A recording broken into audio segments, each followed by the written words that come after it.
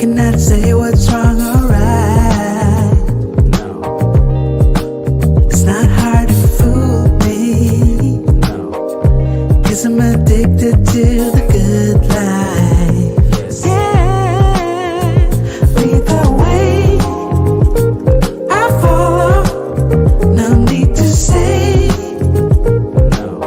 Where we are heading now, babe, I follow to the edge of it all.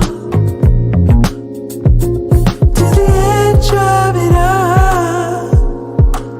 So tell your good lies, 'cause I'll find no better one. Yeah. Susceptible now, before the moment flies. Ooh. So tell your good lies, 'cause I'll find a better one.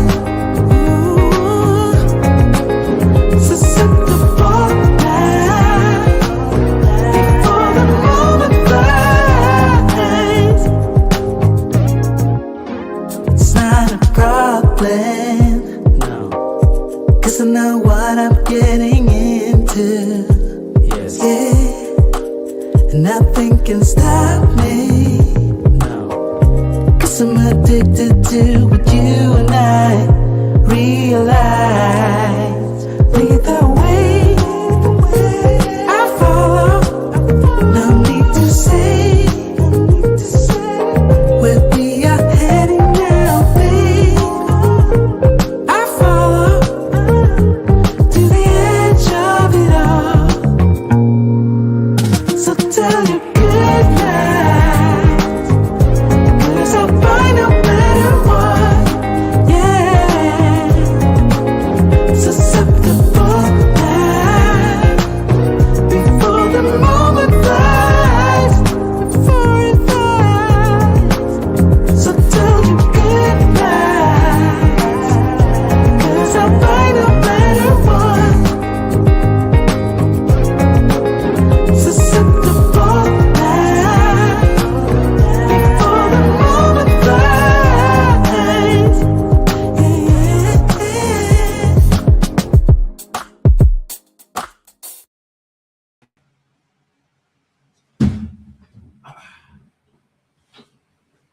I know I'm late. I know that I'm late. Thank you guys for being patient with your boy. I had to grab a cord real quick. Shout out to all you guys that are here. I had to grab a cord real quick. We have such a serious topic tonight. I didn't want anything to go wrong. Shout out to all you guys that are here. Yes, sir. Now let's get some music going. That was a fast intro.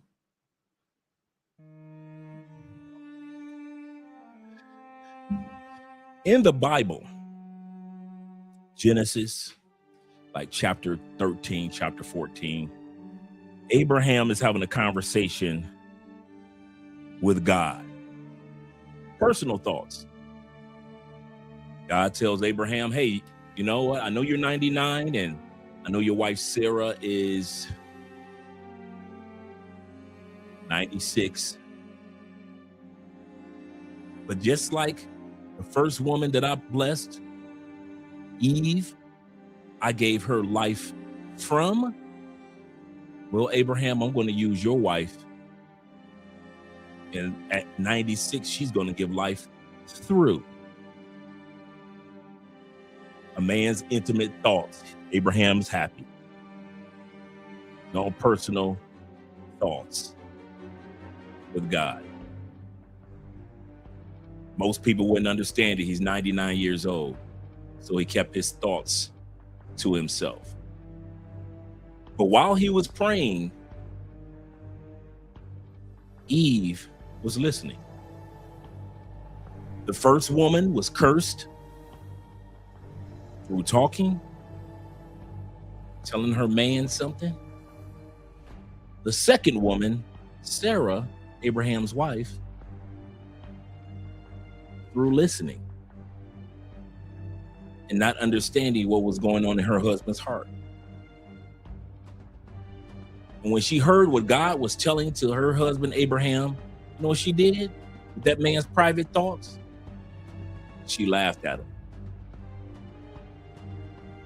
The Bible says she laughed. And even when Sarah started a couple days later to have her own prayers with God, and God started revealing things to her, and she's like, how can it happen to me? And God told her, yeah, I know how can it happen to you, because I saw you laughing at your husband's inner thoughts. Fast forward to today.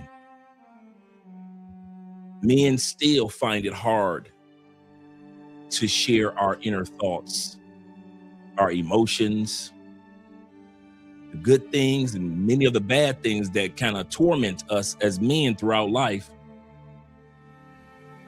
We still feel like Abraham. If we share it with our woman, she's going to laugh at us. So a lot of times we keep it in. We keep those thoughts and those feelings in, and they build up and they build up and they build up. And all of a sudden they come out in a mass explosion all over everyone. So it was when we look at the three individuals that we're going to look at today, three men of color. We want to talk about why they became such emotional men. We're going to talk about the problem with being an ultra emotional man. We're going to talk about where they got those extra emotions from.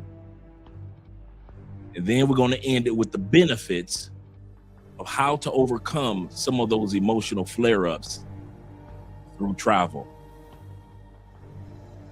I can personally tell you myself, travel has changed my life, including how I move with my emotions. So we're going to look at these particular gentlemen, three gentlemen, one Shreveport, Louisiana, over the past couple of days, another man in Texas, and how he deleted one of my closest friends almost 16, 13 years ago. And another man deleted his girlfriend and his child mother just a few years back on Facebook Live. We're going to look at the problem with ultra emotional men and how you can overcome it. Shout out to all you guys that are here.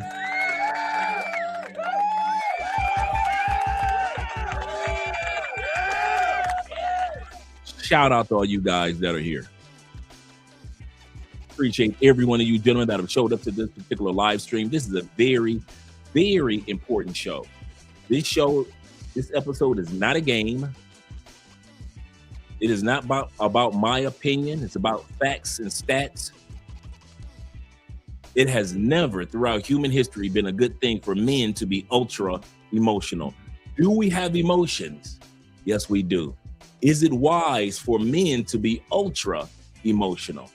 No, it isn't. Where do we learn that from? And how do we overcome it? Those are the questions that we're going to be answering today on this show. But before we do it, let's give some shout outs to the brothers.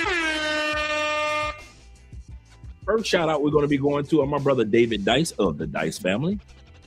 He said, I'm trying to be like Ray, singing MJ, switching lanes, obeying the speed limit in South America. Yes, sir. AKA, that's how you live. I'm glad that you mentioned MJ. We just got our tickets to go see the Michael Jackson movie in IMAX. We're going to be enjoying that over the next couple of days. And we just got our Michael Jackson t-shirts today. We actually drove out of town to get our Michael Jackson t-shirts. It was the only place that was actually selling the type that we were looking for. And so we're excited that we've got our t-shirts and we're going to be enjoying the movie. Shout out.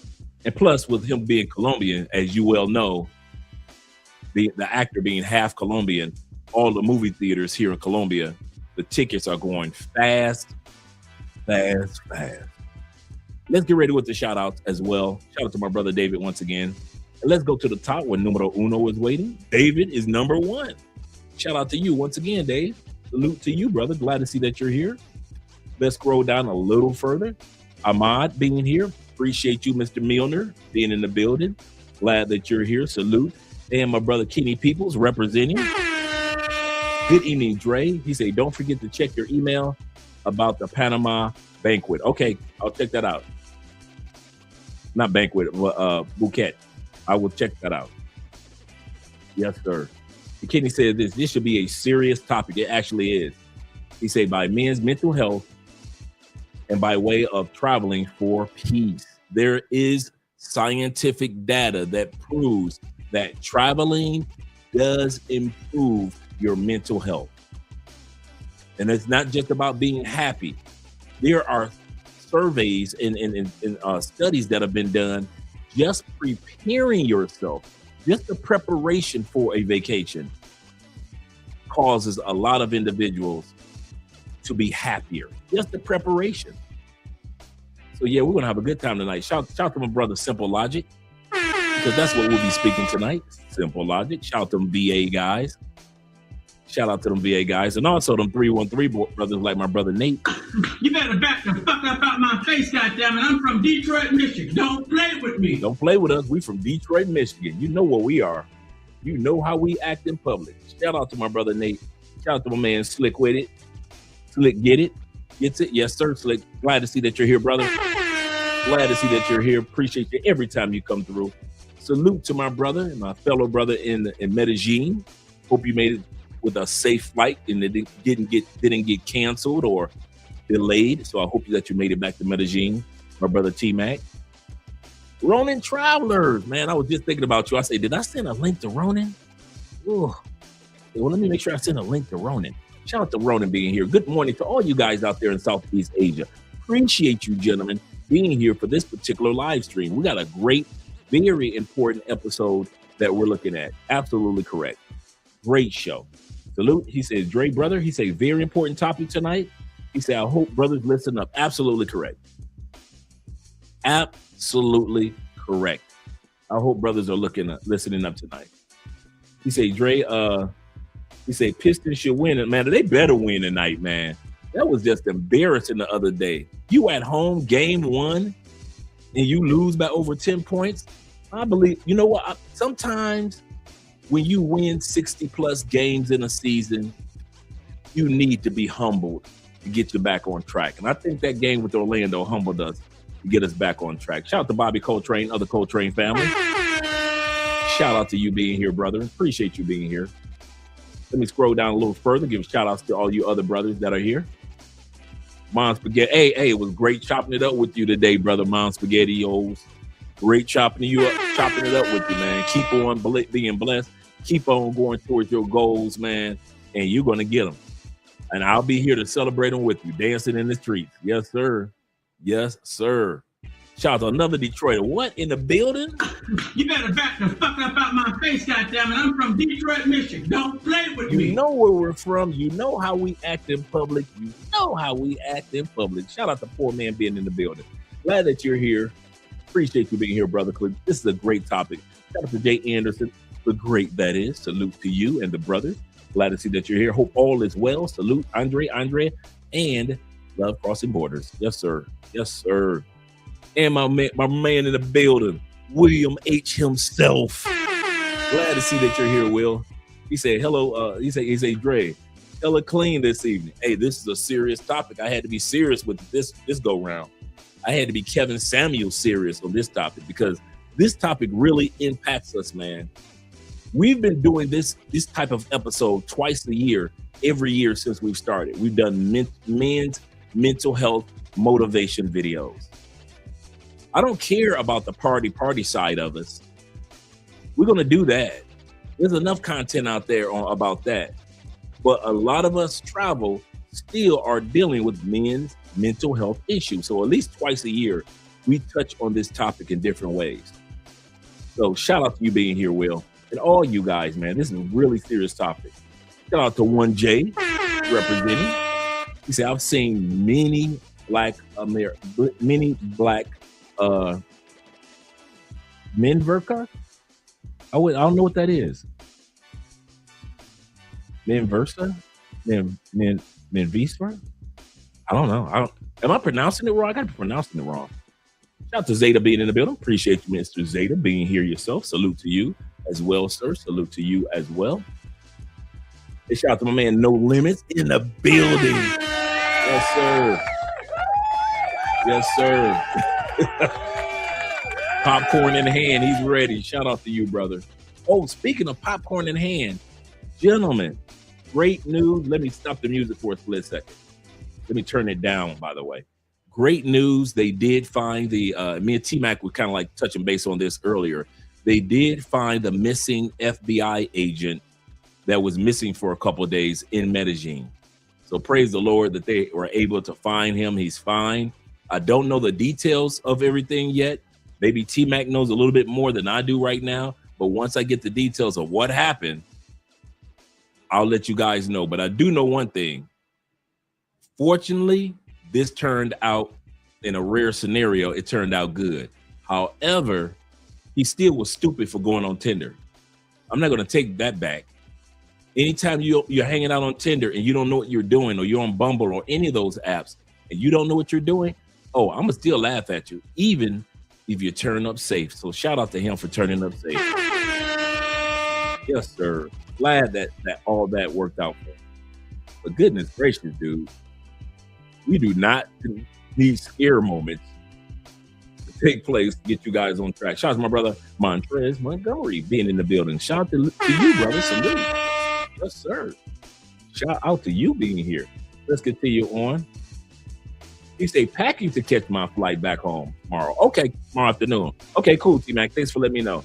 He said, I'm missing Medellin big time. Despite all of the news, it's still my home. Absolutely correct. And that's how a lot of people feel.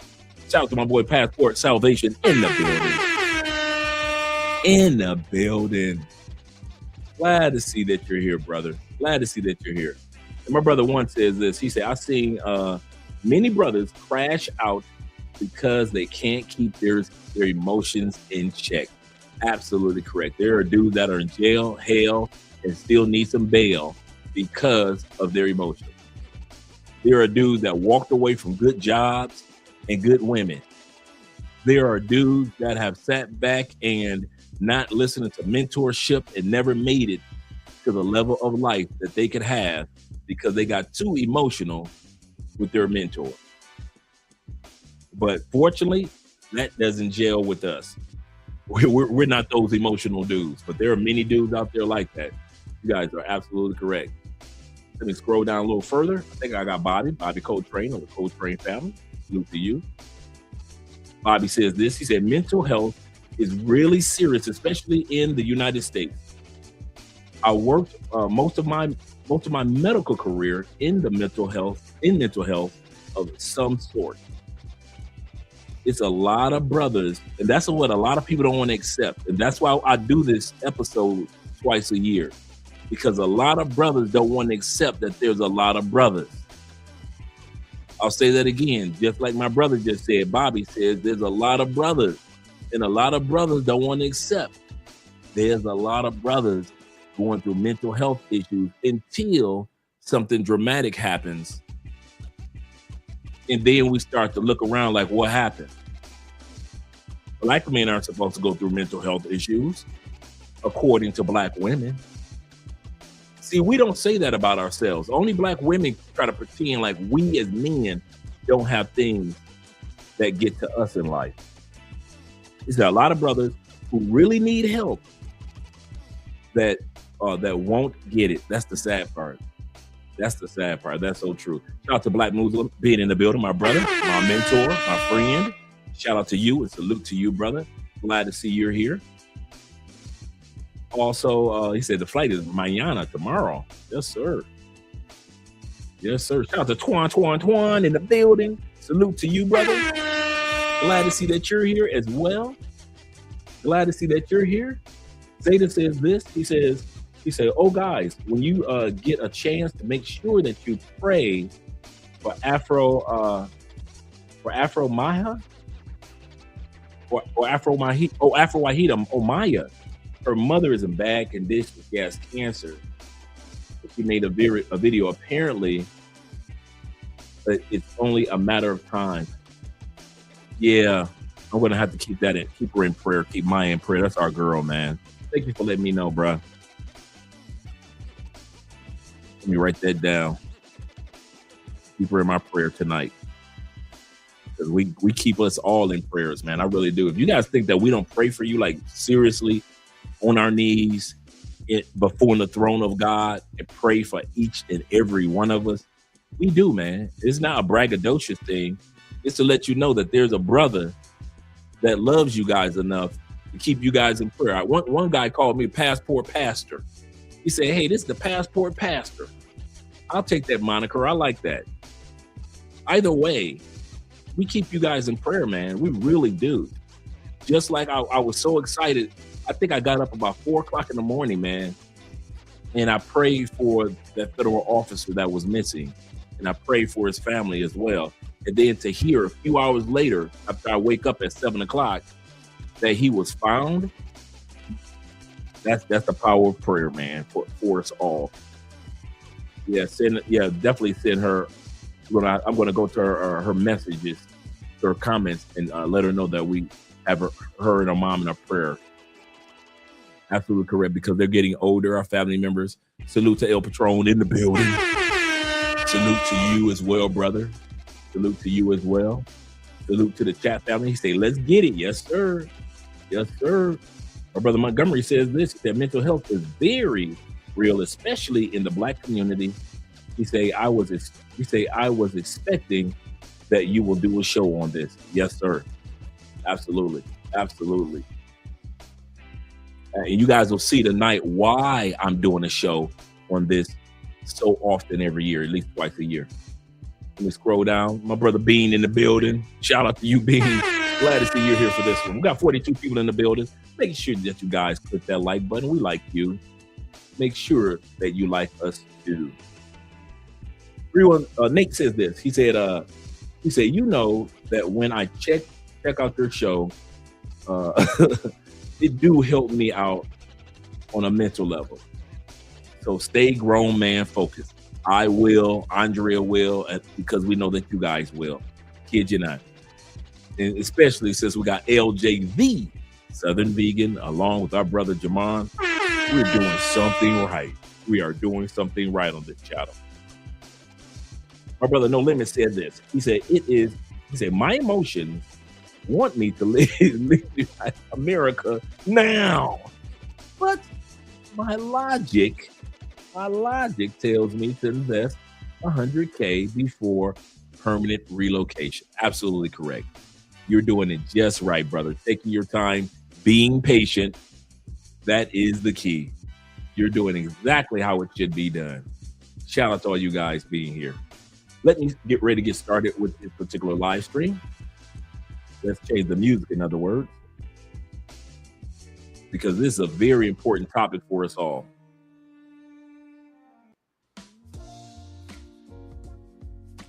There we go. Now, many of us have already heard about what happened in Shreveport, Louisiana. Yeah, I did hear. He said, "Did I hear you right? That they found?" Yes, they did. They found him, and he's healthy and no issues at all. I don't know all the details of the FBI agent, but I know that he's been found, and a couple of YouTubers have talked about it so far, and a couple of people on Instagram have talked about it.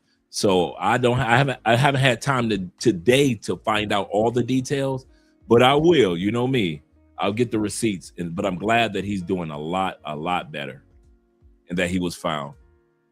And speaking of being found, definitely, guys, tonight's topic is all about finding your peace of mind through travel.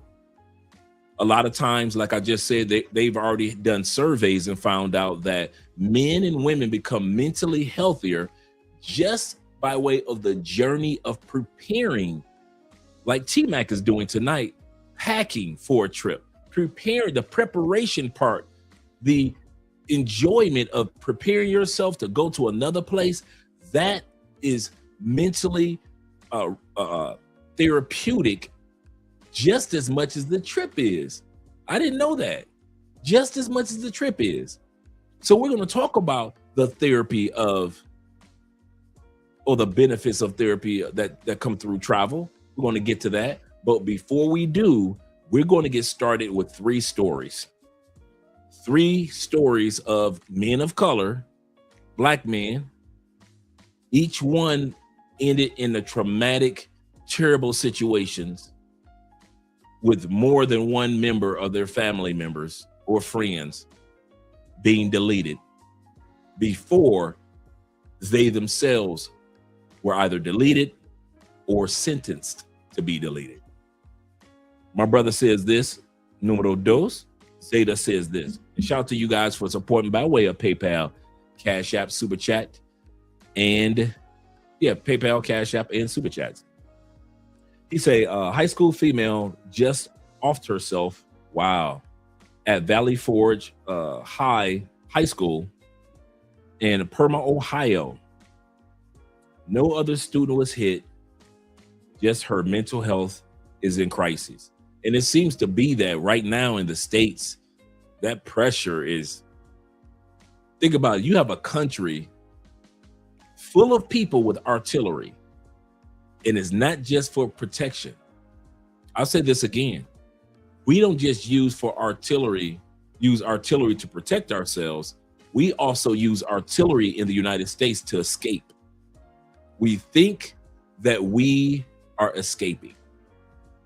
We think that if we get past or get over this, we've escaped going through this again tomorrow morning or tomorrow afternoon or in the future.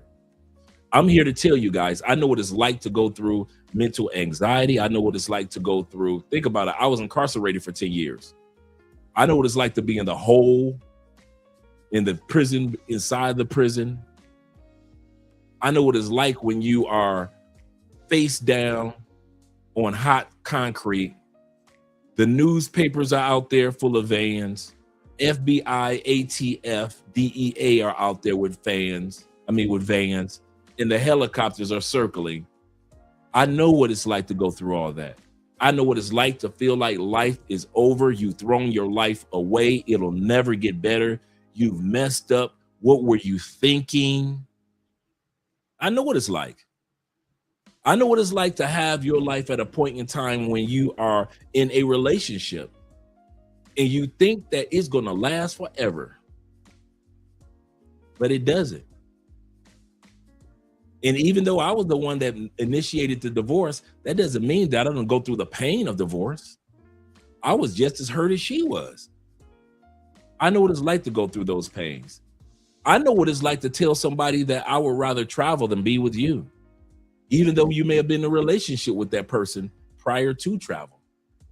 And I know what it's like to see women cry. And I mean cry because I caused them to cry when I didn't really mean it. I know what it's like.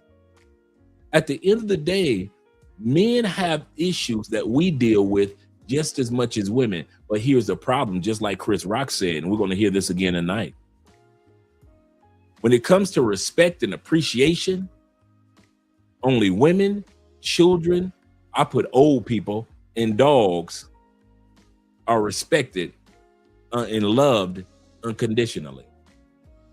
One of the most unfair things about being a man, which I love being a man, but here's the kicker, and we're going to have to come to the conclusion with this, gentlemen. Life is unfair for men. It's unfair for boys, male adolescents, when we're going through our teen years, early adulthood, our mature years as a man, our elder years. Life never gets to a point where it's going to be fair. So if you're thinking about that you're going to escape, you're not going to escape.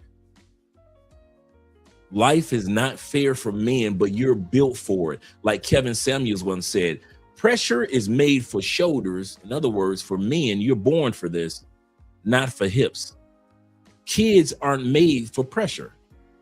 Women claim that they are, but they aren't.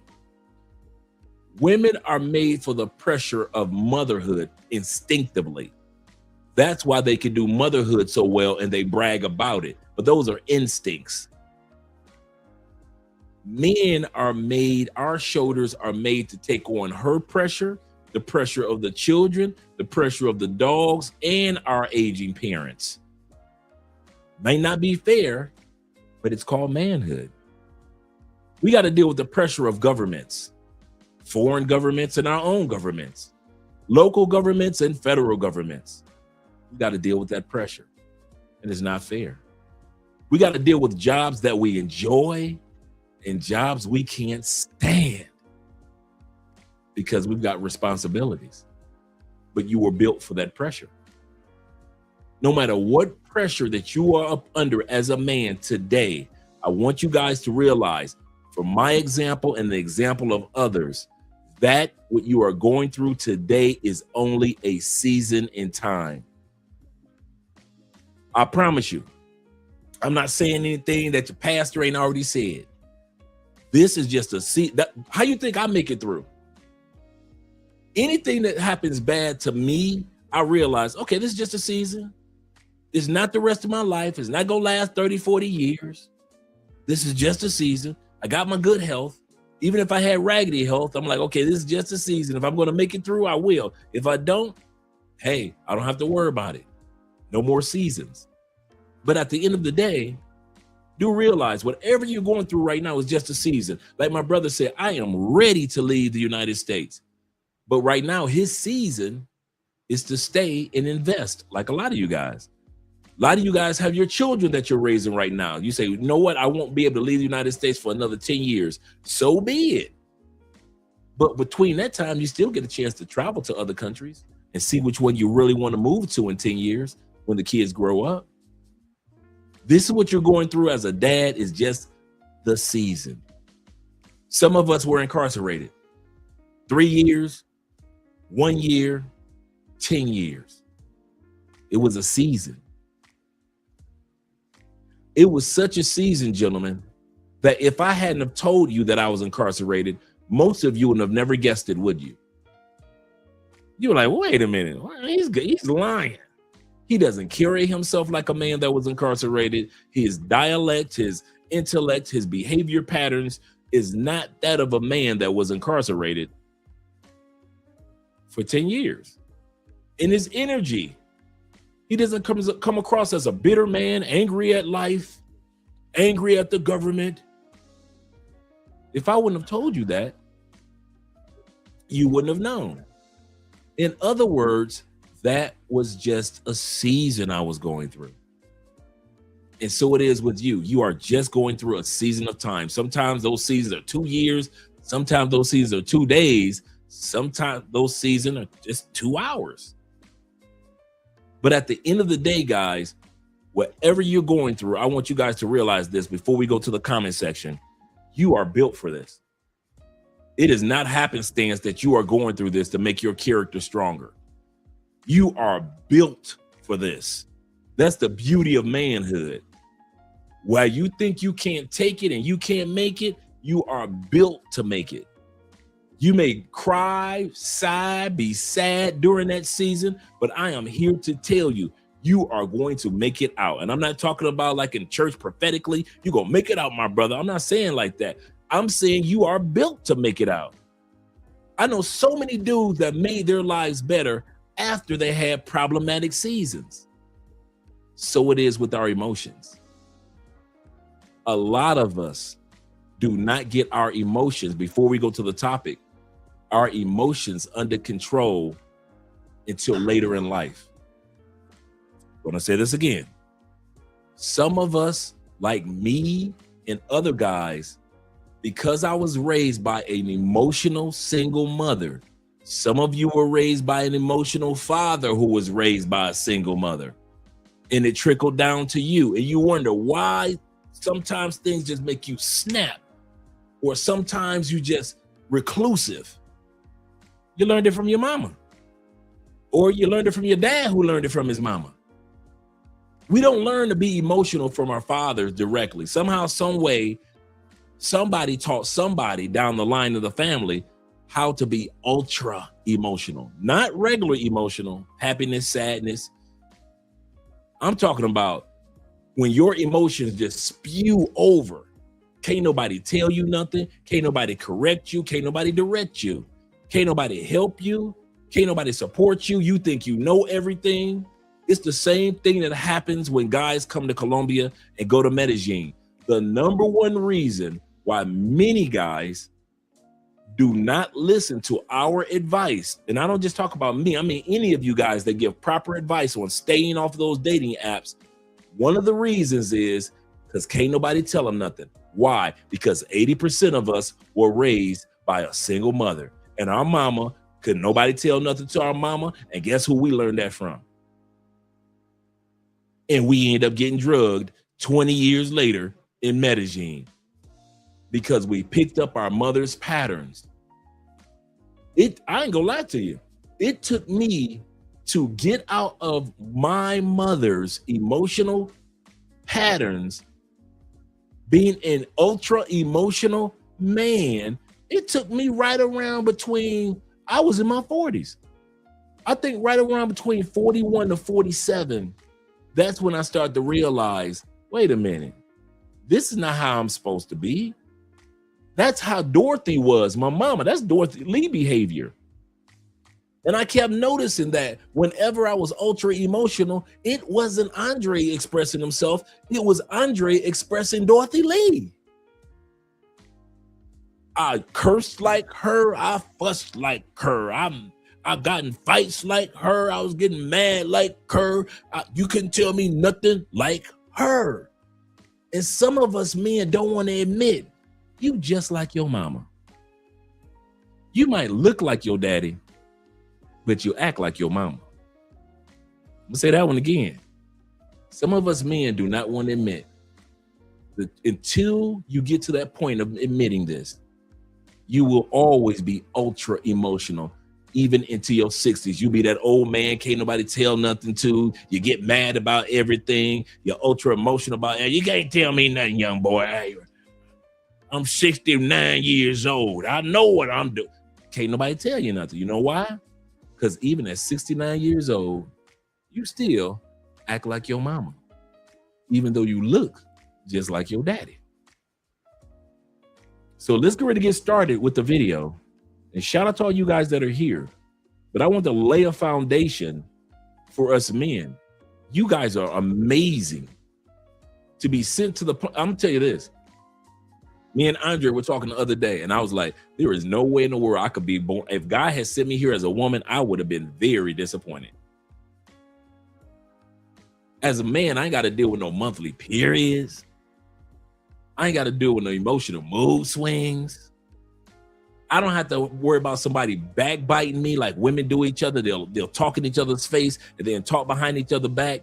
Men, we gonna put it in a joke form. Hey, I heard you and LaWanda broke up. Yeah, dog. I told you shouldn't have been cheating. You slow. You see how men do it? Men could just put it in a joke because we know, hey, I got caught cheating one time too, bro. So I know how it is. Men don't trip on it. Men don't hate each other for aging. Women hate each other for aging. Older women don't like younger women. Men, we look at the young dudes like, hey, life gonna get better when you get older, young man. Just be patient. You're gonna be all right. I know it hurts today, but your best years are yet to come. That's how men talk to men. Ain't no jealousy. That's why I love being a man. I'm built for all this. I'm built for all the pressures. I'm built for, many of you guys don't realize you are even built for all your mistakes. Every mistake that you've made, you still overcame it. Every time when you thought that you had it down packed and it didn't work out, the business venture you had to start 3 or 4 times, the weight loss that you just did, it took you 3, 4, 5 years to lose that weight. The time period when you say, I'm gonna travel, but my money ain't right. I'm gonna travel, but my money ain't right. And finally, 4 years later, You in Thailand having a great time. You are built for your mistakes, for mayhem, when things go crazy, when everybody else is running around crying, losing their mind. You as a man are created for stoicism. You take it like, okay, let me be stoic. Everybody else crying and running around. What's going on? What happened? So-and-so just died. I can't believe they just died. And you as a man, you like, oh man. So everybody want to come to you for hugs. You know why? Because you built for mayhem. When the world is going crazy, as a man, you built to sit back and be analytical and not emotional with it. And woe unto the man that is ultra emotional. And that's what we're going to talk about tonight. Woe unto these men who allow their mother's method of using emotions to dictate their emotions. I mentioned to you guys a few weeks ago before we go into the video, do realize us who are born Generation X, we are the first generation of men that were raised with a mass of single mothers. Prior to us, 1966, 1965, 1967s, 1972s, 1971s, prior to us, 1977s,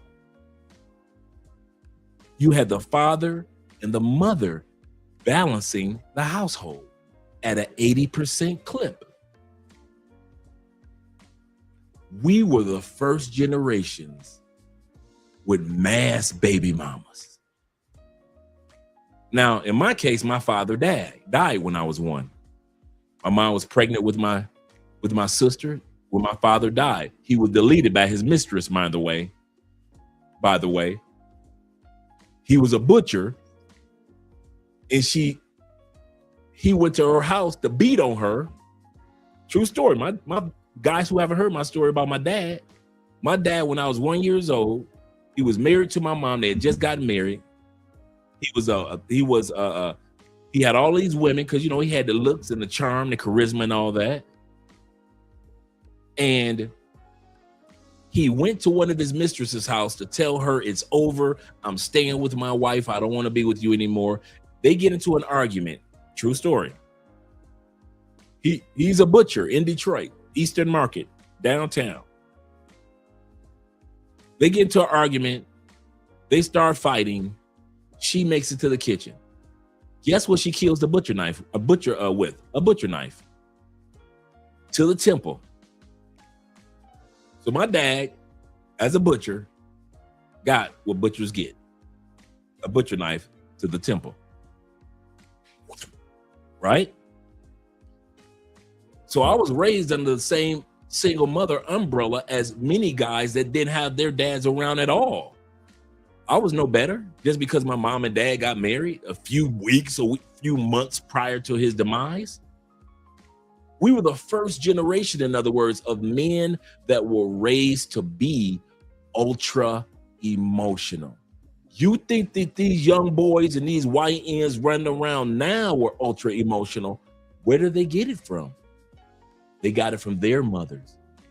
Who were the mothers of their mothers? Our mothers. Our mothers were the mothers of us and the mothers of these YNs and these ratchet young ladies that's running around the community right now. But it started with our generation. Gen Xers are the first ones, the latchkey kids, the first ones raised with mom and mom alone. Few boyfriends and stepdads here and there. But for the most part, we picked up most of our emotions from our mothers, even though we look like our daddies. Absolutely correct. And in many cases, Papa was a Rolling Stone, and wherever he laid his hat was his home. And when he died, all he left us was alone. Absolutely correct. Absolutely correct. Let's get started with the video, gentlemen. Like I said, we're going to start off looking at 3 brothers from different walks of life. And sadly, these situations are parallel to men being raised by emotional women. And I'm not blaming the mothers in these cases. Do not think I'm blaming the mothers, but it's not coincidental. And you're going to hear from other people talk about this for real. You're going to hear other people talk about this for real in regards to that an individual can be raised by an emotional mother. Let's get ready to get started, gentlemen. Was the father of all but one of the victims, which is a fact that makes this tragedy even more hard to understand. So what else are you hearing about the suspect this morning? That's a question a lot of people are asking, Madison. You try to put your mind there and understand what it could be that would have a father pursuing and killing his own children. I had a conversation with the neighbors directly across the street from this house, and this is where all 8 children were killed. And he said he had seen this man just the day before, waved at him. He was out front. All the kids were playing out front. There was nothing to indicate like anything like this would happen. And just a couple of weeks ago, the shooter had also posted a picture on social media with all of his kids, said that he was with them all. It was a blessed day. So as we all try to look for something that would indicate that there might be something like this could happen, that's not popping up. I'm sure over the next 24 hours or so, we'll learn more about what was happening and what may have prompted this, but that's something that investigators are still going through and trying to uncover right now too. Yeah. And before they go any further, this is absolutely correct. Nobody really knows truly the why behind it when men become ultra emotional. In other words, when I say the term ultra emotional, I mean that we just suddenly explode with our emotions. We just spew emotions all over. You know how, okay, here we go. You know how you got some dudes that sit back and they just feel their artillery and they go down to a parade and they delete 25 people? That's ultra emotional too. That's ultra emotional too. So it's not just brothers. Men are going through an epidemic right now of being ultra emotional. Many of us men who are raised by single mothers are expressing that single motherhood all over society. Here's the kicker. Here's the kicker about it. You weren't built to be like that. You were built for stoicism. You were built to be a person that has emotions, but not controlled by them. You were built for stoicism, logic, mental stability, focus. You're in the car driving. Your woman and the kids can be as emotional as they want in the car, yelling, talking, smiling, whatever. Who has to watch the road? You do. You're built for it. No use of you yelling at all the cars that's coming around and so forth. Why? You be yelling all day. You're built for it. Men are built to be rationalists, not emotionalists. I'll say that again. We're born and raised to be rationalists. We're born to look at things in a rational way. We're born to know when to go to battle and when to walk away.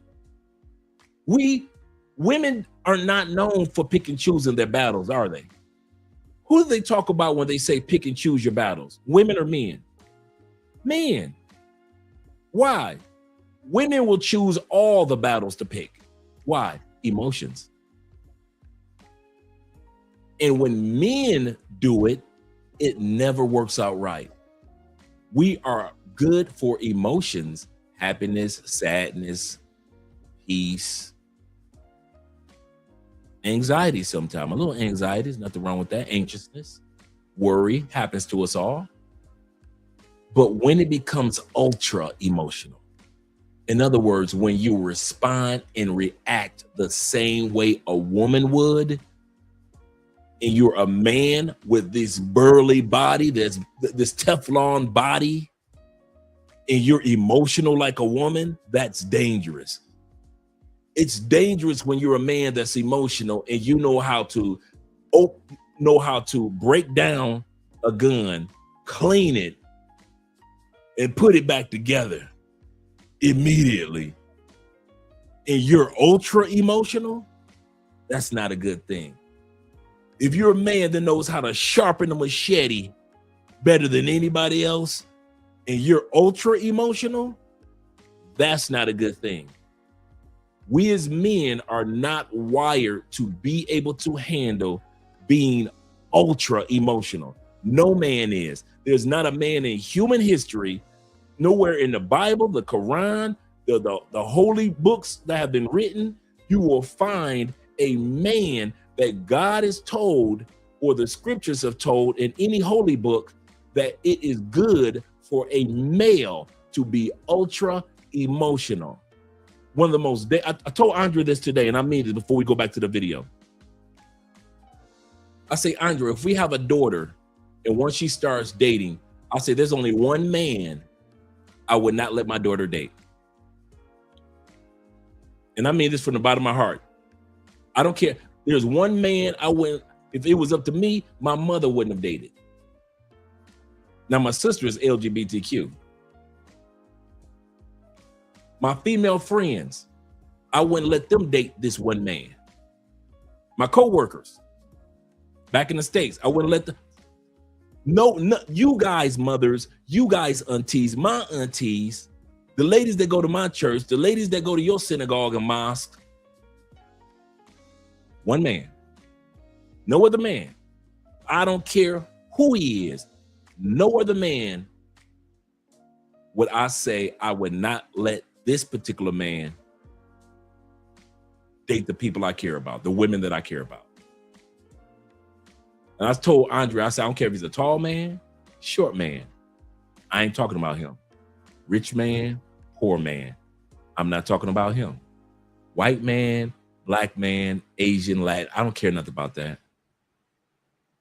The one teenage boy, the one grown man that I will never allow my daughter to date is an ultra emotional man.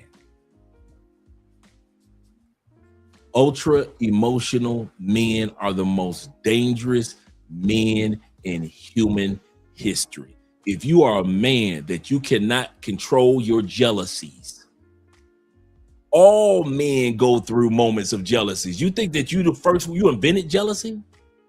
You think that dude, do you think that you the first dude that if you see your girl talking to a guy in a grocery store, you looking at like, who the hell is this dude? We all do that. But what you do, you get ultra emotional and you start running over there and embarrassing yourself. How do I know? I've done it plenty of times when I was young. Why? Imitating my mama, Dorothy Lee. Being ultra emotional when it was uncalled for. I remember, I'll never forget I embarrassed myself. I was 17 years old. My girlfriend was 16. We was having some of the greatest times, enjoying teenage years. Her ex-boyfriend was 25. Showed up to the house, her house one day as I was coming out the house. I looked, she's sitting in another dude's car. All of a sudden, did Andre show up? Rational, cool, calm. Oh, it's like that, Andre? No, that ain't show up. Dorothy Lee showed up. I'm cussing at this grown man. I'm 17 years old. I'm cussing at a 25-year-old grown man. I'm cussing her out. I'm out there putting on a show. Why? Because I hadn't been groomed yet by the males that would eventually come into my life not to be ultra emotional. It was nothing wrong with me being hurt or jealous because I didn't know the scenario. And Literally, not even 20 minutes later, she called me. She said, "You embarrassed me so much." She said, "All I was doing was sitting in the car bragging about you. And he has a girlfriend. And he is happy for me finding a good boyfriend. And here you come acting like Dorothy Lee." Now, could I have been jealous or insecure at that moment? Yes. Did I have to be ultra emotional with it? No. Some of you guys, you ain't gonna make it outside the United States. You think if you can't not be ultra emotional with them fat women that's in the States, you live in a country where 80% of women are considered obese or fat. And y'all deleting each other over them chicks? How the hell y'all gonna make it in the Philippines with all them Filipino baddies? If you can't handle your emotions among fat chicks in the United States with them big eyelashes, with the fake baby hairs, with all type of colors in it, if you can't handle them, brother, how you gonna handle it out here in Colombia? Well, it's real beauty. How y'all, wait a minute, how do y'all think y'all gonna make it in Brazil? If you are ultra emotional over fat chicks or hood chicks or egotistical chicks in the United States, how you think you're gonna make it in Thailand? You can forget about the continent of Africa. You definitely ain't gonna make it there. That Ethiopian beauty is so much on a whole nother level. That Egyptian beauty, that South African beauty, that Kenyan beauty, that Mongolian beauty. You can't handle fat chicks in the United States with bonnets on their head and BBLs. Y'all sitting up there deleting big girls, bonnet girls, fake baby hair girls. Y'all sitting up there deleting yourselves on suicide watch for them chicks. How you think you gonna make it with the Venezuelan chicks? You think you gonna make it with Venezuelan chicks? You really think that you're gonna be able to date Venezuelan chicks as fine as them chicks are? Bro, I'm here to tell you now. No, you ain't. No, you ain't. You ain't gonna make it. Some of y'all need to keep your butt in the States until you are emotionally stable. Kevin Samuels was right. Black people need therapy. I went to therapy in my early 40s. I was scared as can be. My therapist, like I told y'all, my therapist looked like Santa Claus. He had a big old gray Santa Claus beard.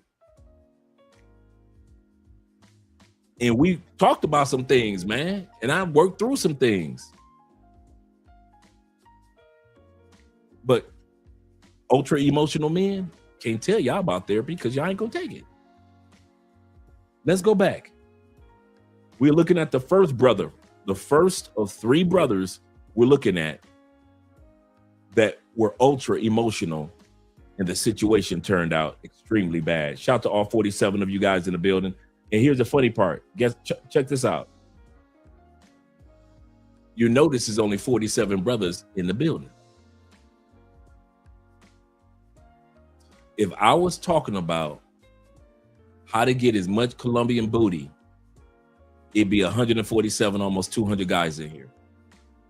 If I was having an interview with Anton Daniels or a beautiful Colombiana, it'd be 200 and 210 of y'all in here.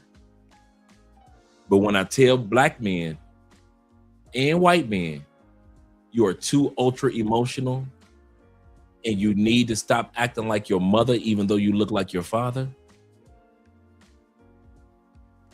47 people. It is what it is. Let's continue on. And clearly this has impacted not just that local community of Shreveport, but folks across the nation. There was actually a vigil last night for those children. We know another one is set for this Wednesday. So what are you hearing from community members as they try to just cope with this tragedy? It's really disturbing for a lot of community members, even though this is something that was contained right within one family. This isn't something where there was a mass shooting and there are members of the public who were targeted, but as everybody here, this area was filled with people last night, right? Just wanted to be here, see if they can get some answers find out what was going on. There were people praying, there were people singing, and I talked to the mayor and said, usually you're concerned about those big public mass shootings, what is it about this? And he said it just kind of brings everything home for everybody, right? As we talked about, you put yourself in that situation as a mother or father, somebody who has children, and try to make sense of this, and you just really can't. A tragedy that hopefully we get answers to in the days to come. Irby Lee Bowser entered this. This story is about the deletion of one of my closest friends, Zena Bowser. This is her ex-husband. He deleted her daughter, and tried to delete her 2 sons.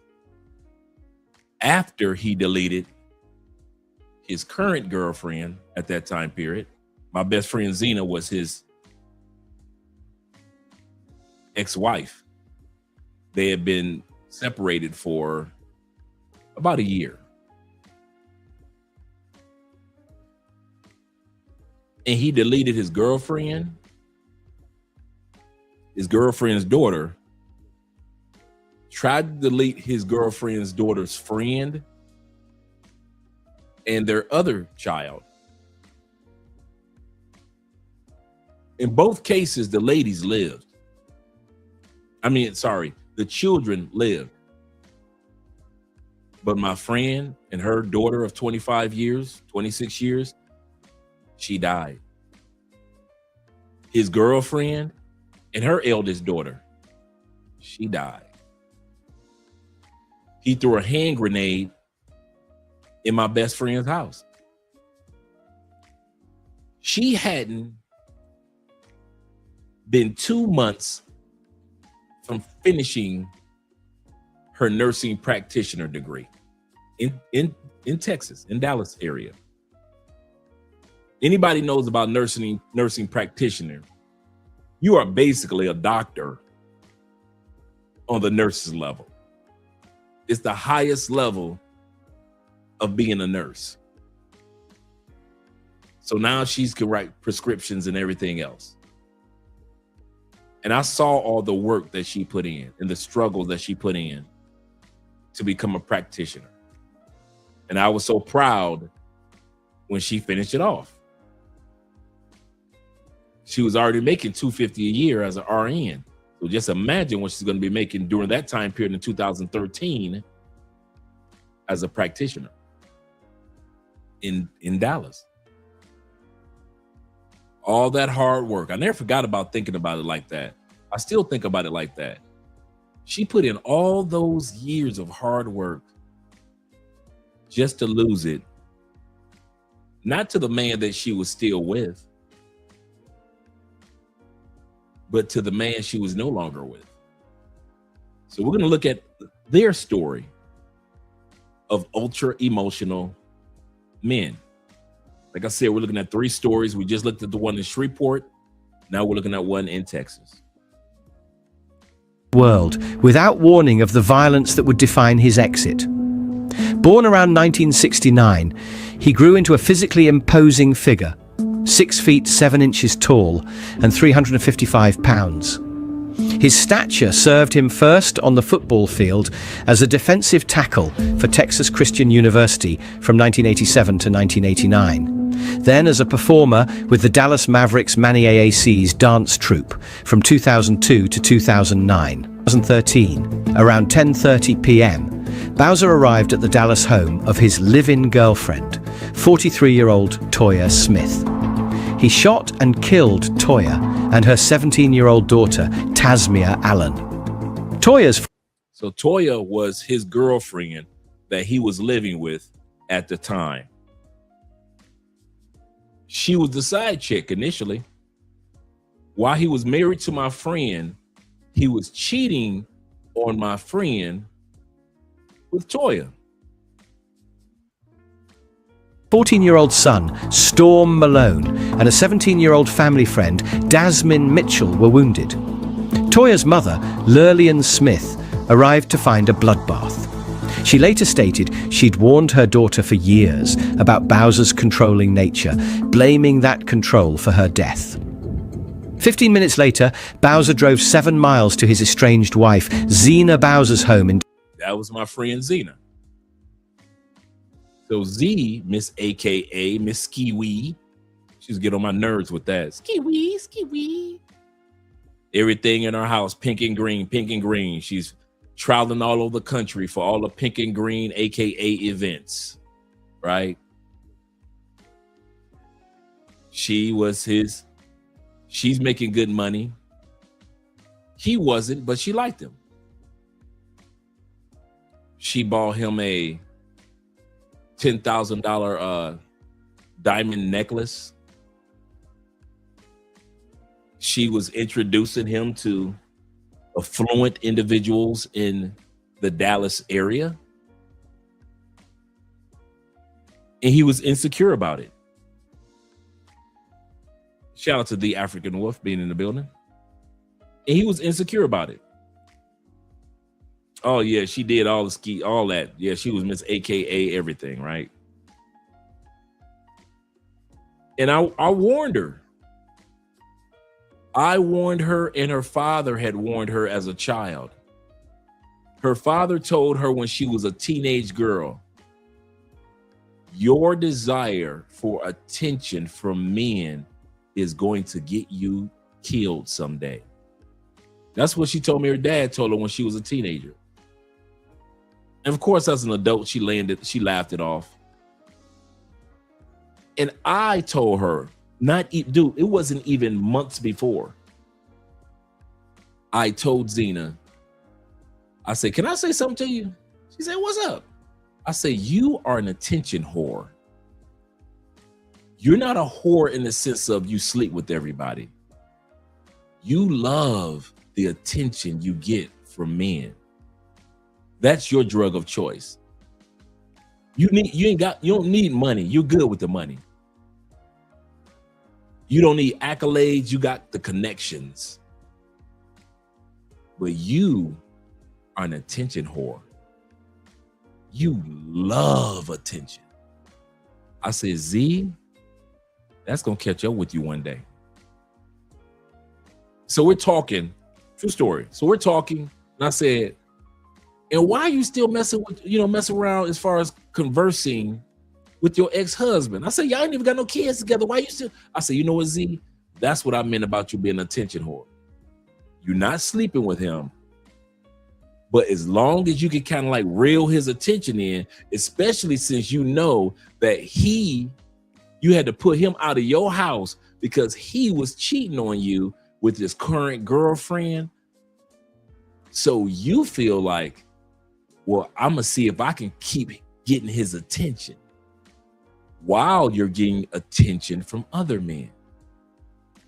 I say, so Z, so you entertaining attention from other dudes you ain't sleeping with, you just getting all the attention from.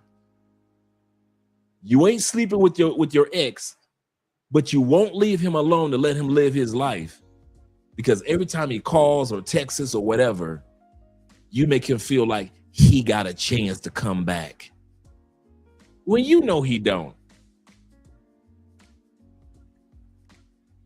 I say, Z, that messing around, playing with people's hearts, that's gonna catch up with you. I said, that being an attention whore, it's funny now. It's gonna catch up with you. We talk all the time. And one day I didn't hear from her. Well, okay. I reach out with a text, no response. Next day, no response. Man, I ain't like Z, but she just getting a practitioner and she probably got a new job opportunity. She doing her thing. Let her have a couple days. Next thing you know, on Facebook, family puts out in loving memory. I'm like, loving memory? What that? Zena Bowser.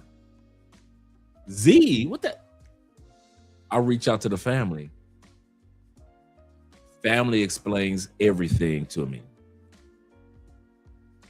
I go to social media, the news, and I discover what took place with her. With the hand grenade being thrown in her house, and my man coming up in there and emptying his clip. And when I say empty the clip, I mean literally empty. He didn't stop shooting until the clips were empty.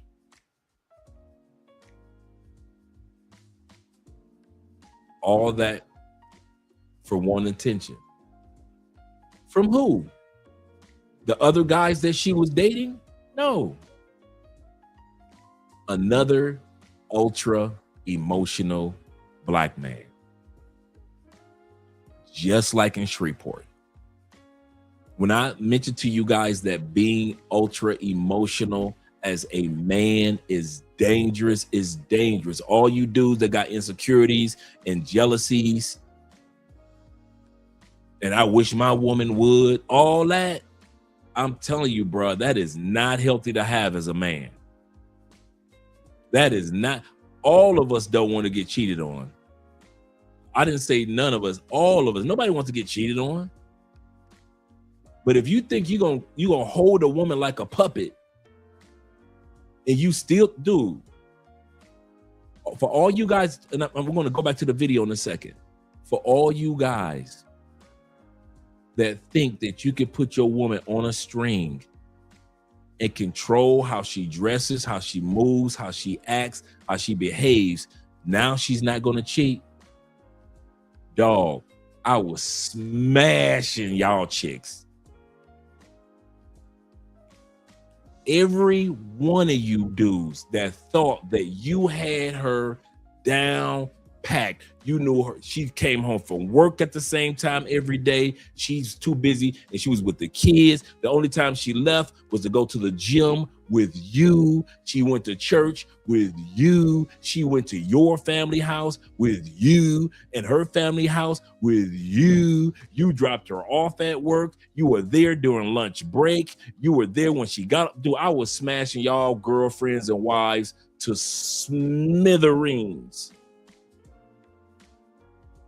Don't you ever think your woman can't get got if she wants to get got.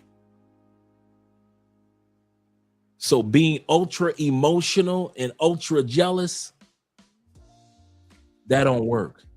And that's why I say some of you dudes, and I mean this, you need to keep your butt in the States.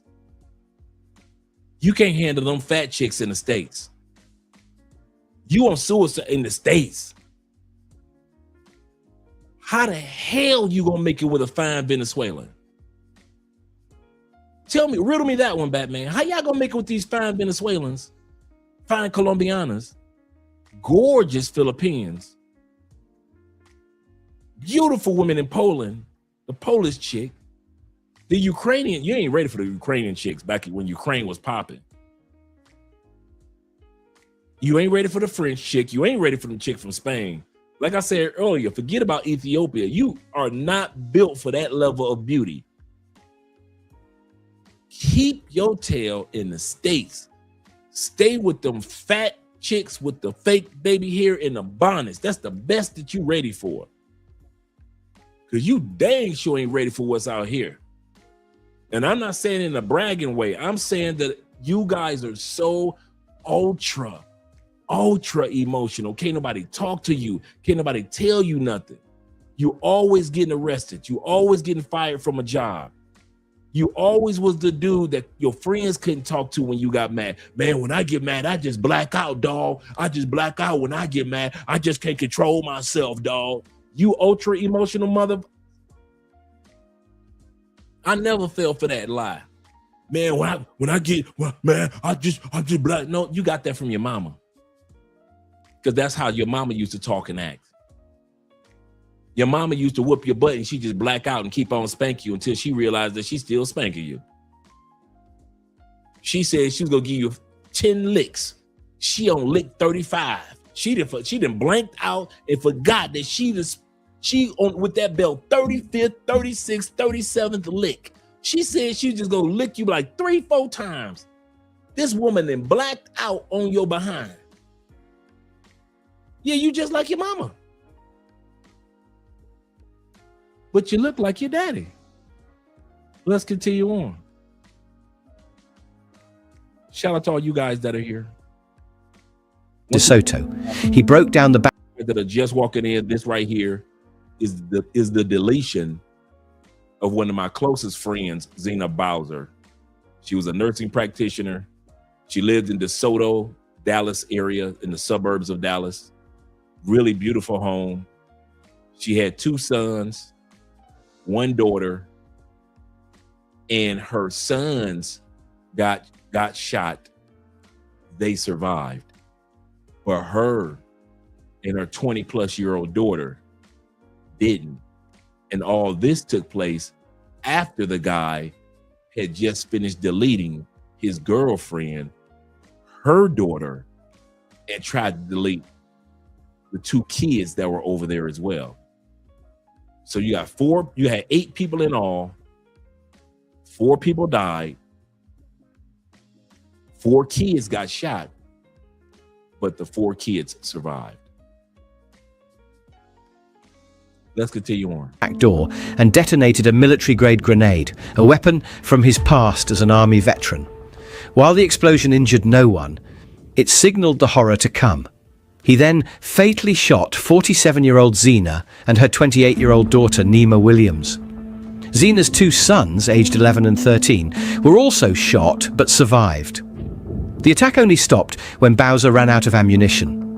One son managed to call 911 while hiding his toddler brother under a pile of coats. Both of them dead inside their southwest Dallas home in the 7100 block of Long Canyon Trail around 10:30 last night. They say that Bowser also shot Toya's son, Storm Malone, and Tamia's best friend, who's 17. She was in the home. The 2 are... My other grandbaby knocked on the window, and we could hear somebody like gasping.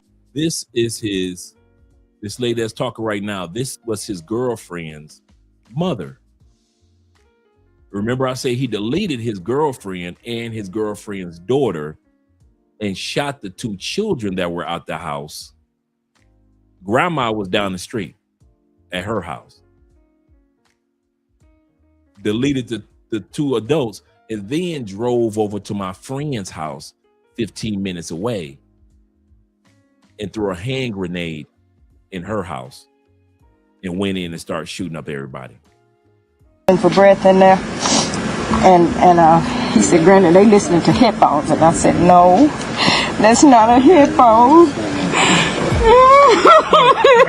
And speaking of similarities, as you mentioned, Latoya, the family and the friends of the victim here saying the same thing pretty much, that they did have a volatile relationship. Now this is Zena's neighborhood, and on the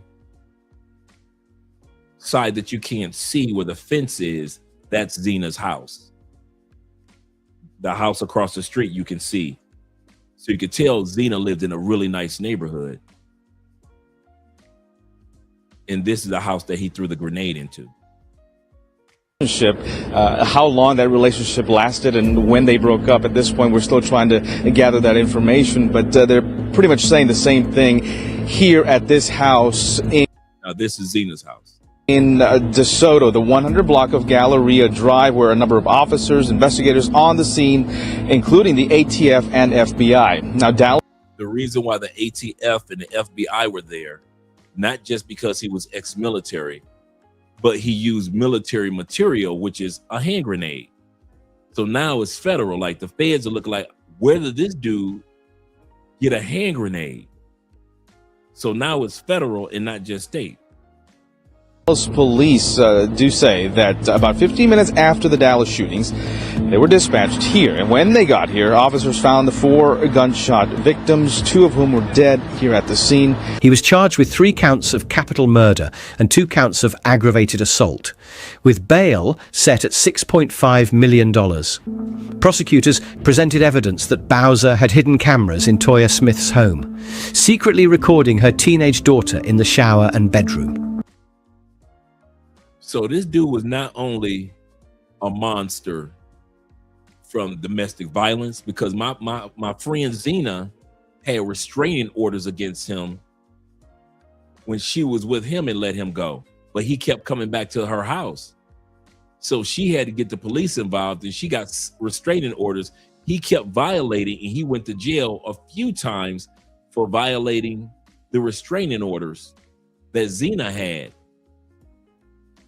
even though he was living at this point in time with the side chick that became his girlfriend. And while he's doing all this stalking with Zena and being violent with the girlfriend, he's also recording the girlfriend's daughter while she's in the bathroom.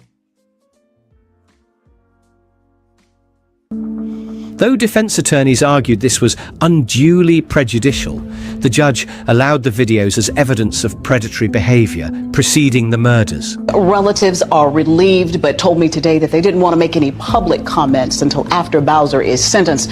Toward that end, prosecutors have already wrapped up their case to send him to death row. Before we go into that, that's a good statement, Bobby. Here's what took place that they're not mentioning to this in this portion. This dude right here not only threw the hand grenade into my friend's house, then went in with artillery, just lighting up everything. Once he's finally out of bullets, check it out. He lays down, he lays his big on the ground. Oh, I'm sorry, on the floor, as if he was already in the house and somebody came in and threw a grenade. As if he was already there in a house in which, remember what I just said, he had restraining orders. So he had already been arrested for even being in the vicinity of my friend's house. He lays on the floor and pretends like suddenly she had a change of heart and let him in. And he just so happens on the day he gets let in to be there when somebody suddenly throws a hand grenade, shoots up everybody. Everybody got shot. The 2 kids get shot. My friend gets shot. The daughter gets shot. But nothing happens to the biggest target in the house, him. That's how much of a coward he was in this situation. Laid on the ground. So when the police came, he was, oh, what happened? What? Oh my God. Oh my God. Played the whole role. And the police didn't buy it for 10 seconds.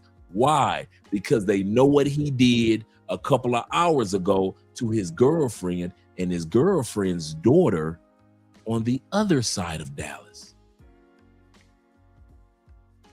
The police just couldn't get to my friend Zena's house in time to warn her. Remember, he drove 15 minutes from one house of destruction to the other house of destruction. So by the time they discovered in Dallas what took place, they caught on. He's about to head over to Zena's house. By the time they got police officers over to Zena's house, he was already over there throwing in a hand grenade. So when I mentioned to you guys, shout out to my brother, Black Nubian in the building, the Canadian brothers. So when I mentioned to you guys, right, on demon mode, demon behavior. So when I mentioned to you guys, men, we are not wired to handle being ultra emotional. We are born with emotions, yes, emotions that we can handle, yes. Being ultra insecure and jealous and outraged emotions. I have never seen a dude that did domestic violence that was not ultra emotional. Not a one. I don't care if it's a rich dude doing it. I don't care if it's a white dude doing it. I don't care if it's a black dude doing it. I don't care if it's a poor man doing it. Every single instance where I saw a man that continued to initiate domestic violence, it was always a ultra emotional man. It's never a rationalist. It's never a stoic. It's never a logical man. It's never us logical dudes. Us logical dudes, we kind of like, hey, I'm gonna let this crazy chick go. She crazy. Oh, she like to cheat on me. Okay, let me let her go. It's always emotional dudes that put their hands on women. The ultra emotional dudes, thinking that if I rule with an iron hand, she'll obey me. I ain't never seen it work. I ain't never seen it work. I've known dudes that ruled with an iron hand and still get cheated on. Still get cheated on. Your woman be taking butt whoopings at the house, and then she be getting her butt blew out when she leave the house. You kicking her butt at the house, somebody else is spanking it when she leave the house.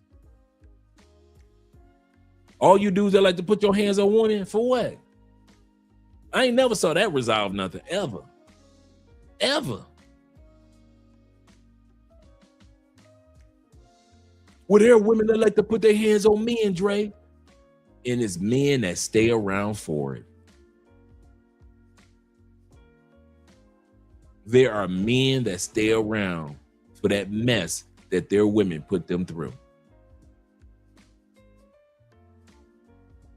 Let's go back to the video. See what happens. See what happened to this Bowser gentleman here. The verdict, when it came, was greeted with calm and complete silence. That is the unanimous verdict of the jury.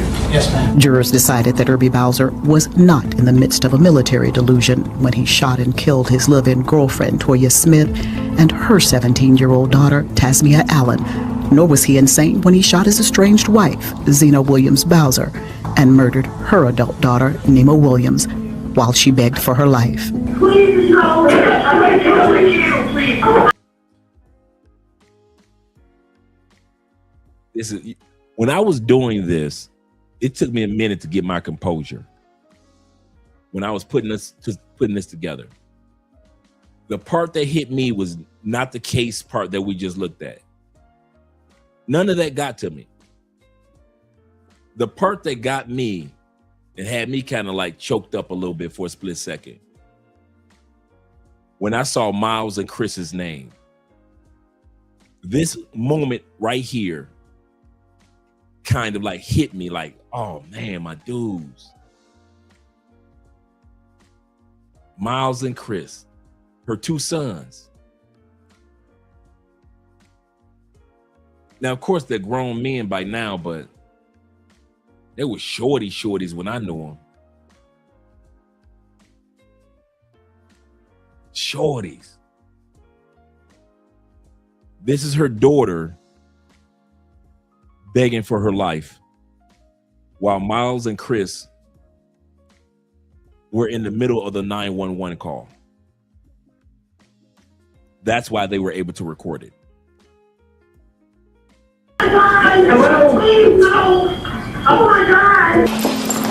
But the process of making Bowser pay would still be steeped in pain, adding what must feel like acid to a still aching wound. His defense team argued he was legally insane during the attacks, pointing to his inconsistent behavior during police interviews. They obtained his VA medical records, suggesting potential mental health complications from military service. Prosecutors countered with the calculated nature of his actions. The two locations, the grenade, the hidden cameras, and his documented history of threats. The jury rejected the insanity defense, finding him legally responsible for the 4 murders. Irby Bowser received multiple death sentences. His execution date remains pending as of... So he received multiple death sentences. And right now, there were, in this article and all this that we just watched came out in 2025. Let's watch the next one. Today we're looking at 3. 2025. Anyway, I just did something crazy, man. I just my ex-girlfriend in the head, yo. Okay. For some of you, you don't remember this. This happened right around 2019, 2020. On a Facebook Live, a brother deleted his ex-girlfriend and on a Facebook Live deleted his baby mama. Now, to just give you a little leeway for those that don't remember this brother said that she had been playing emotional games with his children long enough. Sometimes she let him see the kids. Sometimes she wouldn't. He had been to court fighting for the rights to see his children. The courts wouldn't help. She would violate the court's judgment to let him see the children. The local police wouldn't help. He would talk to friends, family, her friends, her family, but the baby mother didn't care. Every blue moon, she let him see the children. Today was one of those days that she decided to let him see the children. So as he's talking, even though this is a smaller recording of the event, I have the large recording of it. But as he's talking, the children are waiting in the car to drive off and spend time with their dad. I'll say that again. The children are waiting in the back seat. They're not in the house. Dad says, wait a minute, I'll be right back. Goes in the house. Now, mind you, the kids don't even know that he's already deleted his ex-girlfriend, which is not the baby mother. He's about to go in and delete the baby mother and himself. Let's continue on. Now, let me bring this back just a little bit. Fence, finding him legally responsible for the 4 murders. Irby Bowser received multiple death sentences. His execution date remains pending as of 2025. Anyway, I just did something crazy, man. I just my ex-girlfriend in the head, yo. I can't go to prison, so the person that really started my depression and all of this is my ex-wife. So she next. Oh, here's my ex-wife right here. Today's the day. They were the chilling last words heard on that Facebook Live. That was not the last words. She's saying those were the last words. The last words were, I told you today was coming.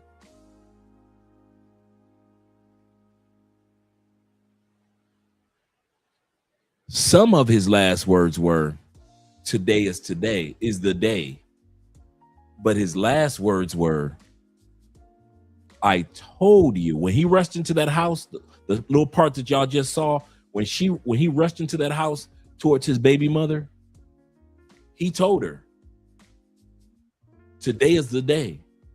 I told you this day was coming. Now, once again, I was able to explain everything to you guys because he had did a long montage before going into that house. This young lady here is just showing us, a quick, concise version. But just like my friend, this guy was a nursing practitioner, the highest level of nursing. So this guy was not a broke brother. This wasn't just a Ray from around the way.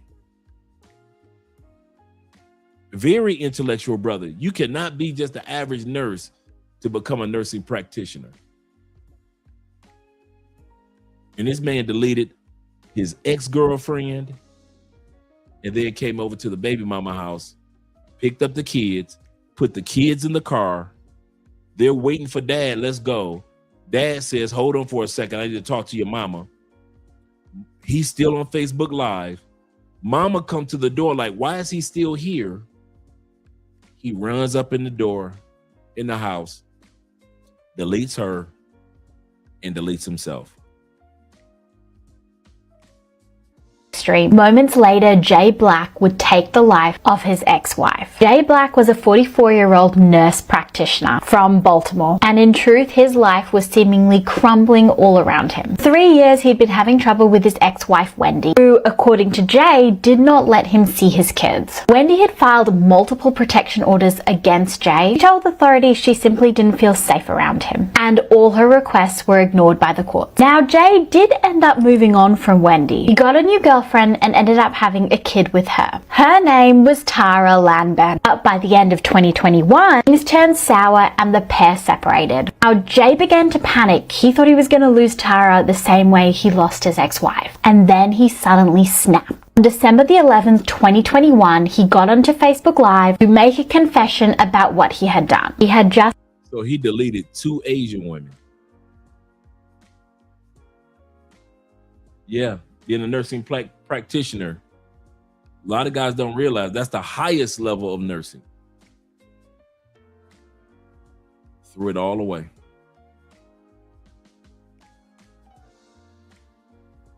Taken Tara's life. Now, as that live stream continued, it became clear that Jay was not done. First, it's hard to tell where he is, but by the end of that Facebook stream, you realize he's in front of his ex-wife's house. Jay ended up taking her life, as well as his own that day. Emotional men are dangerous to girls. Here's why. I know I'm already triggering multiple people by saying this, but let me explain. There are many reasons why guys being super emotional can become problematic. The truth is, it's always the overly emotional guys that become stalkers or do irrational things with girls. This is because being emotional overrides your rational mind. Because of this, these guys have limited options for girls and then cling incredibly hard to one. Desperation is typically the culprit behind this poor behavior. They'll rarely... That's an excellent point. Ultra emotional men, I do find that to be true. We're going to bring that back, what he said. Ultra emotional men, if you're one of them, you can relate to this. Ultra emotional men do not have the same amount of access to the dating pool, and I'm paraphrasing, that the average guy has. And so he clings almost to dear life to the women that enter into his life. I have found that to be true, whether it be violently or whether it be verbally, whether it be manipulating her with his money. Ultra emotional dudes usually have very little access to the dating pool. I don't care how old they are. I don't care how young they are. I don't care how good they look. I don't care how good they don't look. Ultra emotional dudes, most women shun them because they see something crazy about y'all. But the few women that give y'all a chance, well, they live or die regretting it. mind. Because of this, these guys have limited options for girls and then cling incredibly hard to one. Desperation is typically the culprit behind this poor behavior. You'll rarely ever find the chill, stoic guy doing irrational things with girls. The stoic man is much more logic-driven and doesn't let his emotions control his actions. This is a much more masculine position which will attract more girls and lead to less desperation. Being a good man comes with a lot of responsibility, and being overly emotional is not part of that equation. Like I said before, if you're over 18... Oh, y'all gonna love this one. Y'all thought the last 3 dudes that we looked at was crazy. Where do you get a load of this fool? Where do you get a load of the stupid stuff that this one says? another ultra emotional man. More masculine position, which will attract more girls and lead to less desperation. Being a good man comes with a lot of responsibility, and being overly emotional is not part of that equation. Like I said before, if you over 18 and you never killed nobody before, and you a black man, You heard it here. You heard it here. This dude said if you are over 18 years old and you are a black man and you've never deleted anybody, then you a bitch. These are the men that we've just watched over the last hour that were raised under a mass of single mothers. Oh, I'm gonna bring that back for you. I told you, these ultra emotional dudes, bruh. But here's the kicker. I can imagine that there are far more men that think just like he does. He's not an anomaly in today's society, sadly, as we see. And being overly emotional is not part of that equation. like I said before, if you over 18 and you never killed nobody before, and you a black man, you a sucker. You Considering most black people are killed by black people, that's a very chilling thing that he's admitting on camera right now.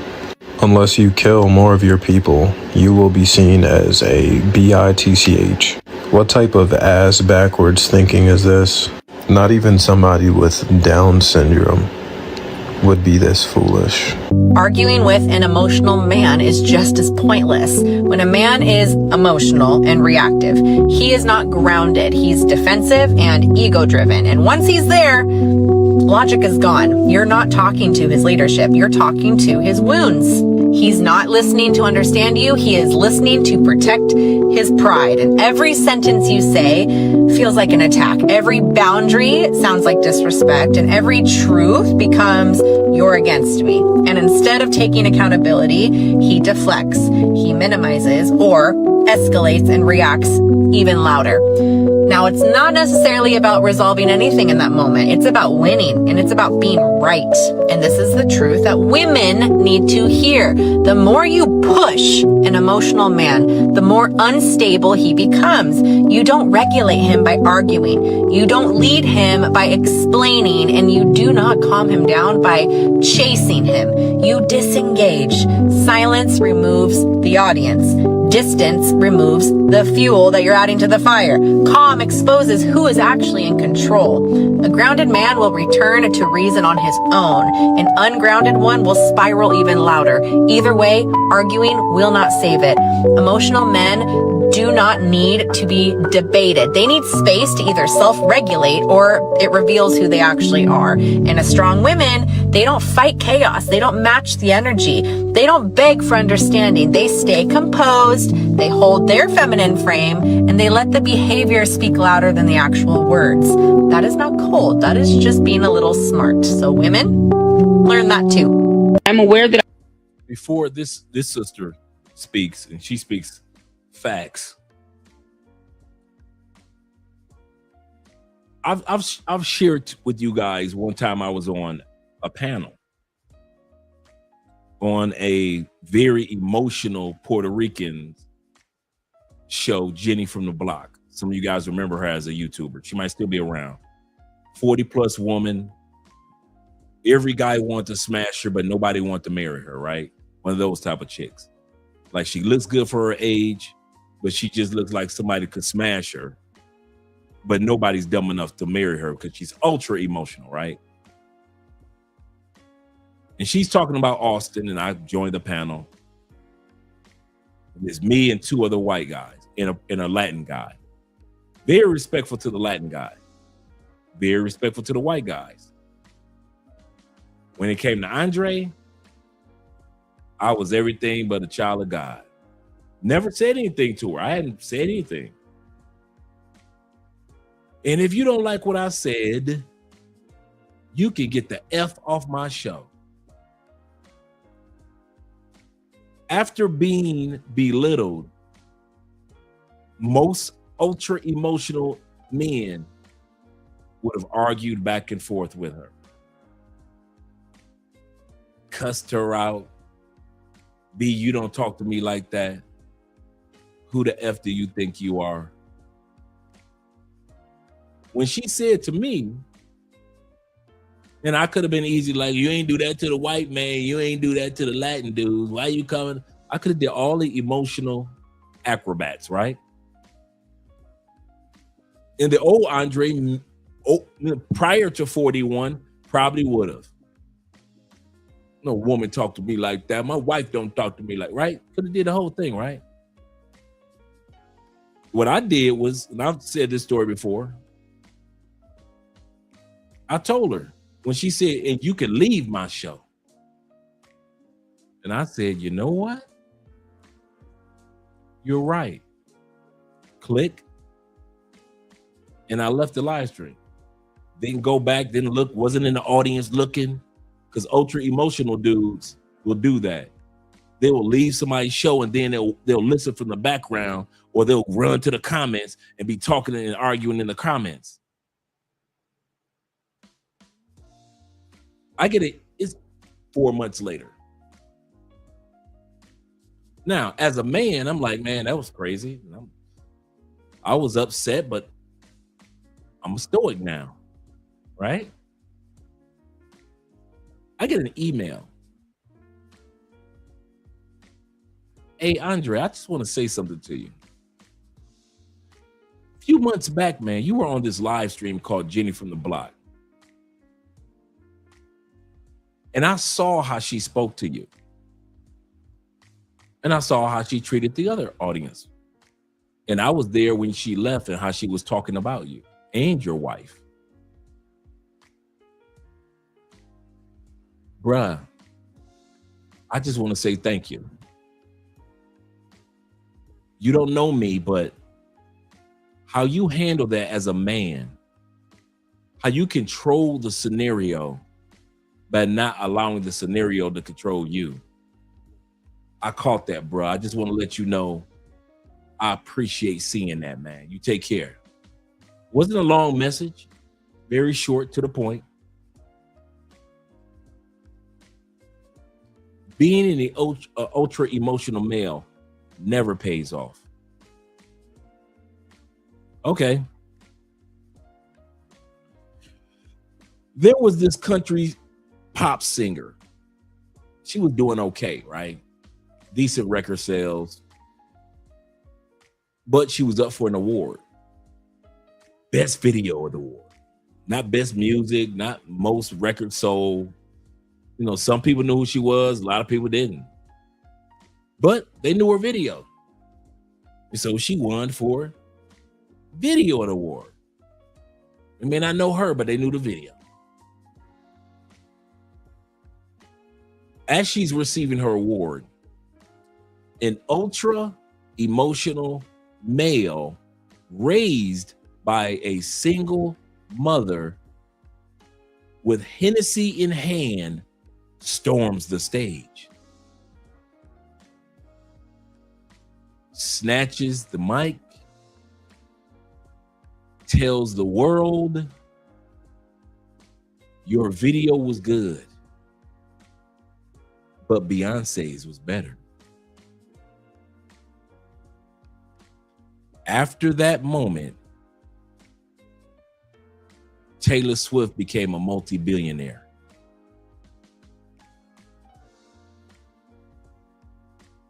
Prior to that, some people knew her, most people didn't. All it took was an emotional male and how she responded to an emotional male to open up doors.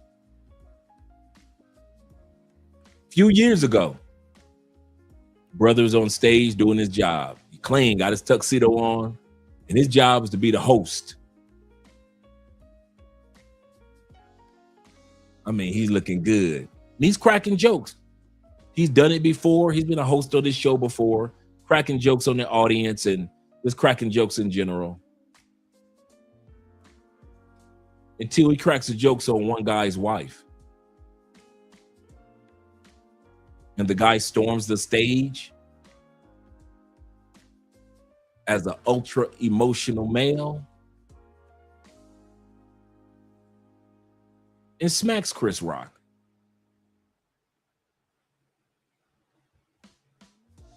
After that, Chris Rock is not just a household name. He's beyond a household name now. Why? Because he got smacked? No, because of his stoicism and all the money that he's made since then. When every other black man would have responded in kind, he's like, listen, I'm not big enough to beat this dude, but I can beat him in other ways. Now, if I was The Rock, probably wouldn't even happen. If I was Suge Knight up there, it probably would have happened. But Chris Rock knew, I'm Chris Rock. I'm not the biggest dude. But I'm the smartest dude on stage. Next thing you know, Chris Rock, he's got a special on Netflix and he's on a tour with Dave Chappelle and everything. He's able to go around the world and tell his version and how he feels. Everything that an emotional man would have said to Will Smith on that stage, Chris Rock was able to do it not only on a Netflix show, tell how he felt, he was able to tour across the country, making money, telling how he felt about that moment. So most guys would have cussed out and got mad at Will Smith right there. Chris Rock used it and made millions upon millions, saying to Will Smith exactly what he would have said that night. Rational men always win. Now, is there a time to protect yourself as a man? Absolutely correct. I'm not saying that don't protect yourself, be a punk, be scared, run away. I'm not saying that. But there are times when there are times when you know that you're not talking to, a man is not talking to you, his mama is talking to you. There are times when you recognize the way that this dude is acting, that's his mama talking through him. He ain't talking like a man would talk. Motherfucker, he done just stepped on my shoes. I know he ain't stepped on my shoes, not on my shoes. And then all the other emotional men co-sign, oh, dog, you done stepped on my boy's shoes. So yes, there's a time to protect yourself as a man. And I kid you not. A lot of times me, T-Mac, and Will, we don't hang out with everybody that gets off a plane because we know that there are too many Pookies, Ray Rays, and Paw Paws that get off the planes and they are too ultra emotional while they're in Colombia on vacation. We've seen it while they're fighting in Cartagena, right? We've seen them in El Peñon fighting in El Peñon, right? Ultra emotional men. They get themselves locked up in Colombia. They're not the ultra emotional white dude, the Lita Colombiana. Now he's doing 47 years in jail for deleting the Colombian DJ in Bogota a couple years ago. Ultra emotional men. You never see rationalists behave like this. You never see logical dudes behave like this. You never see stoics behave like this. We all feel sadness or hurt at one point in time or another. The difference is we don't let our emotions dictate our responses ever. That's the problem with ultra emotional men. You respond the way you saw your mama, your older sister, your aunties, your female co-workers, your pastor's wife, all the women that were around your life, other than the few male figures that you had. You respond, and some of you guys don't want to admit this. This is the crazy part. This live stream is going to come to an end, and some of you ultra emotional dudes will never admit that you act just like your motherfucking mama. You are your mama incarnate. Some of y'all mamas have passed away, and you still act like your mama. You still act like your raggedy ass aunties, your evil ass, ratchet ass sisters. You act just like them. There is nothing different about you except you look like your daddy, you're built like your daddy, but everything about you within says you your mama's child. Ain't nothing about you saying that you your daddy's child. You ain't been around some of you dudes are like me. You ain't been around your daddy for 3 days in your whole life. There is nothing about you says your daddy. You went around your daddy to pick up certain traits. I'll say this again. They always say, yes, he did that because he's in a fatherless home. No, he did it because he's in a mother-filled home. Many men act like the present parent. I'm gonna say that again. Let me move this sister out of the way for a split second. Many of us, remember I said I had to go to therapy and get past this and start hanging around more positive males to get past this. Many of us do not act like the missing parent. You can't pick up traits for the most part of the missing parent. You got a couple of traits of your dad that remind people of your daddy. Your looks, some little thing that you might do, a little quirky thing you might do that reminds them of your daddy.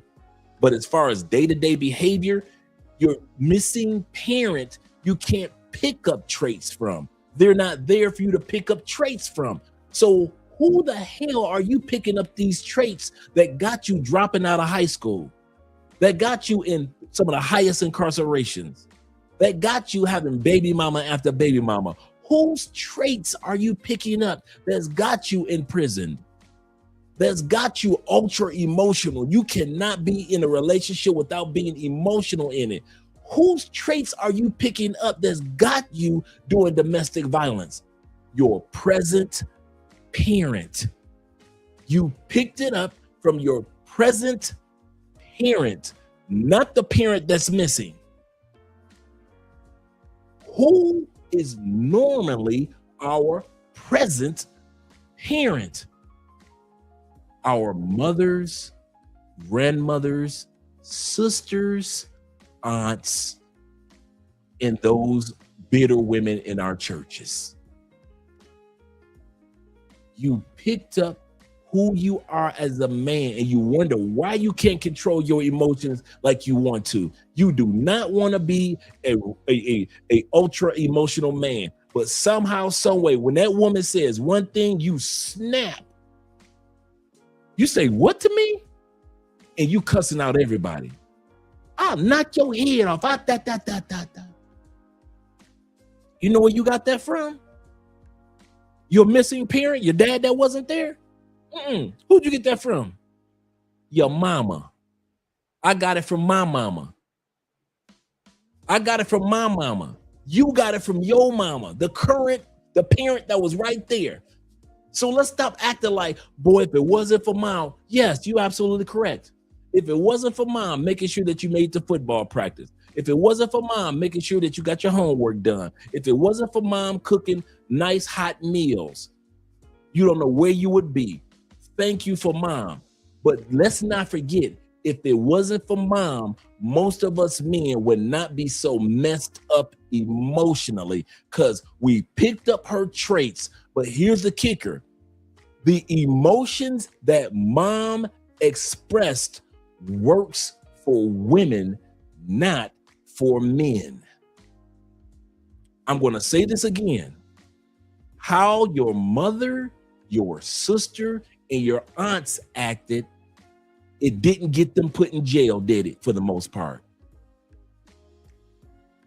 Did it get your sister is emotional as every regular woman. Did it cause her to always be in a fight? Not most women. Your mother shows emotions just like a regular woman. Did it cause her to fight with her mother every day? In most cases, no. Your grandmother shows emotions just like a regular woman does. But did your grandmother make it down there and do a shootout because she was feeling emotional? No. But when you imitate these women's emotional movements, it doesn't work, does it? You imitate your mama and your grandmama, you end up in prison. You imitate your sister's emotions, you end up in a grave. You imitate how your aunts were emotional in relationships, you end up in several divorces with 3 or 4 baby mamas. What you were raised around emotionally as a man does not translate to men. We're not built the same to handle. Just like when it comes to rationalists, you know how hard it is for a woman to be rational and take accountability. They would rather walk directly into the sun before they take accountability, be rational, be logical, look at statistics. What am I lying? Women do not like accountability, rationality. It just does not gel with it. They cannot compute, right? Most women, some can, but not most. They're not wired like that. What are they wired for? To be able to handle day-to-day emotions or how they feel. But when you try to imitate it, you ever notice if you walk out of rationality and try to live your life based off your feelings, life goes to hell for you? But grandmama could pull it off, couldn't she? No issues. Mom could pull it off, couldn't she? No issues. Your older sisters could pull it off, couldn't they? No issues. What about all the ladies in church? They could be as emotional as they want to, couldn't they? No issues. Let your black ass be emotional. And I mean ultra emotional. Everything getting tore up. Kids got to die. Mamas got to get deleted. Dudes walking up in churches deleting. You walking up in Target deleting people. You deleting people in Walmart. Why? Men were never wired to be ultra emotional. None of us. None of us. The one thing that we need to start doing, men, and this as far as our mental health and the value of therapy, and we're going to get to the value of travel, is this. You got to come to a conclusion. You didn't pick up those traits from your missing dad. You picked them up from your present parent. Until you stop being a mama's boy, because I know black men, we love, don't you talk about my mama. You know, you never talk about mama. I kill somebody about mama. You know why? Because we're ultra emotional. And we are even ultra emotional, even discussing the topic about our mothers. We are extremely emotional when it comes to, you say something about my mom, you better be happy you on camera, because you was in front of, I bet you wouldn't say that in front of me. I bet you I would. Why? Because I went through it. Because I would say it out of love for you. Now, my job is not for you guys to accept anything that I say. I'm going to say this again. Paul said, one sows, one waters, and God gives the increase of the plant of a man's heart. One man gonna come into your life and sow a seed. Years later, another brother might come into your life and add some water to it. But at the end, when you finally catch it, it was God that gave the increase to the plant that was sown in your heart. So it ain't my job to try to convince any of us tonight. I'm just letting you know what I went through and how I overcame it, how I see other men that have gone through it, how they overcame it, and how I see those same traits in many of my brothers that are white, that are black, that are Asian, that are Latin. Many of us, doesn't matter what color, many of us carry our mother's traits, and you hate to have to admit that. That just hurts to realize there was actually something that my mom taught me that I shouldn't have picked up. I shouldn't have taken out of the house. I should have left it right there. When I moved out, I should have left that right there that she taught me. And she didn't teach me that on purpose. My mom didn't teach me how to be ultra emotional on purpose. I just was watching. I watched how she talked to people.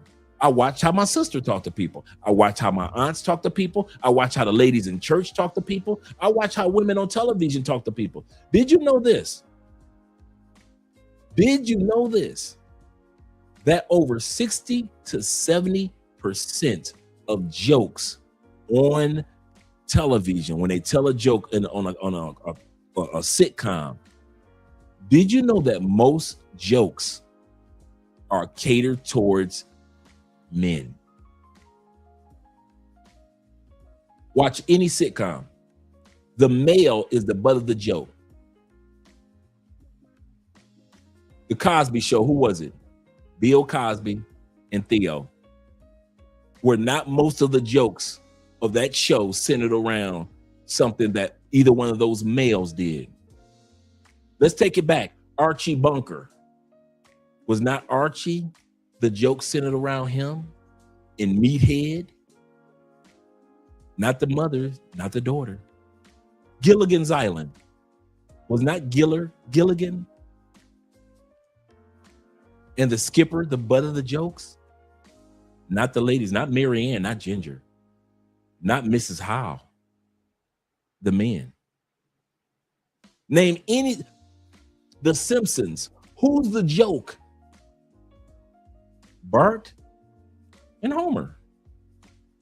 Who are the ones that are the rational ones with sense? The wife, the daughters. Most of you guys didn't know that, did you? Most television shows, I don't care if it's two men, what is it, 2 Men and a Baby? I don't care if it's a movie. Men make up 70 to 80%. I knew this stat years ago, of the jokes that are made in movies or television shows. Martin Lawrence. Was not Martin and Cole the butt of the jokes for the most part? Everybody else kind of like bounced off of joking at or with them. The Rock. Charles Dutton. Serious actor. Tony Award winning Charles Dutton. Was he on the Fox show? Was he not the butt of the jokes? Will Smith, the Fresh Prince of Bel-Air. Were the daughters the butt of the jokes? Or was Alfonso and Will and the father the butt of most of the jokes on that show? Society laughs at men and don't realize how much they do it. Society laughs at men and don't realize how often they do it. It's subconsciously, we're so used to doing it. We've been doing it for years, watching television and movie shows, and we just laugh. Remember, there was a day when I Love Lucy, she was the joke, right? Carol Burnett show, she was the joke. Carol Burnett, with her variety show, But then Cher came along with Sonny and Cher show. Who was the joke? Sonny Bono. She would crack jokes and he was the one to be laughed at. Cher was the beautiful one. Right? And it's been like that ever since. It's been like that ever since.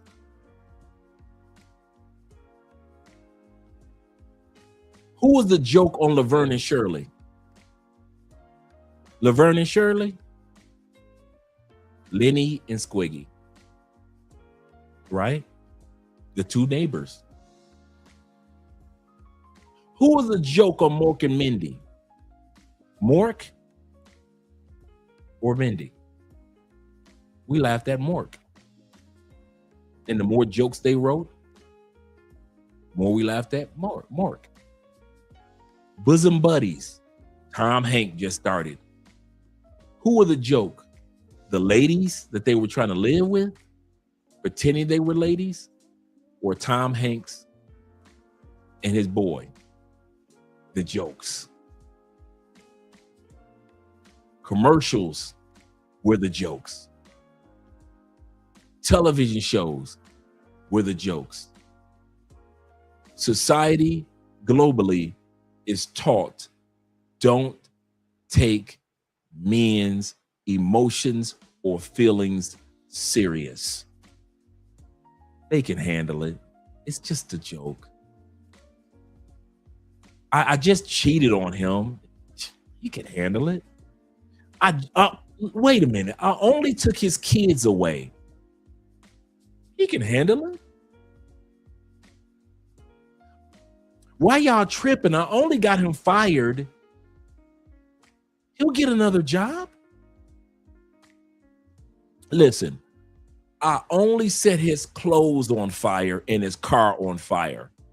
He can buy another car and get more clothing.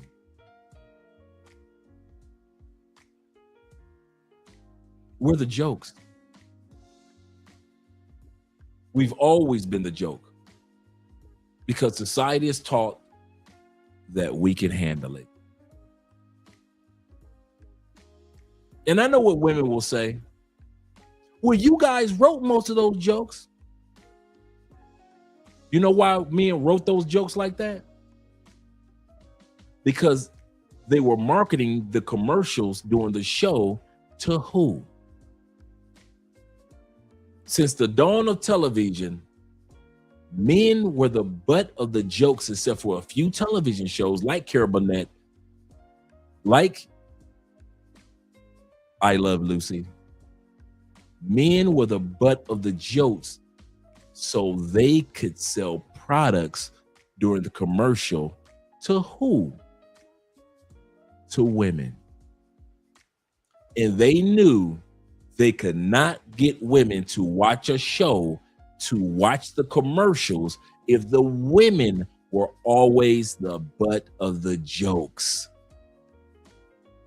So while women were laughing at men, commercials could come in and sell women products without them having to be the butt of the joke. What's my point in saying all this? Nobody cares about our emotions, man. I know it's not fair.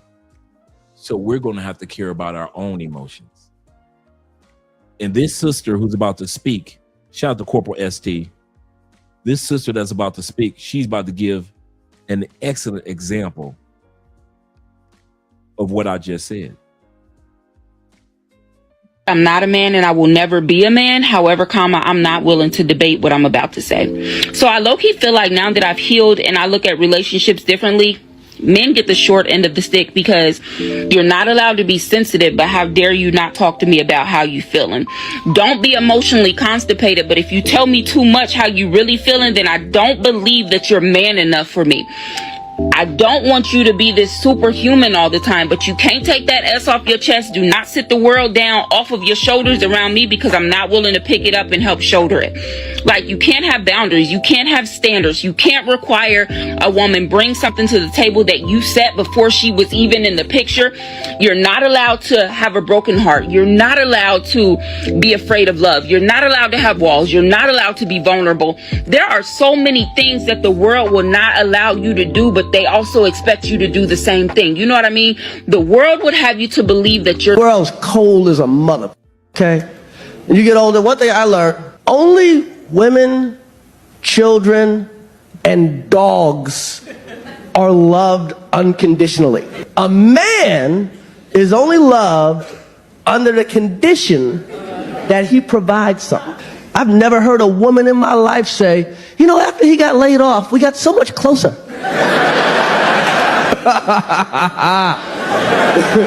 You ain't never heard that shit. No. I once heard my grandmother say, a broke man is like a broke hand. Can't do nothing with it.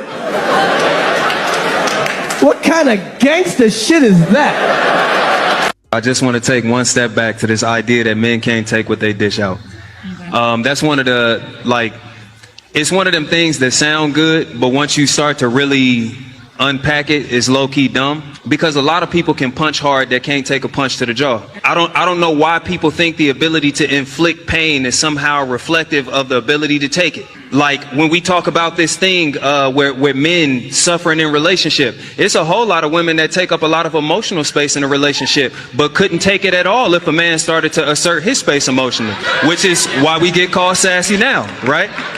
Men are attempting to hold emotional space in relationship, and because we do it, we sassy. That's sad. That's one of the things that, yep, 2.5 men, absolutely correct. That's one of the things that I'm glad I wasn't in the States for, this sassy era of if a man expresses himself. I've actually had people say to me in comments of particular videos, you know, TikTok video, I'll put a comment in. And you know what women will say to me as if I'm still in the States? You are on TikTok arguing with a woman? No, that woman has an opinion. I have an opinion. And like we hate each other. We don't even know each other. I've had that happen several times. You are on TikTok arguing with a woman. What type of man is you? You must be. I don't get moved by what women in the States have to say. I don't live in the States. I could care less. I mean, literally could care less. I'm glad I'm not there for that era of belittling men if you dare to take up any emotional space. No wonder some of you do. I kid you not, man. No wonder there's so many men they're saying that are lonely. So many men on suicide watch. So many men that are out there don't know what to do with their lives. I don't blame y'all, bro. I do not blame y'all for not dating in the United States until y'all, until y'all leave. I mean it. I don't blame y'all, man. This is a whole new wave of stupid women that y'all dealing with. I wasn't around for this, bro. If I was in the States, true story, I would leave too. I wouldn't be smashing nobody. F them. For all you dudes that ain't leaving the States, have fun. I understand why you're dating, mating, and getting married. I mean that. I mean, if you are not leaving the United States, I understand why you are dating, mating, and marrying. But if I was still stuck in the States today, it ain't a pussy walking around that country that I would want. Not a one. Not a one. I'm not going through them games. I'm not going through those what if she changes her mind or becomes a different person. She's sweet as bear meat right now, but then tomorrow she could use the divorce laws against me. I'm not doing all them games, man. Yep, I'll be straight on monk mode. And I mean that from the bottom of my heart. I will save my sex life for as soon as I get I will save my sex life for Canada or Mexico before I use it again in the United States. I'll be crossing the border, smashing them. But as soon as I get back home to the States, it's all about business. I don't see how y'all do it, man. It was nothing like this when I left. So I understand. I understand how some of us can become ultra emotional, in other words. But that still doesn't make it right. Why? Why does being ultra emotional not work for men? One of the reasons, just one, it doesn't translate well to other countries. I want to say this again. There are countries where men are ultra emotional and you can get away with it a little bit. Not in most countries. Not in most countries. Colombia, they ultra emotional dudes. These dudes are ultra emotional. But do you want to deal with ultra emotional for the rest of your life?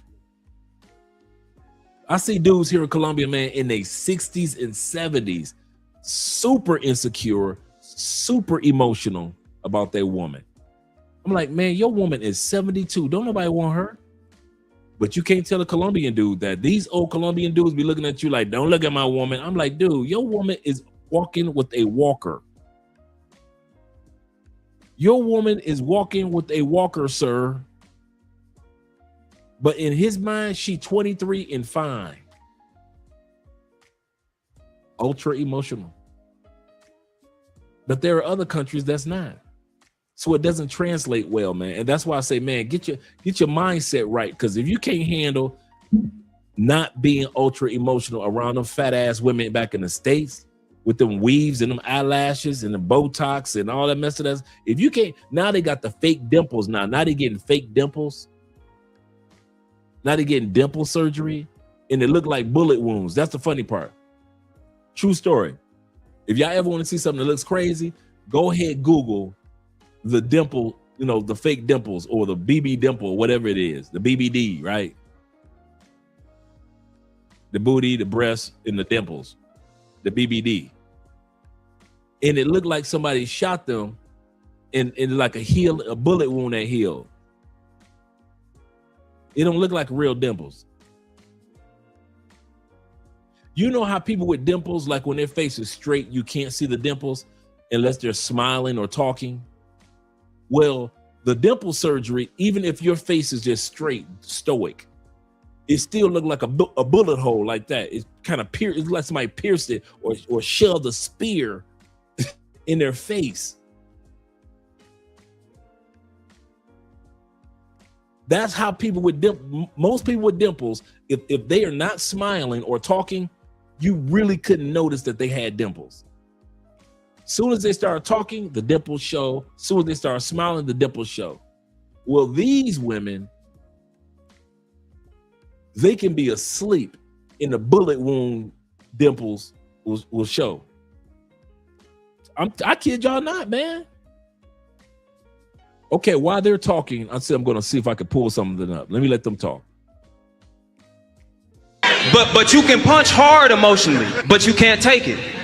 So this whole men can't take what they dish. Bro, who likes to be in pain? Who likes discomfort?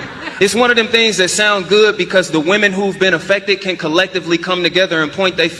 Expressing himself feels like a setup, especially when he comes to you and he's pouring his heart out to you. He's expressing his emotions and he's expressing his feelings to you. You hit him with some type of deflection. You attack him or you emasculate him or you clown his emotions or you make him feel less of a man. You feel like he's less masculine because he opens himself up to you. But whenever he does express himself to you or a problem that he may have, you end up bringing up your own personal issue that you may have. What do you think is going to happen? You're not creating any type of emotional safety. Men need that same emotional safety that you women ask for. A man should never walk on eggshells or contemplate if he's going to raise a concern or express what's going on in his day to his own woman. If that's the case, why are you his woman? Probably want to think about that, sugar. I wish you all the best. Happy, healthy relationships, y'all. Bye. Men aren't immediately loved. And why is that? No, but it's true. You've got to earn your worth as a man. You do have to earn your worth as a man. I don't think so. You don't think so? No. Really? No. Are you sure? Yeah. Fair dude. There's some very cute people who would be immediately loved. And some men with only a face a mother could love. It's just the way the world. No, I'm not talking about like, as in like love as in the simplest term of like, oh look, he's cute. I'm saying like, in a broader term of life, you have to earn your worth as a man. Every womanizer, every player, every guy juggling 3 broads at the same time is only doing so out of fear. Fear of being crushed by a woman. Because one day, back in the day, they weren't a player. They liked one girl. Only women, children, and dogs are loved unconditionally. A man is only loved under the condition that he provides something. You do have to do that, because otherwise you get pushed to the wayside. You go around now, you go outside on the streets of London and go to a woman and say, your man, your potential future husband, how much do you want him to earn? How much do you want what kind of lifestyle do you want for him? History at the time, especially, it's worse now. You see it on TikTok where they're like, what do you want your man to earn a month? They're like fucking 10 grand. You want to hear something ironic? Yes. Before she goes any further, I mentioned to you guys about the dimple surgeries. Let me do a screen share real quick. Real quick. Make sure that you guys can see this on screen. All right. Look at this. Look at this mess, man.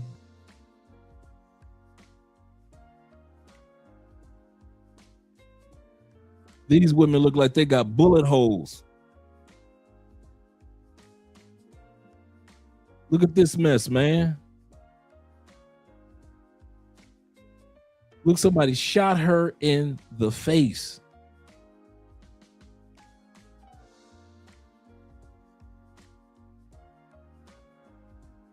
Look at this.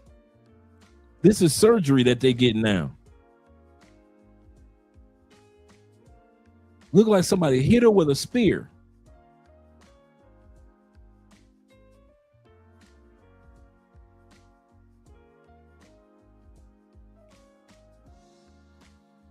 This doesn't even look real. This look like a healing. This look like somebody healing a bullet wound right here. Here's the other young lady again.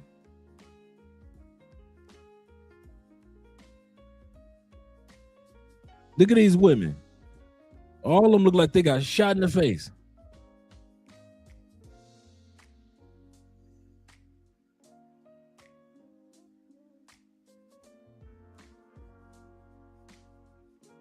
This is crazy.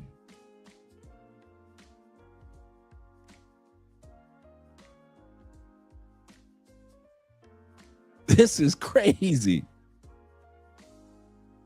Bullet wound.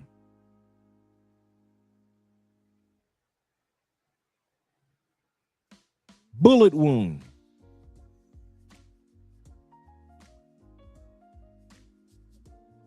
This was not too bad.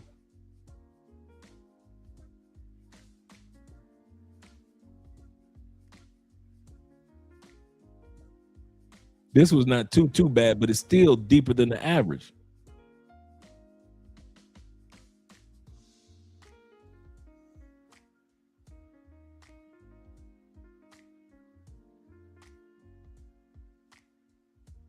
And these are the women that you men are trying to tell me that y'all on suicide watch for? Are y'all trying to tell me that these are the type of women that y'all ruling with an iron hand with domestic violence? You tell me these are the type of women that we just looked at are the ones that got to go down to the police station and file a restraining order on you? This? Maybe I'm a little spoiled because I live outside the United States. But nothing I showed you on screen is worth a restraining order.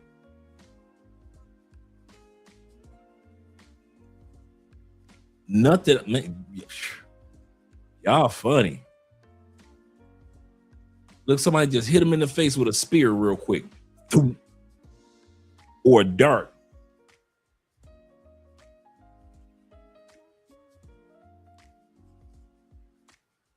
They probably do. They probably do.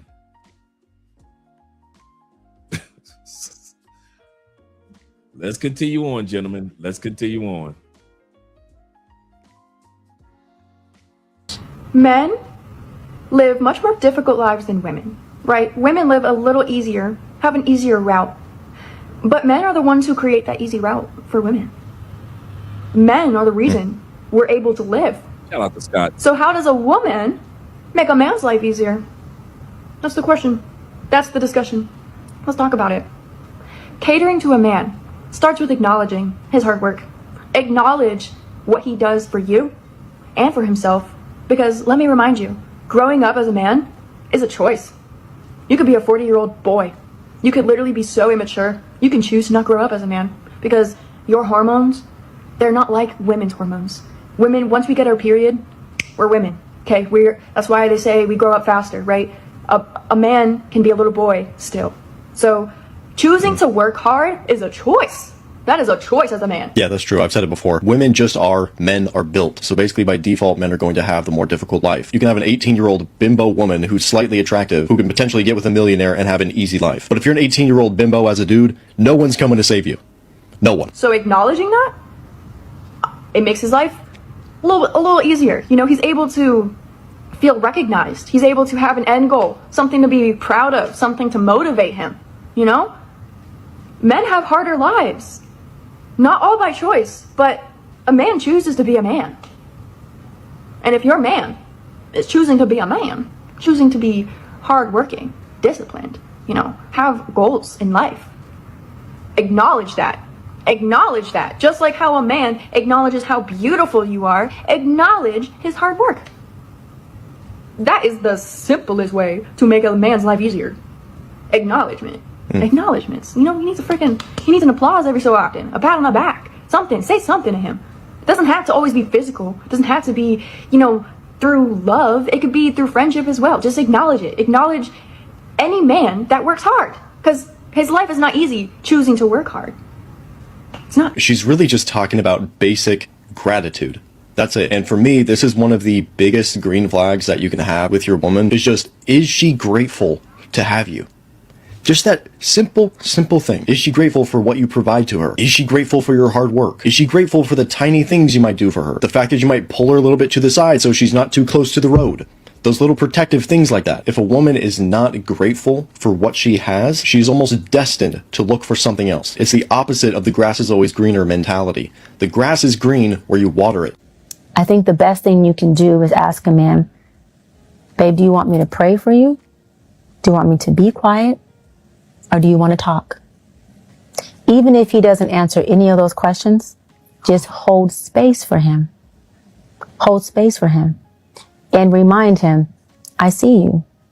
And whatever it is that you're going through, I'm here. When men learn early that explaining can lead to arguing, they save themselves a lot of stress. And my brother, the earlier you learn that, the better. But they also learn something else. They learn that sometimes it doesn't matter what they say, because no matter what, it's going to be reshaped into what their woman thinks they were trying to say. You think it easy? They notice how one sentence can turn into a whole meaning they never intended. So he goes ahead and he explains what he meant. But that doesn't really matter, because what ends up mattering is how it was felt, even if that wasn't what he meant.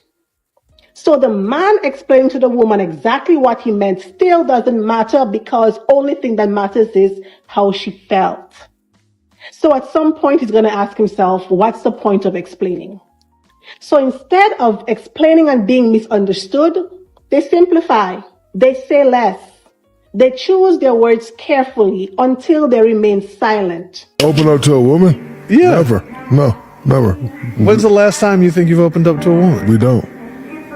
Yeah, your whole life. Oh. They're going to tell you can't. Because you know why? But it's a trap. Because you know why? I'm trapped like a motherfucker. No, I'm going to tell you why. Because once you do, whenever something go down, they're going to throw it back in your face. That's why. That's real.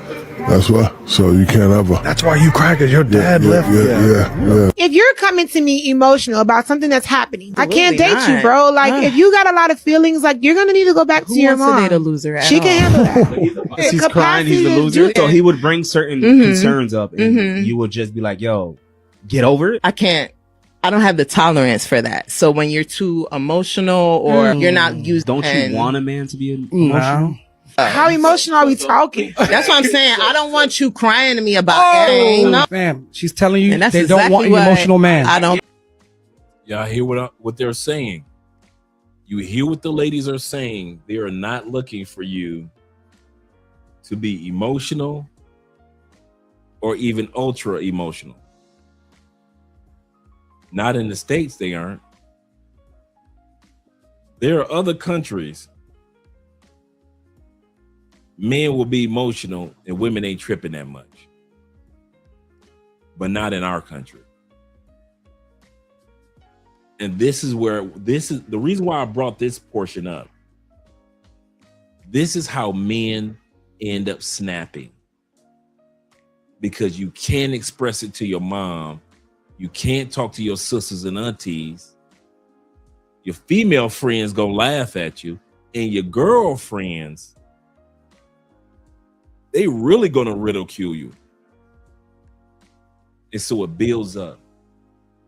You're stressed and anxious, and it builds up even more. And the next thing you know, you snap, and it all overflows, and people get hurt or disappointed. All because we were raised in a society that says you're a boy and boys don't cry. Care. That's why a lot of Like- dudes don't come to y'all with their problems. Do not open up. When a dude comes to you with their problem, If you're coming to me emotional about something that's happening, I can't Absolutely date you, not. bro. Like, if you got a lot of feelings, like, you're gonna need to go back to Who your wants to mom. date a loser at She all? can handle that. but he's a vibe though. Because he's crying, he's the loser. I ain't never seen my daddy cry. I ain't Even never 3 seen my days daddy is a cry. little No too crying. much. She don't want no I crying. ain't never Okay, seen my daddy maybe. cry. Men do not cry. And you can't even cry too hard. There's no, it's not coming out. I ain't gonna lie to you. I'm gonna use it against you. I'm gonna be like, bro, you was over there crying. That's Gonna throw it back. Oh my Nah, you God. are. That's Oh never my gonna God. come- This is why men hide their never gonna feelings, come to though. you. Men will literally be like, I'm fighting battles no one knows about. Whole time it's just gay thoughts. Sometimes inner thoughts should just stay inner thoughts, because no, this is not what men mean. And on top of that, this is very offensive in 2 different ways. Number 1, you're trying to use homosexuality as an insult. I'm sorry, are we in the 90s? And 2, you're trying to shame men for having a difficult time with anything in their lives, and this is exactly why they don't open up. I think it's important for a man to be vulnerable. It doesn't make you less of a man to cry or tell me why you're like this.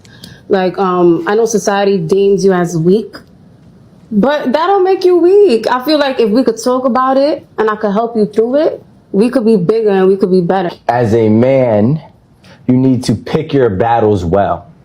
How so? It's like, for example, you can't be nitpicking and whining. This is my opinion. As a man, you need to pick your battles well. If you want to break down because you've been trying at something and maybe finally your job just fired you, you don't know how you're going to rebound and take care of the house, and you break down, that's okay. But when I'm politely talking to you about your tone and Oliver's scenario and trying to tell you how to talk to me, and you continuously do it, and now I have an issue, that's not a battle that I'm gonna fight, because you just don't have the respect for me. So as a man, you need to pick your battles. Also, on the flip end, when it comes to crying and showing emotions, you need to pick your battles. This is my opinion, ladies, we are in a time frame where a woman is quick to exploit a man and try to make him look publicly weak, especially if he does decide to be vulnerable and open and honest. So pick your battles wisely. Look at Danny's one of them. Y'all be seeing that? I don't think so. I think men not wanting to show their emotion have to do with men and their ego. Like, Thank you. No, Society deems stop them as blaming weak, everything though. on society. Danny, why did the man have this? It's men trying to, I'm a man, I can cry. I'm Why a man, did he have I the can ego, do this. Danny? I'm a man, Danny. I can show you emotion. Come on, it's y'all fault. So the question was posed to a single mother one time. I asked, so I ain't gonna reveal who it was, but I asked a single mother. We was getting into it because I was like, "Yo, let that boy be a boy. Let him fall. Let him get some cuts. Let him have a fight. Like something. Like get him get some dirt on his knees. Add some character. And she was like, "No, he gotta. He's soft and sensitive. He's sensitive and all. Whatever. However she described him. And I was like, yo, would you date him? Like if this was a grown man, question. like would you date him? Right. Like, when he got older, would you date him? And she said no. Yes. She thought about it. She gave it a good like 5 minutes, and then she thought about it. I mean, she thought about it. Then she said no. Right. She was like, nah, he's not the guy that I would. So true. This is who you're raising. And this is who you're raising. You're putting that's out into half the world. Yeah, it's a fact. There's so many men who look strong, look gangster. Yeah, you're not They lying. got that emotional side from their mother because the way the mom raised them. Yo, so look, it's a video on the internet right now. It's going viral. It's about a guy, and he was like, a lot of men was raised by women. Right? It's And true. So we learn our emotions from women. Right. But a lot of us is not identifying that we got that bitch in us, and we got to get it up out of us. Yes.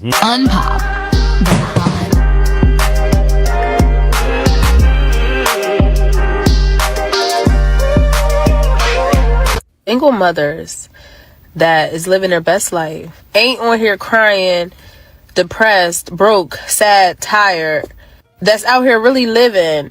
They trigger men. That's just what it is. It's no reason why every single day it's a man talking about a single mom. That's all y'all talk about. Y'all have nothing else to talk about. But the question is why? Wouldn't you want a woman doing good? Now, here's the part that this young lady, before we continue on, that she's not realizing. Men don't talk about single mothers in general. Men don't just, hey, we're going to talk about single mothers today on this episode of Andrea and Andrea's Love Crossing Borders. Men don't do that. On this channel and other platforms I've seen, men are busy warning men about single mothers. We don't talk about single mothers. We warn men about single mothers. Women never want to acknowledge that we do that. Y'all always talking about us. No, we're always warning men about you. We never talk about you. We never just happenstance from out of nowhere. We're discussing single moms. No, we put out content after content after content warning men don't deal with single mothers like many of us had at one point in time. That's the difference. That's the difference. Despite the circumstances, so she could provide for her child, take care of her child, so her child is growing up happy, healthy, and whole. Why do y'all want to kick the single mom down so bad? Well, my question is, are the kids really whole? I mean, they don't have a father around. Are they really whole? That's a good question. Are the children really whole? Based on what the mother has to say, providing shelter, clothing, food, the kids are whole. They don't need a daddy. I'm their daddy. They talk like that here in Colombia. I'm going to say that again. They talk like that. The single mothers talk like that here in Colombia. I'm the madre and the papi.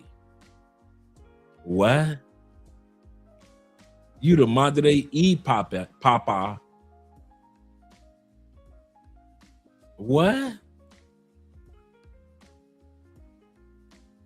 They talk like that here in Colombia. So don't just think it's just in the States women talk like this. Are women worried about the kids' emotional state of mind? Because statistics show that kids that don't have a father are most likely to end up in prison, most likely to end up on, on drugs, most likely to end up being pedos or pedos, things of that nature, and all type of sorts of things. So, at the end of the day, are you guys really considering the kids? I mean, because it seems like you are quick to walk out of a relationship and alienate the father or leave the kids without a father while trying to put another man in the position of raising those children and identifying and defining yourselves as single mothers. No, you are a single woman. Unless that father is deceased, then you are a single mother.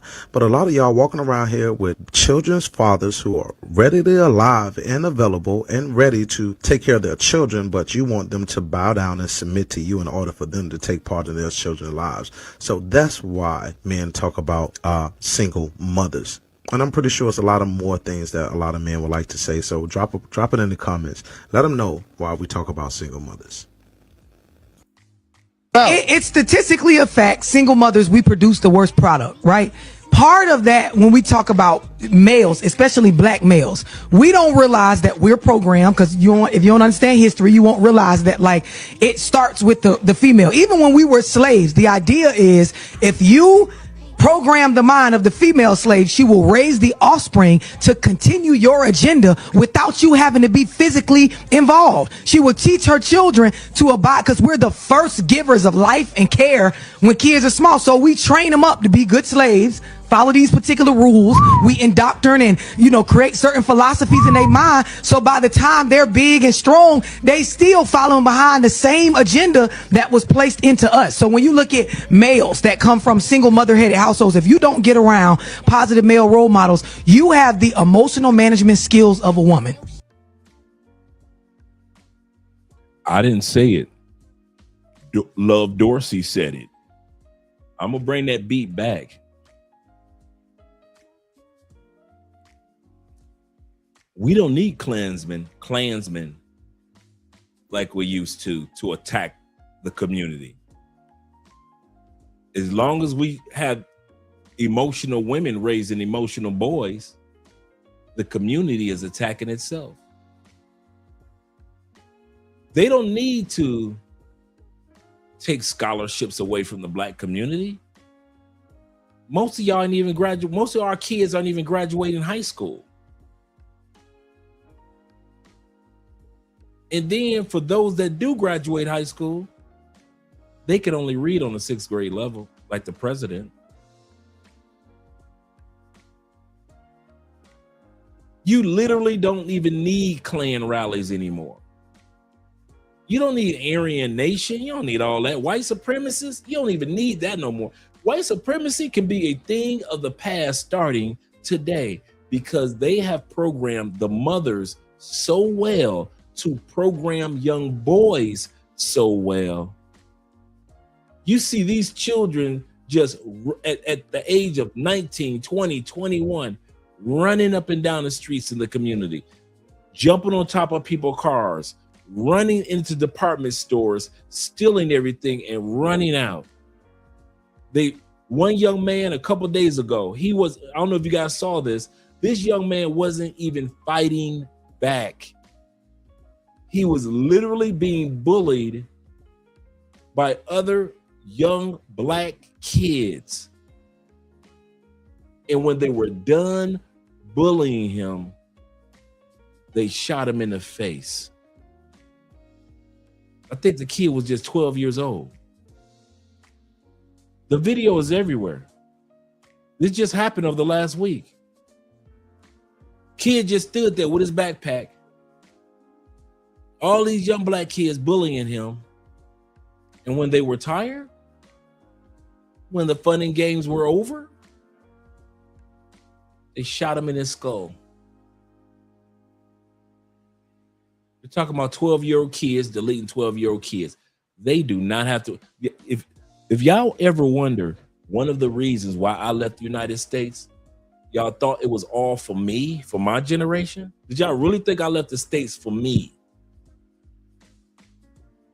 My leaving the States, bro, I'm 60 years old. I left when I was 50. I came to an early conclusion that the life that centered around Andre was basically over. Most I'm going to be doing in life is sightseeing. The rest of my life is dedicated to family and glorifying God. That's it. Glorifying God and blessing my family.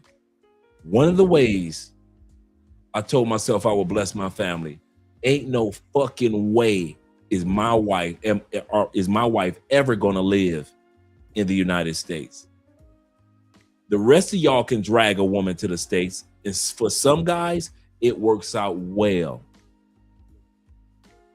For some of the brothers, I mean, you met your woman was from another country and you brought her home to the States and it works out well. And I've met some of them and they are some of the nicest couples I have ever met. And I mean that one. I'm not willing to gamble my wife. Fuck that. We are not eating that nasty ass food, drinking that nasty ass water, and paying those expensive ass prices. I'm not gonna throw my wife in that mess. Number two thing that I promised myself when I left the United States, I wasn't even married yet, and I knew I wasn't gonna bring my wife if I ever got married again. I hadn't even met Andrea, but I knew this. If I ever got married again, my wife was not going to be living in the States. We'll visit that raggedy motherfucker, but we will never live in the United States. You can forget that one. Number two, since I don't have any children in the States, there is no way in hell I'm giving birth to a brand new baby with that new baby smell in that destructive, evil ass country among them evil ass YNs that y'all giving birth to.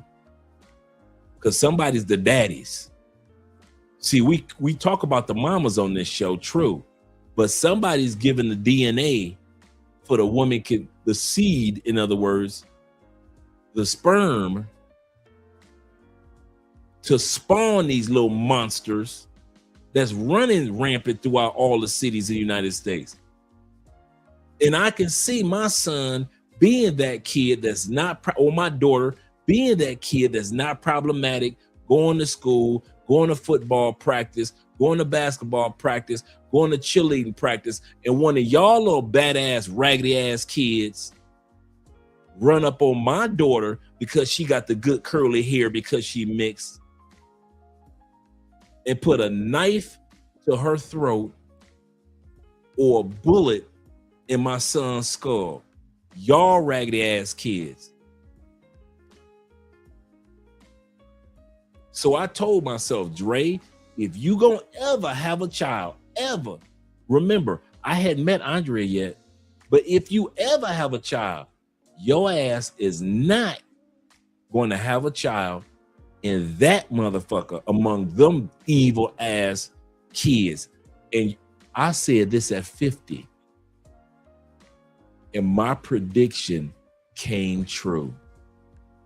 These group of kids are the most evil kids that have walked the planet Earth.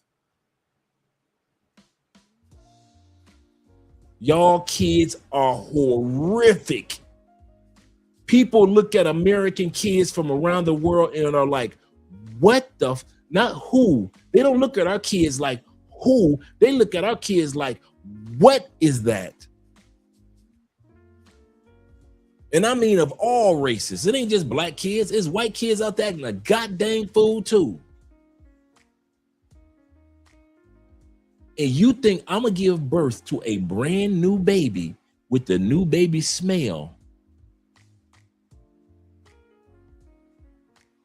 raise my children among that shit that y'all giving birth to? I wish the fuck I would.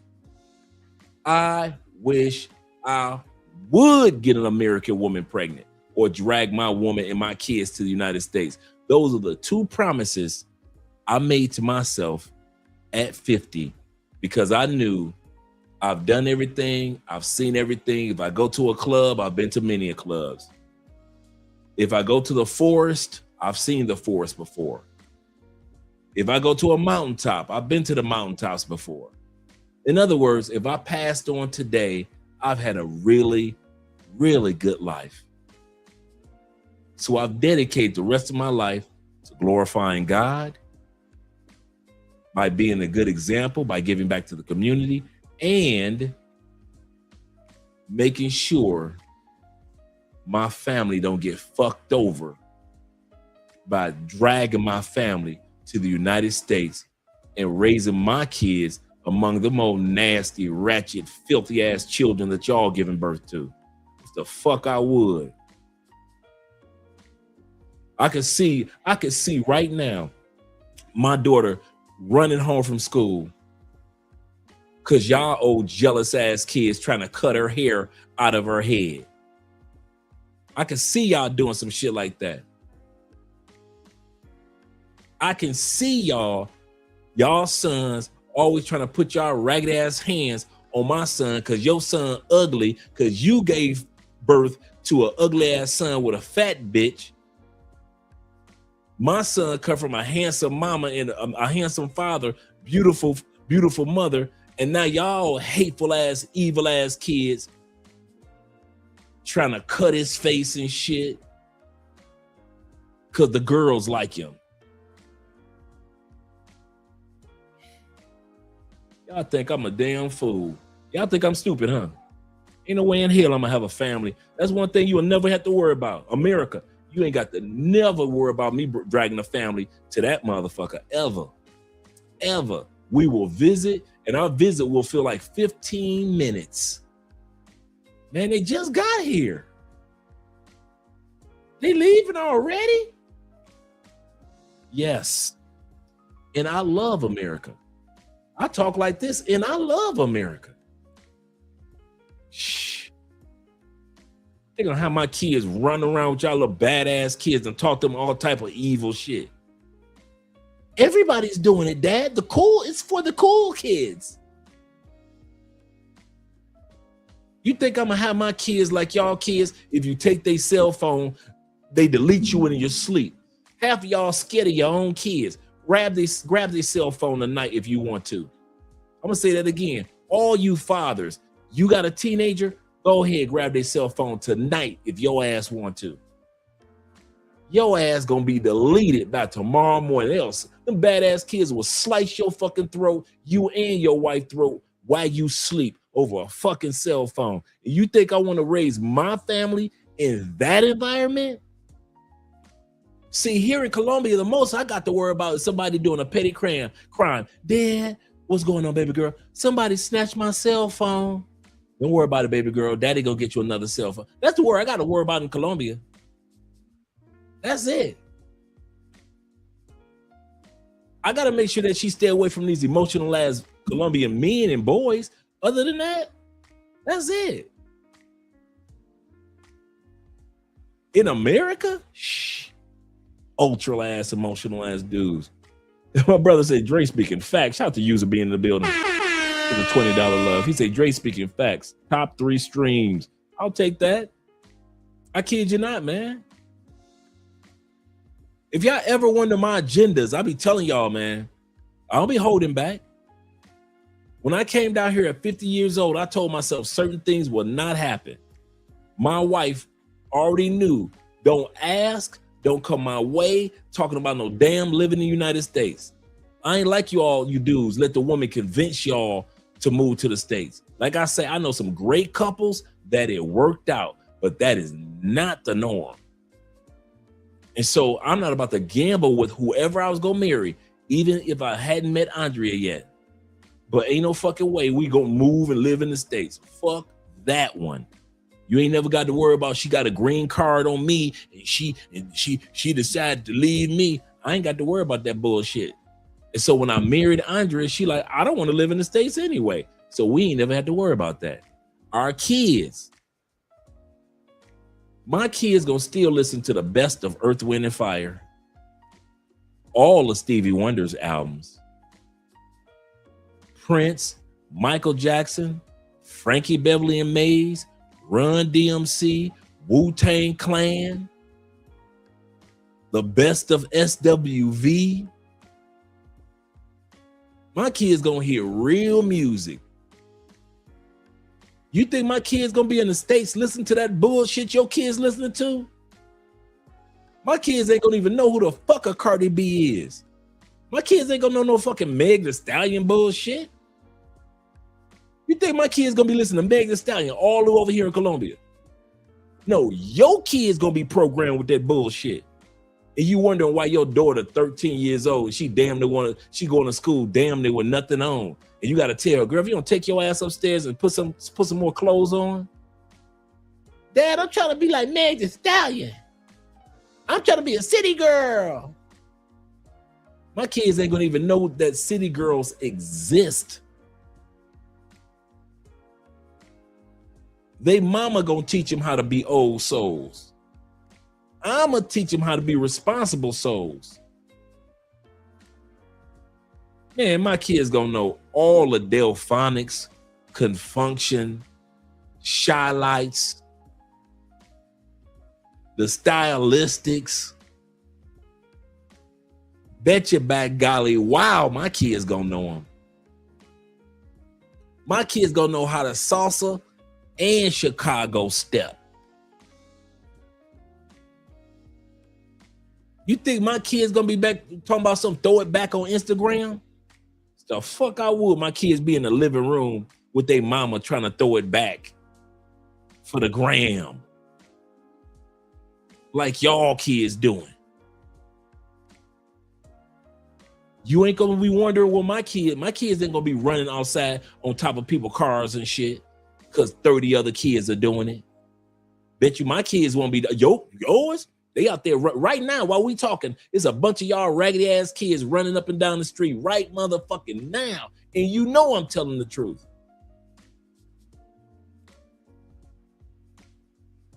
You know I'm telling the truth. I have never seen America in such a worse state socially and morally. I have, in my whole life, I never thought I would see this America. Politics go up and down. Prices go up and down. That's always been a part of being part of America. So I ain't tripping on the prices. I was born and raised with prices going up and down with prices. Politicians come, politicians go. War's always been going around. There's always been some type of war. So I ain't talking about that part of America. I'm talking about our moral standard, especially as Black people. We are so fucking immoral. We way out of pocket. They done chase Black men out of church in less than 50 years. The men that were the foundation of the Black community. Anything went on, Black men had our meetings and Black women had our meetings in the churches. Now you can't find a Black man in church if he ain't the pastor or the deacon. And y'all think I want to live in that? You think I want to drag my wife to that motherfucker? Really? Okay, which church are we supposed to go to? Over 80% of the Black churches are women. So which church are we supposed to go to as a couple?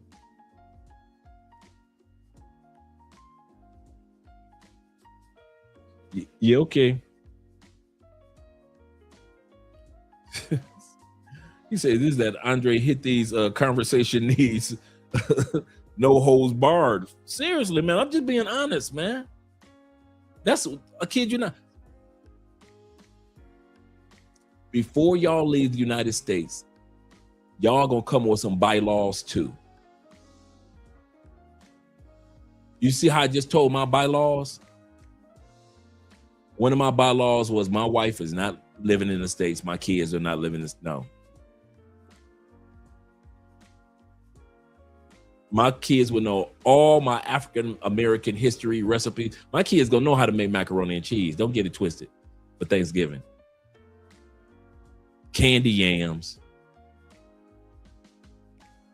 My kids are not gonna be making no goddamn pumpkin pie. I don't care if this country was full of pumpkins. We make sweet potato pie in this household. We make sweet potato pie.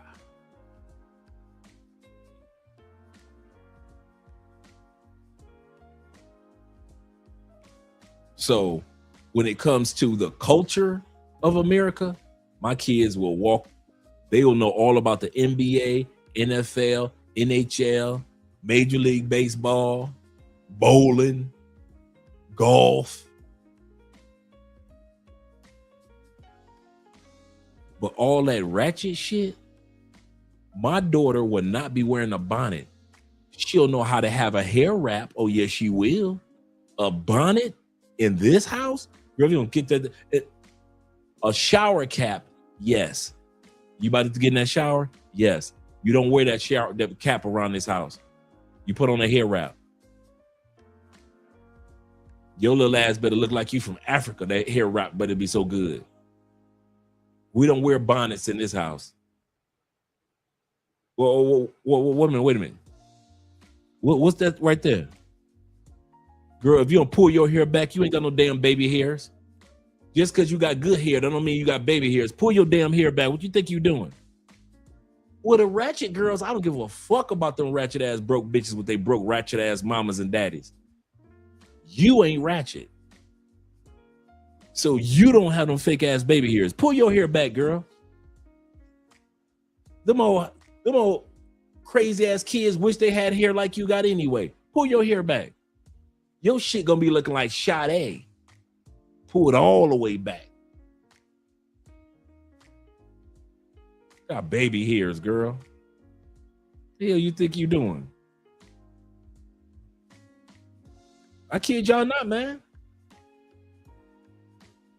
Y'all ain't gonna sit. I did not leave the United States for me. I'll say that again. Some of y'all leaving for you. Cool, you already raised your kids, you already took care of business, and now it's time for take care of you. And I'm with you, brothers. I'm out here and I know I want to have a family, right? Some of y'all don't want to have a family out here. You already got a family back in the States. You already did the family thing. Now it's time for you. And I'm with you on that. Even if you have a girlfriend in another country or a wife in another country, it's your time. You've already did the dad thing. Now it is your time. I'm with you. Andre's bylaws center around family. And so when I left, I told myself, I ain't dragging nobody to the States. Man, my kids gonna be walking around the States like they walk around a damn museum. Wow, that's a crackhead, Dad. You told me about one of those. That's a crackhead. He's trying to clean our windshield. Wow. Oh, don't touch him? Okay, don't touch him. Dad said don't touch him. What is that? Why are they leaning up? How do you pronounce that again? Fentanyl? Is that why they're leaning like that? Wow, Dad, this is different. We've never. Dad, could you take us to Detroit where you're from? That's how my kids gonna be. They're gonna be coming with their cell phones taking pictures and shit. They can't believe it. They're gonna be going to Texas like, what the hell? Dad, why are these big? Dad, why are all the women so big? Why are their eyelashes like that, Dad? Dad, look at the one lady. It looks like her hair is peeling. That's called a weave, son. When they don't have any more moisturizer or glue, their weave peels up right here. I've never seen that before. And son, this is the only time you want to see it. I won't let my son come in the house with nobody with a weave on. I wish our son would be down here talking about he got a woman. Let me see that girl. You wear weave? I wear extensions. Well, if you don't get that damn girl out of my house with them goddamn extensions in her head. Dad, I like her. And I like for you to get her out this house. Get that girl with that fake ass hair out of this house, boy. What the hell was on your mind? Is your mama hair fake? No. Is your mama hair fake? No. What about your sister? Do your sister wear fake hair? No. I'm gonna say it again. Do your sister wear fake hair? No. Any of your aunties on your daddy's side? No. Any of your aunties on your mama's side? No. What about your grandmama on your mama's side? No. What about your grandmama on your daddy's side? No. So ain't none of your people wearing fake hair. You gonna bring a girl up in this house with fake hair? Boy, if you don't get that damn girl out this motherfucking house, you done lost your mind. Get her fake ass up out of here. Back to the fake world where she comes from. Banish her, boy. Banish her. There's plenty of other women in this country. You're going to bring a girl with weave and extensions in her hair. Do not be bringing fakeness into this family. Ain't been no fakeness before you was born. Ain't going to be no fakeness after you been here. For real. That's serious. Y'all think this is the funny part. Y'all think I'm joking. That's the real Andre off camera. I'm not playing. Love Dorsey is right. A lot of times the demonstrative children are born by way of a lot of these single mothers. She's 100% correct. It's statistically a fact, single mothers, we produce the worst product, right? Part of that, when we talk about males, especially black males, we don't realize that we're programmed, because if you don't understand history, you won't realize that, like, it starts with the female. Even when we were slaves, the idea is if you program the mind of the female slave, she will raise the offspring to continue your agenda without you having to be physically involved. She will teach her children to abide, because we're the first givers of life and care when kids are small. So we train them up to be good slaves, follow these particular rules. We indoctrinate and, create certain philosophies in their mind. So by the time they're big and strong, they still following behind the same agenda that was placed into us. So when you look at males that come from single mother-headed households, if you don't get around positive male role models, you have the emotional management skills of a woman. Break that down. She talking that shit. All of your upbringing, 17, 18 years, you've only seen a woman head the household. You've only seen how a woman problem solves. You only seen how a female, i.e. your mother, handles things. You've only seen how she deals with anger, guilt, shame, different feelings. You're only watching it from her. Now, she ain't telling you act like me, but she telling you act like me because this is programming. This is psychology. Yo. Listen to this. If I could just sum it up, when you're raised by your mom, you're a different man. You're a different boy, and you don't like hearing stuff from other men. Like, that's really one of the biggest issues I see in hip hop and in sports, that you just have a bunch of guys that were raised by their mothers, so they never heard a man's take on what they're doing, so they can't hear it. And then we get upset, Killer. You be like, but he'll listen to his girl. He'll listen to his girl because he was raised listening to a woman. He don't listen to men at all. You'll say you have a problem with authority. No, I have a problem with men. But if a woman tell him something, she can get him to bring his whole check to her, and it's crazy. Now, what Mate said is what I've said before, but I'm glad he putting it in context. It is a difference whether people want to agree with it or don't agree with it. It's a difference of a man being raised by just a woman and not having a father in the house. It's a different type of raise. It's a different type of structure. And a man is going to come out not always the same, but they're going to come out a little bit very emotional and all that. Having a man in the house is totally different, the discipline and all that. And I don't know if you know the stats, but most men that are raised in a single mother household end up going to prison, incarcerated, or crime and stuff like that. It's a high percentage of that. A man that is raised in the single father household, it is not as high as getting raised in a single mother household. So people don't want to talk about this, but yes, it's a difference, whether you want to believe it or not. And we just speaking on the men. Women do need to have them fathers also, but we just speaking on the men right now. And that's how I feel, and I get what he's saying, because I've seen it. I've been incarcerated, and these dudes that are so emotional, so blah, blah, blah, blah. They was raised in a single mother household. If anybody else disagree with that, or they got something to say, do me a favor. Make it make sense. It's your man, Joaquin. See you on the next video. Peace. Finding a lot of feminine men these days. Like, I dated somebody that I really liked, and he was about to walk out of his job and cuss everybody out and break down and cry on the phone. I'm like, it was like the weirdest. He was probably raised by a woman, and that's the thing, is that unfortunately we tell men to get in touch with their feminine side. It's okay to be emotional, blah, blah, blah. And the reality is there's no place for emotional men. There really isn't. And women aren't attracted to it. Society doesn't want it. Emotional men end up shooting schools and doing really stupid things. If you look at prison, it's filled with emotional men. Emotional men are the ones that hit women. Emotional men are the guys that... These men always find some way to blame women for the most random things. This brother just said these men always find a reason to blame women for the most random things. You're going to always have a simp that doesn't do his homework. A lot of times you hear men such as this brother say stuff like this. They was raised by their mama. What's one of the signs of being an ultra emotional man? Can't nobody tell you nothing.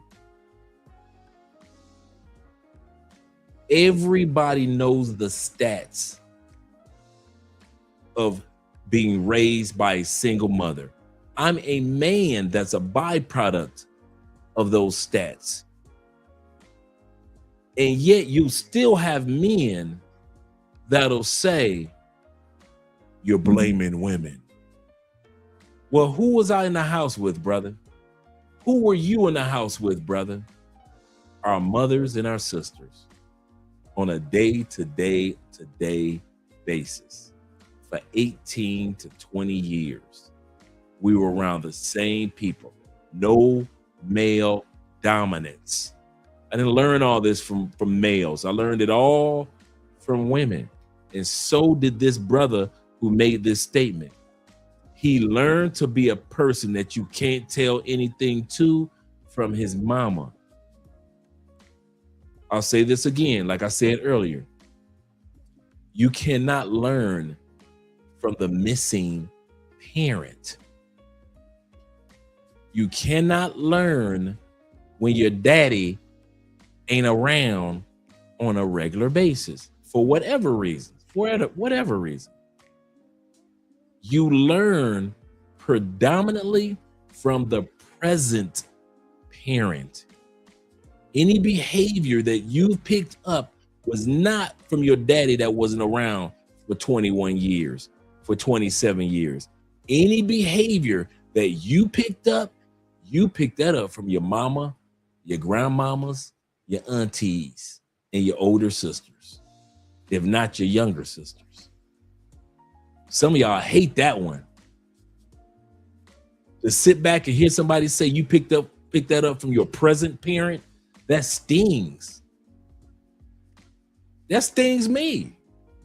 I mean, for me to say that means I put my mom, who God rest her soul, in that same category. Yes, I picked up all my ultra emotional actions until I went to therapy and got control of them. I picked them all up from Dorothy Lee. My mother was ultra emotional. My sister Candy, the mad slasher, who picked it up from my mom, ultra emotional. Did I not tell you all my aunties were ultra emotional? So what did you think would happen to many of us men that were with the present parent, all the single mothers in our family? We grew up, and for some of us, not all, but some of us, we became ultra emotional.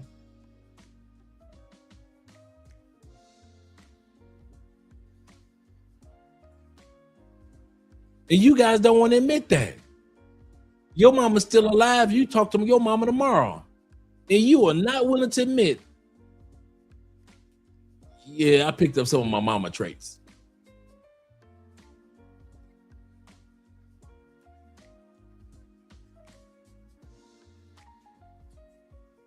Let's continue on.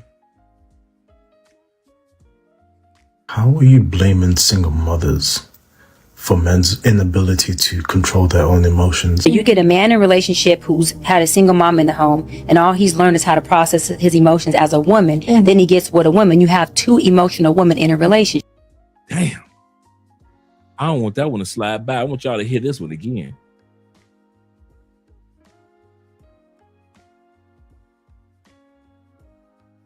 Find some way to blame women for the most random things. How are you blaming single mothers for men's inability to control their own emotions? You get a man in a relationship who's had a single mom in the home, and all he's learned is how to process his emotions as a woman. And then he gets with a He learned how to process his emotions as a woman. So as the other brother was trying to say it's us men saying that, did we not just watch Love Dorsey and several other women, including this woman, say men learned emotions from their mother?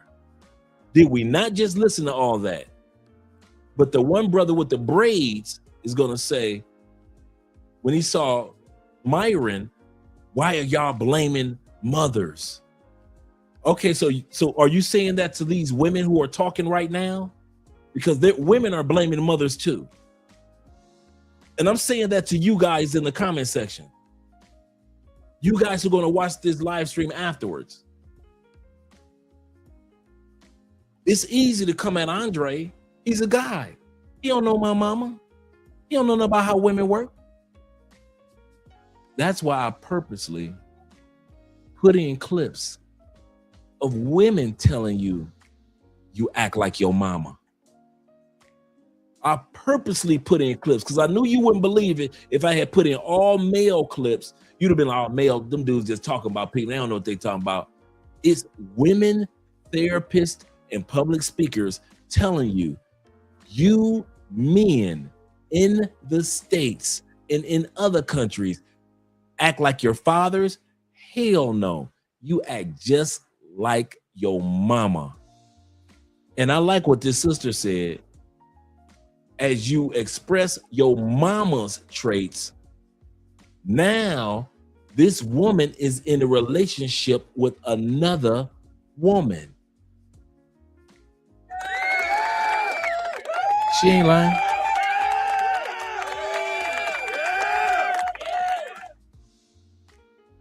She ain't lying.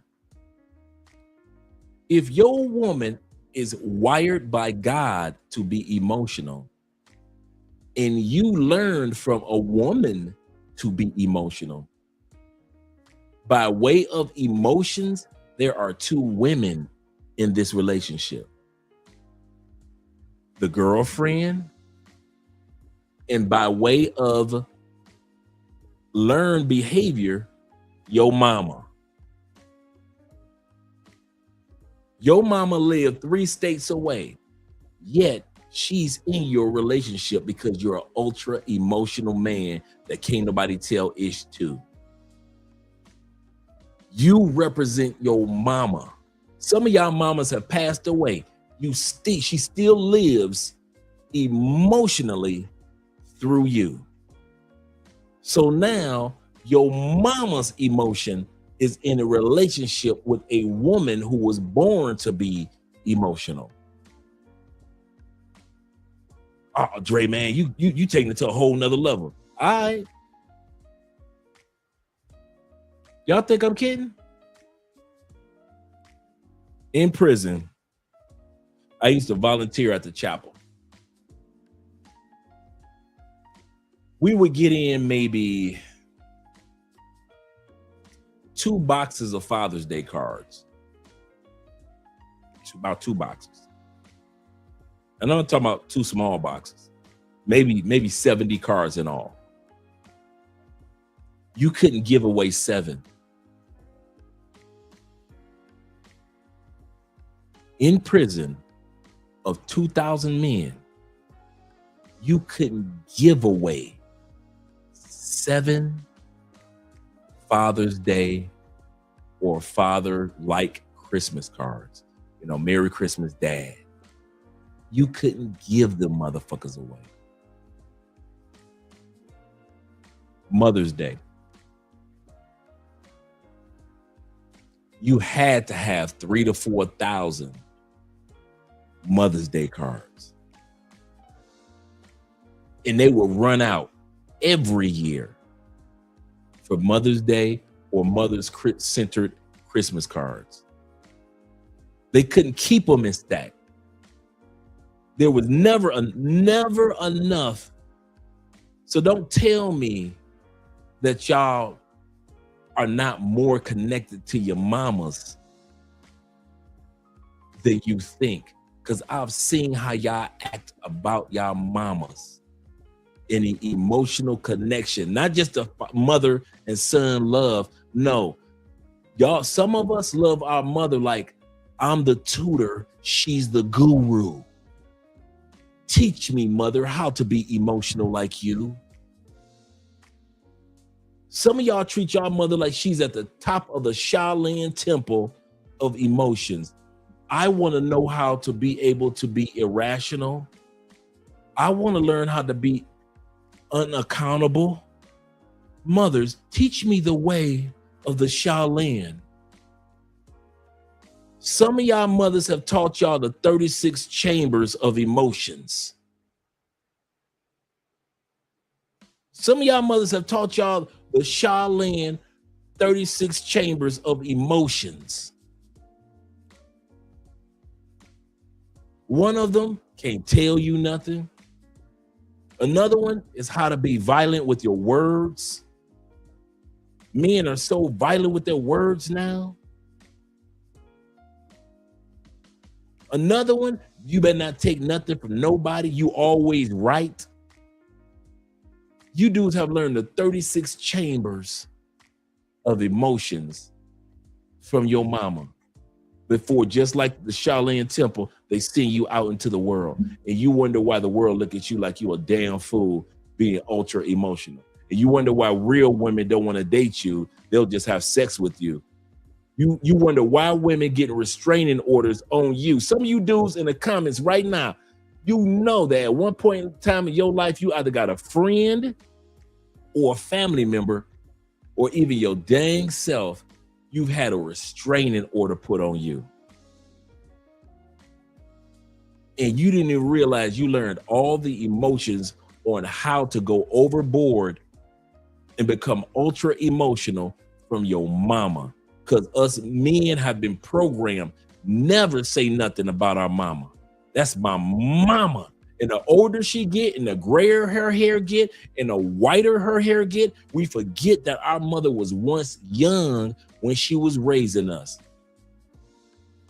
See, I ain't like y'all. I remember when my mama was 26, 27. I ain't like y'all. I don't pretend like my mama was always in her 60s. I remember how my mom was acting when she was 23 and I was 4 and 5 years old. I remember how my mom acted at 31. Some of y'all try to pretend to act like your mama always had white hair and an apron on. And she was always baking cookies.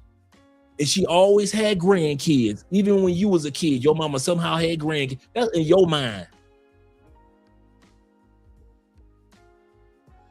That's why y'all get mad when somebody talk about y'all mama, because you think about your mother today at 71, today at 63, today at 84.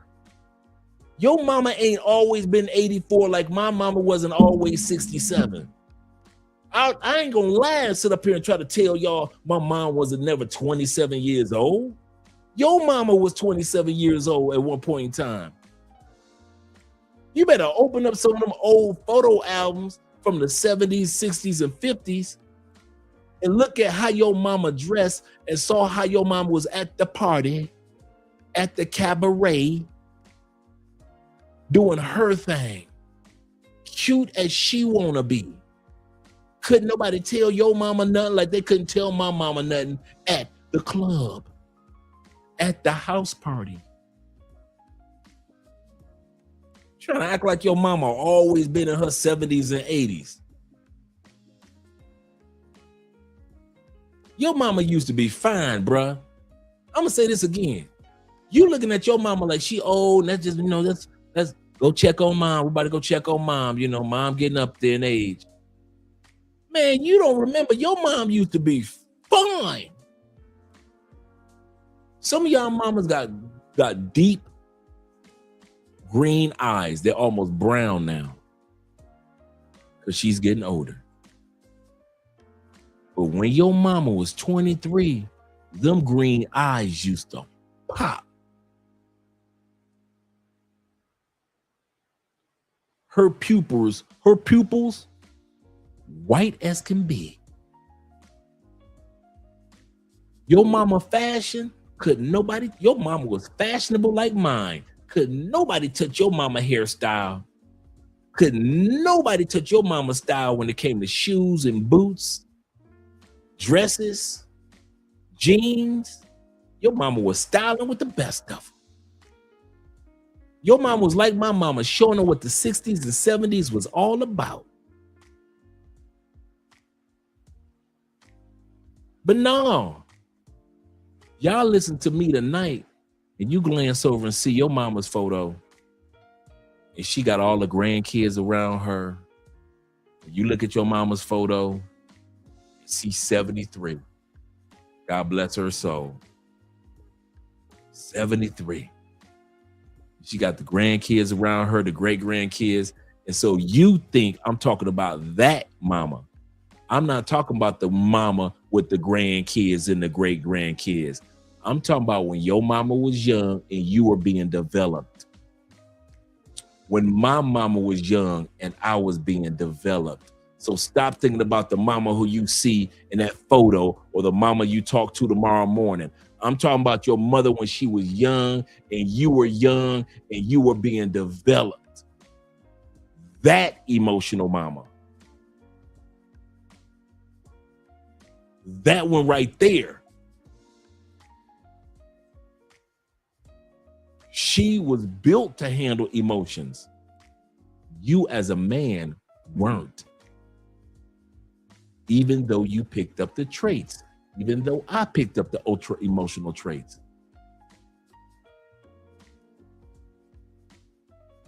He say, no, Dre, some moms are still the same at their big old age like mine. Mine was the fact, my mom was, you was walking on broken glass talking to Dorothy till the day that she died. If y'all want to know why I call my mother by her first name, because for the last 10 years, when I got out the feds, the last 10, 20 years of her life, the only way I can get her attention to let her know that I was serious in the conversation, I would have to say, Dorothy Lee. Mom, we better go pay on this. I don't feel like it. Mom, let's go pay this bill real quick. We'll be right back. You can finish watching your television show. Dorothy Lee. Get dressed. We are about to go pay your bill. It's only going to take an hour. It's not like you're driving. Let's go, lady. And I would turn the television off. This is my house. You don't turn no TVs off. Sounds good, Dorothy. Now go on in there and do what you need to do. And we go pay the bill and she'd come back and watch her show. Or take her to the grocery store or whatever. But if I call her mom, it's like taking a time machine, going back to the 70s, hearing her, and I'm walking on broken glass all over again. So you guys who got mothers that still got that mouthpiece, still got that attitude at an older, in a big old age, take it from me. I understand what you're talking about. I understand what you're talking about. Salute to my brother AMSL in the building. And to everyone in the chat. Let's go back to what the sister was saying. She was saying that a man that was raised by his mother only is as if a woman, and he's entered into a relationship, because men these days are ultra emotional, it's as if two women are in a relationship. And she's right. Random things. How are you blaming single mothers for men's inability to control their own emotions? You get a man in a relationship who's had a single mom in the home and all he's learned is how to process his emotions as a woman. And then he gets with a woman. You have two emotional women in a relationship. A man, so he is a woman too? Emotionally, he is. If Absolutely. He's only been, in the household with women, you feel like he's emotionally a woman as well. And that's how men become emotionally unstable, because they learn how to only process their emotions as a woman does, which means Facts. And a lot of us don't want to admit that. A lot of us don't want to admit that. A lot of us don't want to admit that. We want to get a passport, we want to travel, but you are not emotionally even ready to be out here.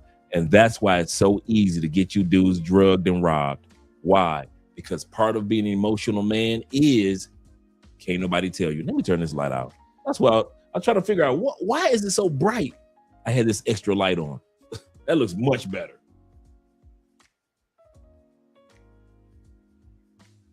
Because when a brother like you guys warn them, hey, bro, you might want to stay off of Tinder. Man, you can't tell me nothing, dog. This my money. I'm a grown man. Stop dick watching. Stop pocket watching me. Right? Same flair that mothers give. When she trying to tell, when your mama tell you do your homework, boy, cut that TV off and do your, boy, if you don't cut that damn TV off and do your homework, right? The same flair. Can't tell them nothing. And so they get robbed, they get drugged, and then they want to blame everybody in Colombia because they got robbed and they got drugged. It's amazing. They blame everybody for them getting robbed and they got drugged, except for the one that taught them how to be ultra emotional and tell people who warned them about getting drugged in Colombia. And yet they're like, you can't tell me anything. Don't be pocket watching me. I'm a grown ass man. This is my money. I'm here in Colombia. You sound just like your mother.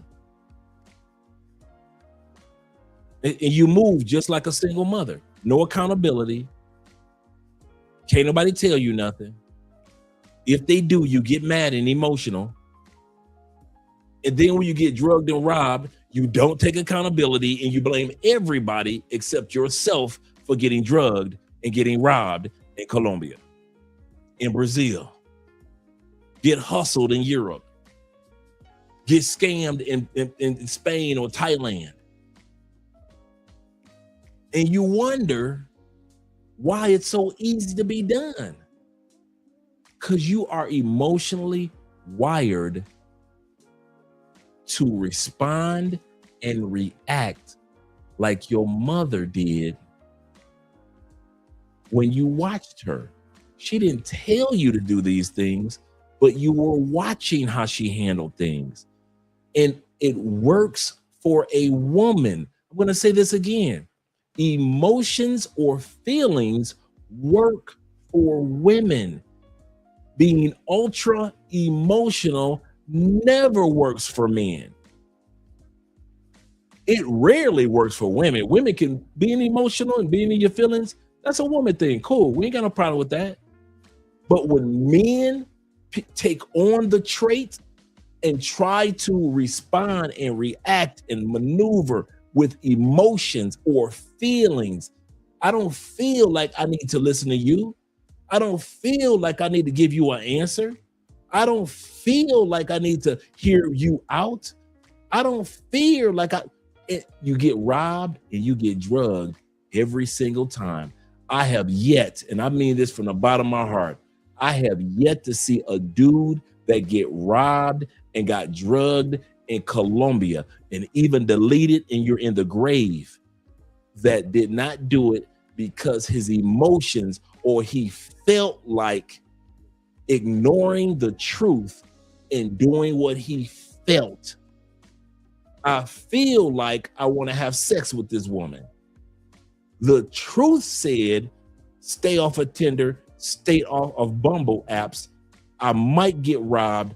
I could most likely get drugged, but I feel like having sex with her. So I do like my mother did, move in my feelings. And when my mother moves in her feelings, it seems to work out. Why? She's a woman. She's wired to move in her feelings.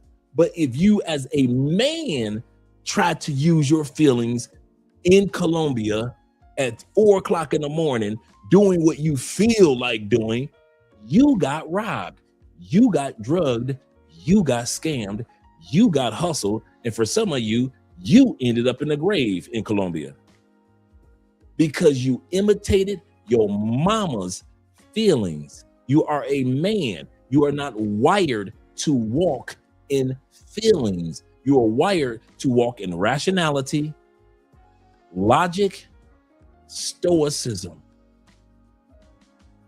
Where women aren't like that, men are.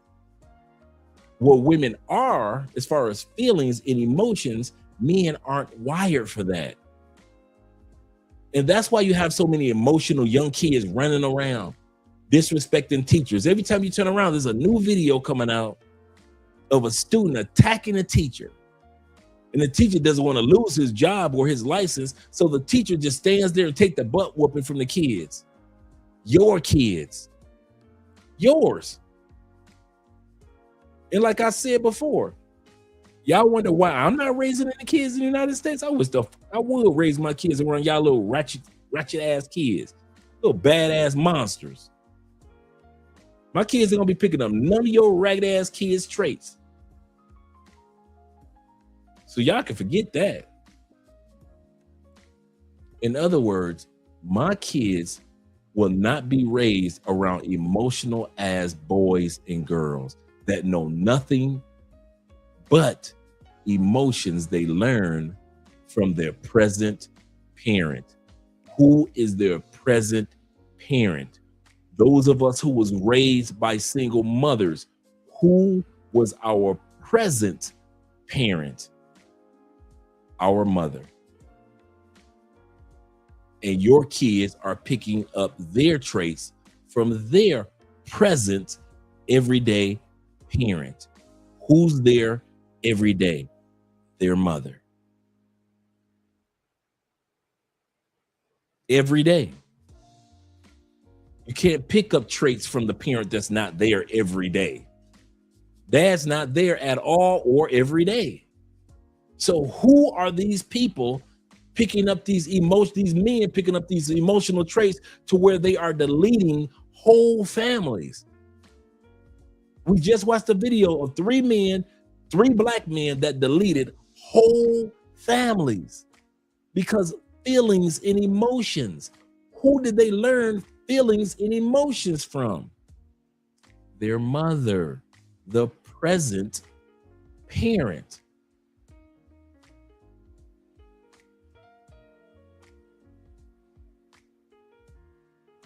Let's continue on. We're almost done, gentlemen.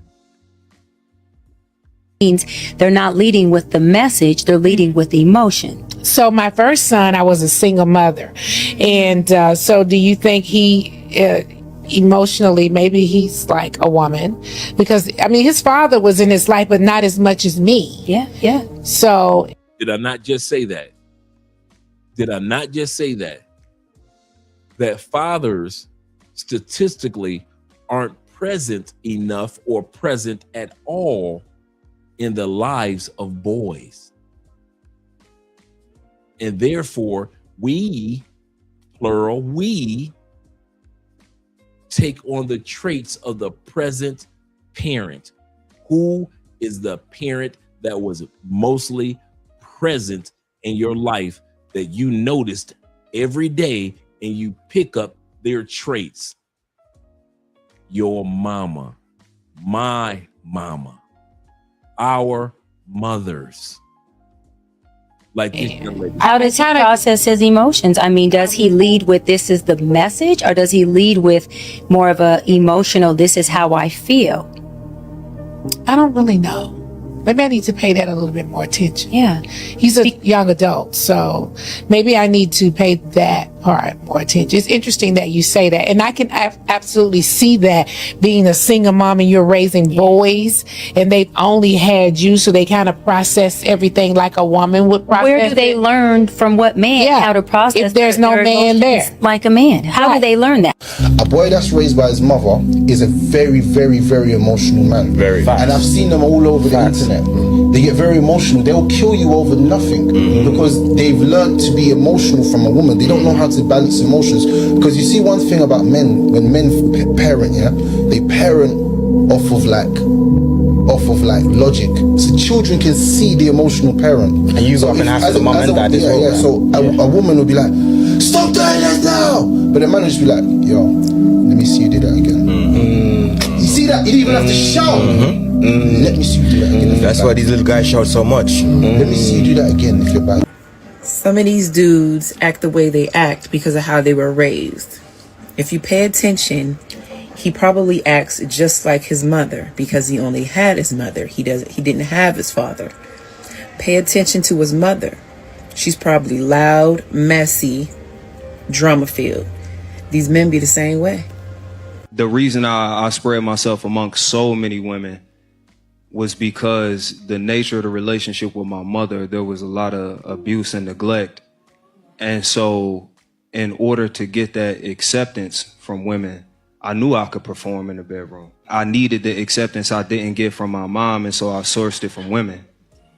And so I'm in the shit out these women that I care nothing about. Okay, true. Just so I for real, like I had her legs up in the air and I was making I'm not cooking. Bro, like I'm trying, you know what I'm saying? It's my love from my grandma that made me love. He's using what he knows, the next best thing he knows, to try to get something that doesn't actually occur in this space. Like, you can't give that man maternal energy, right? That's why I feel like a lot of men looking for their mama, it feel like a lot of men expect to be taken care of a certain type of way, is because they looking for an affirmation that doesn't actually come from romantic relationship. And I'm saying this as a nigga that did that.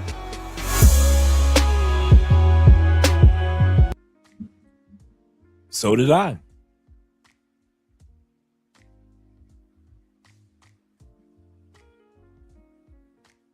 Most of my sex life was pat on the back sex. Most of the women that I was with, I could care less. 90% of them I couldn't tell you their name, even while I was having sex with them. Gorgeous women, professional women. Like I told y'all, I was bougie. I won't mess with no hood chicks. My whole life I've been like that. I was messing with the girl that was already in college, the chick that was hanging out at the library, the chick that had internships, the chick that was too busy for me, but when she wasn't busy, she was horny. That was me. I was the available dude. I was the boy toy. And I can easily admit the reason why out of all the women I was having sex with, I only was in 4 relationships in my whole life. So you've been with all these hundreds upon hundreds upon hundreds, and you get the point, women in your life, Dre, and you've only had 4 romantic, true relationships in your life, including my wife and my ex-wife. 4. So what was the purpose of all the other women in your life, Dre? Like most men that were raised by a single mom, they were just good for a pat on the back.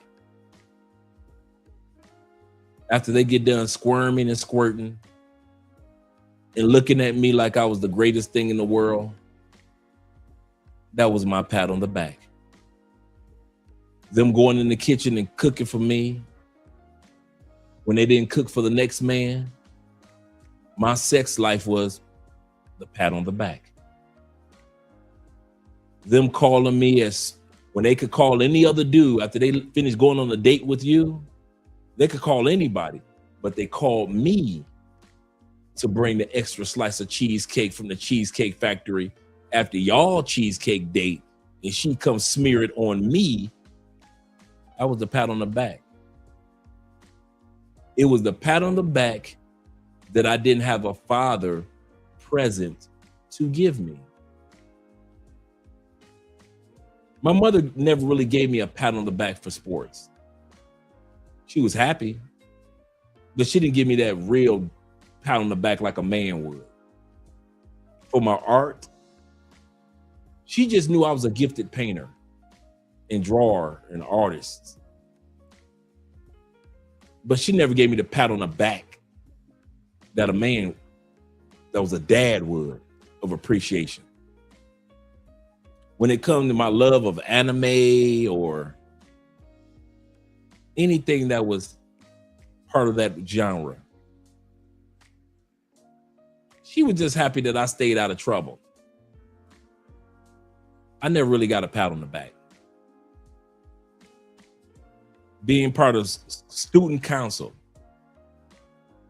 being on chess leagues. I mean, I was a chess champ as a 12-year-old. Well, as long as he's not in trouble. But I never got a pat on the back like a dad would have, and the pride that a dad would have had because his 12-year-old son out there smashing old men in chess. Or your son is on the city council. Or your son is playing tight end on the football team. And I'm not coming at my mom because that was not her job to give me those pat on the backs. So when I went to the streets, I didn't look for drugs to give me a pat on the back. I didn't look for alcohol to give me a pat on the back. I look for women that's going to give me a pat on the back in that bedroom. And just like my brother just said, I was smashing them. And every time they cried, every time they said, Andre, I want you to be the first one in my booty. Every time they swallowed my nut, when they say I usually don't swallow like this. Every time they did something that made me feel like I was different,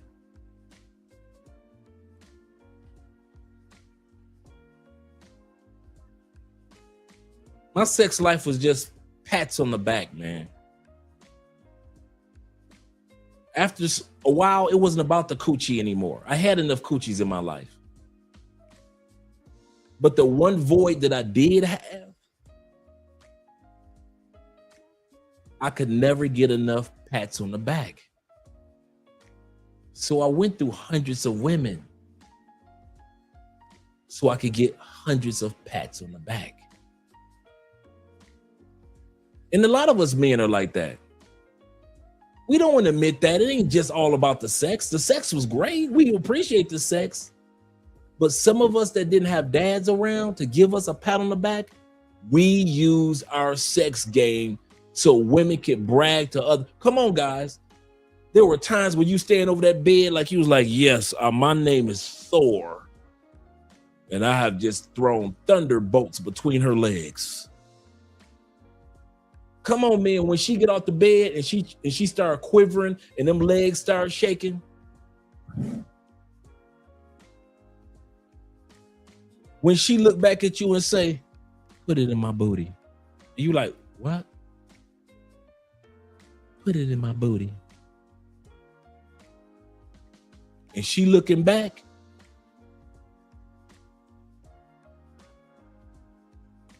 Come on, the times when she sat back and she lied to her job and said she can't come to work that day because she knew you was gonna beat the brakes off that coochie that afternoon. And she couldn't wait to get off work. She was gonna skip work for. Don't act like I was the only one that was having pat on the back sex.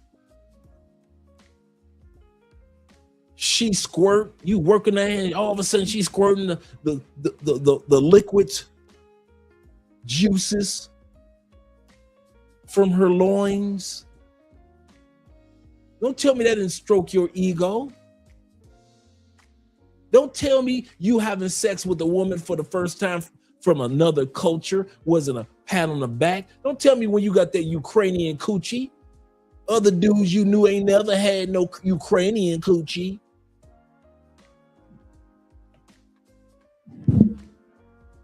Ladies, we do enjoy the intimacy and the sex with you. We really do.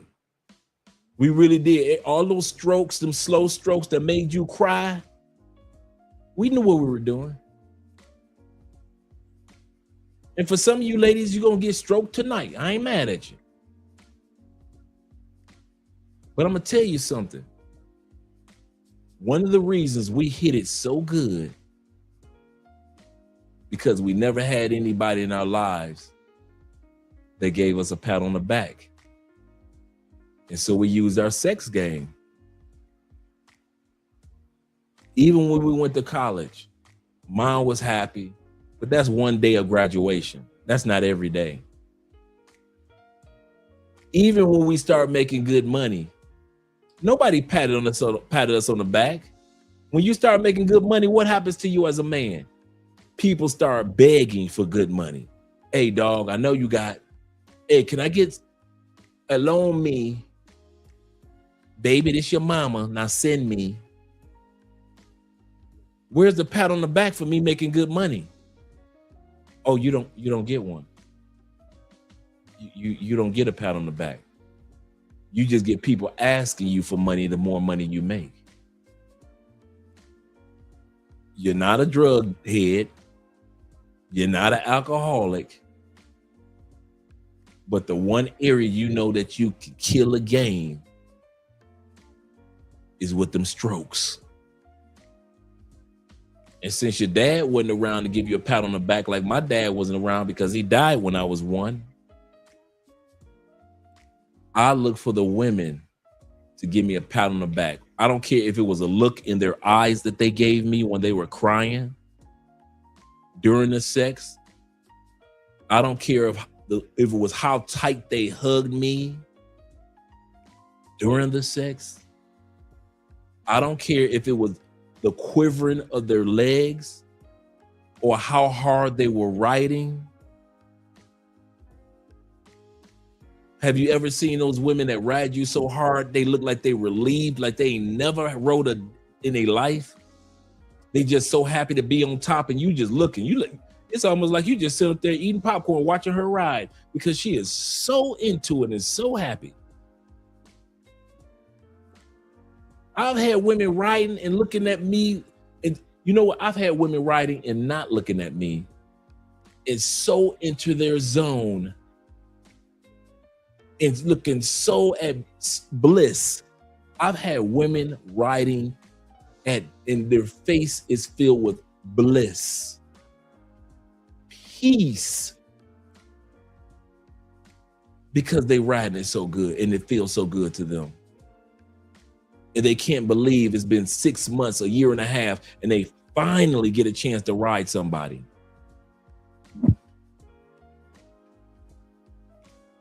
"90% of my sex life was pat on the backs, just so I can get that missing pat on the back that I never got from a deceased father." So when this brother says that he got a pat on the back and he was having pat on the back sex with women because they made him feel good in a way that a missing father was never able to pat him on the back, I know that feeling. That's why I was only in 4 serious relationships, including my wife.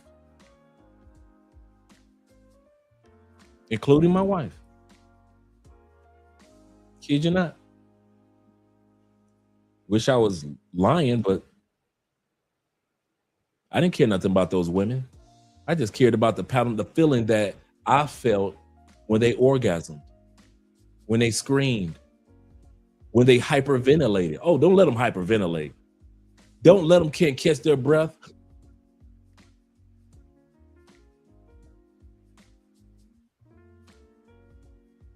What? You know what that did for my ego?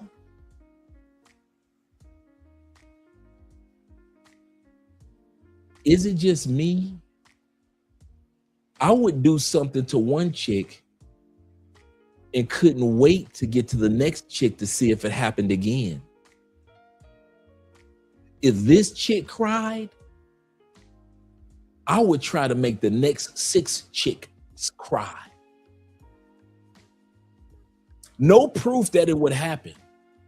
If this chick want to get choked and called a bitch, oh, the next 6 getting choked and getting called a bitch. I want to see the reactions of all.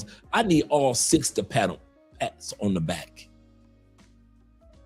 If this one say bust in my eye, oh, all the next 6 going blind. I'm busting in everybody's eye.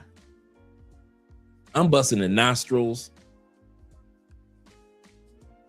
because I want 6 pats on the back. It went past giving them pleasure. It was past me having pleasure. A man gonna get his pleasure. He gonna have his orgasm. So I'm trying to make sure everybody have an orgasm. One chick want a paddle. Every chick I go, the next 6 chicks, everybody getting a brand new paddle. I'm getting a brand new, I'm going to the toy store, getting one chick want a dog chain, the next 6 or 7 chicks getting a dog chains. Why? Because I want 6 or 7 pats on the back. Oh my God, Andre, I've never experienced, oh my God, stop it. You're driving me crazy. I need to drive 6 of them crazy. Why? Pats on the back. Why? Because I didn't have anybody in my youth pat me on my back. And the better I was in the bedroom, the more I felt like, and I noticed they were giving me the salute pat on the back. Cost me nothing. They didn't care about my money at 4 o'clock in the morning. The last time y'all had a woman care about your money at 4 o'clock in the morning but a pay for play? Regular women are not caring about your money. It's wintertime. It's snowing outside. She got a man in her house. Kids are gone with their daddy. She ain't thinking about how much money you make, if you 6 figures, if you 6 feet, if you got a 6-pack. All she knows is that she is snowing outside and she ain't had no sex in 4 to 5 months. And the kids are gone for Christmas holidays with their daddy. And it is 4:30 in the morning. Time to get some pats on the back. And I grew up and I matured. And when I went to therapy, I realized, okay, am I having sex with these women because I really want to give them pleasure?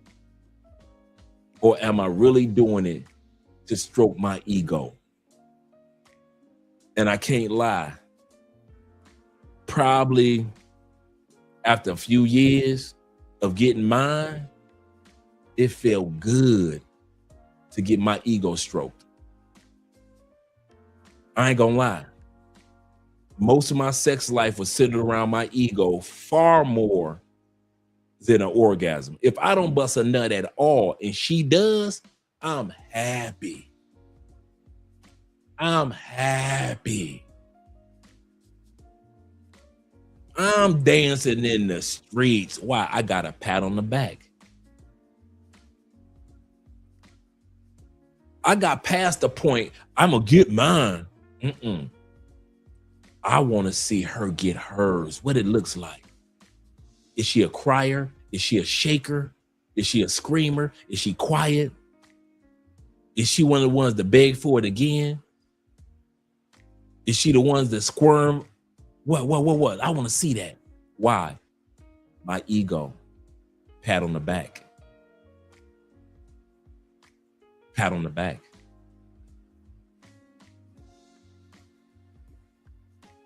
That's why I don't cheat on my wife. Because I know 99% of the reason why I'm sleeping with that other woman is not because she's sexy, not because I want her, not because she cool, and all those things might be true. But I know, Andre, the number one reason why you sleeping with that Colombiana behind your wife's back, if I did something crazy like that, is because of my ego. I want a fresh pat on the back. And since to thyself be true, I don't have to worry about that. Why? I'm not as eager to get pats on the back from another woman. I'm happy with the woman that makes me feel good, that strokes my ego. It makes me feel happy with her being happy. In other words, I guess I've outlived or had enough pats on the back in life to where if I want to do anything, I just walk down memory lane with you guys telling stories. But that's it. No more me being out there with chicks just just for my ego. Just for my ego. He said, you are correct. Therapy, shout out to Corporal SC, Mr. Smith himself. He said, you are correct. Therapy is the best thing that I have ever done. Yep. He said, Andre, I wasn't expecting your 7-minute age gap video to do good. I'm gonna have to check that out. I'm going to check it out. To do so good. Shout out to you. He said, that's funny. He said, I thought it was just me. Yeah, man. Yeah. Andre After Dark. Yeah, this is serious, man. I have to clip this one, put this part on Patreon. He said, when I was younger, I began working in law enforcement, and it changed my direction, focus, and view. I was able to get counseling for my family issues that I carried into adulthood. And that's what I did. My brother Jay Kaysen in the building, he said this. He said, you are speaking facts. He said, riding, biting, yep. Biting bottom. It's as if you ain't even in the room.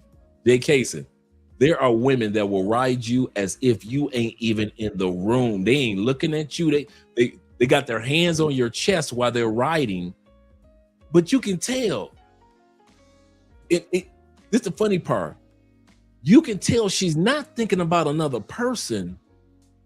She's just going through sexual euphoria. It's like you looking up at her like, hello, I'm here. It's me that you're writing. And they will have their head back, zoned out, feeling so good. Just like, oh, Andre, hi. What do you mean, hi? I've been here the whole ride. What's going on? How are you, Andre? I kid you not, man. That's happened a few times where you just look at them like, is she is gone. She ain't even thinking about me no more. Is this woman in prayer while she riding? Goodness gracious. Just gone. He said, I used to use my dick for blessing these women. He said, God like activities. Seriously, man. He said, you telling the truth. He said, I was a great feeling.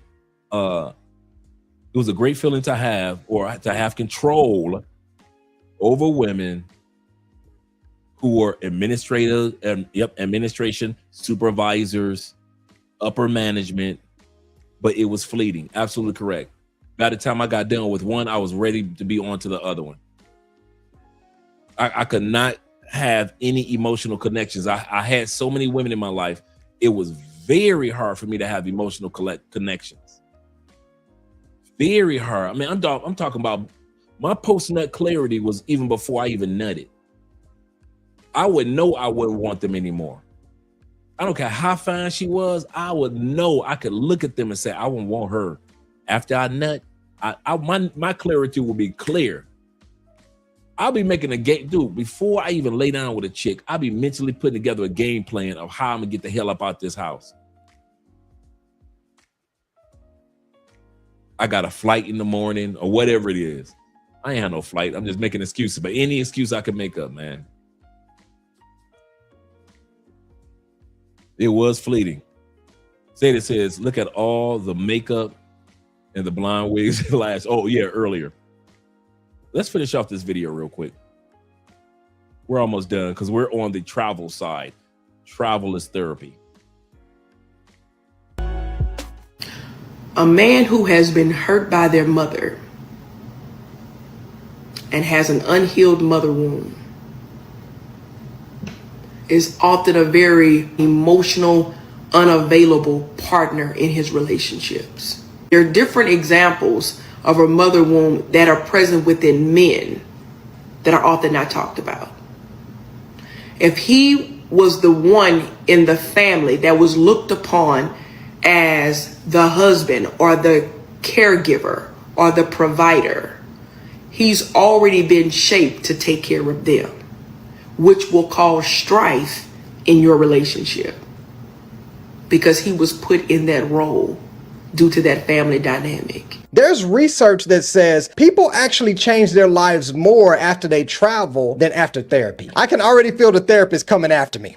Jesus Christ. Now, to be clear, this is not about therapy being bad, okay? That's not what I'm saying at all. This is about understanding why travel works so differently. When you travel, you're not talking about who you could be. You're actually being a different version of yourself. So a shy person might become outgoing when they travel. A people pleaser might become more selfish when they travel. It's almost like one is insight and the other is proof. Women who travel at least twice a year are significantly less likely to suffer from depression than women who only travel once every 2 years.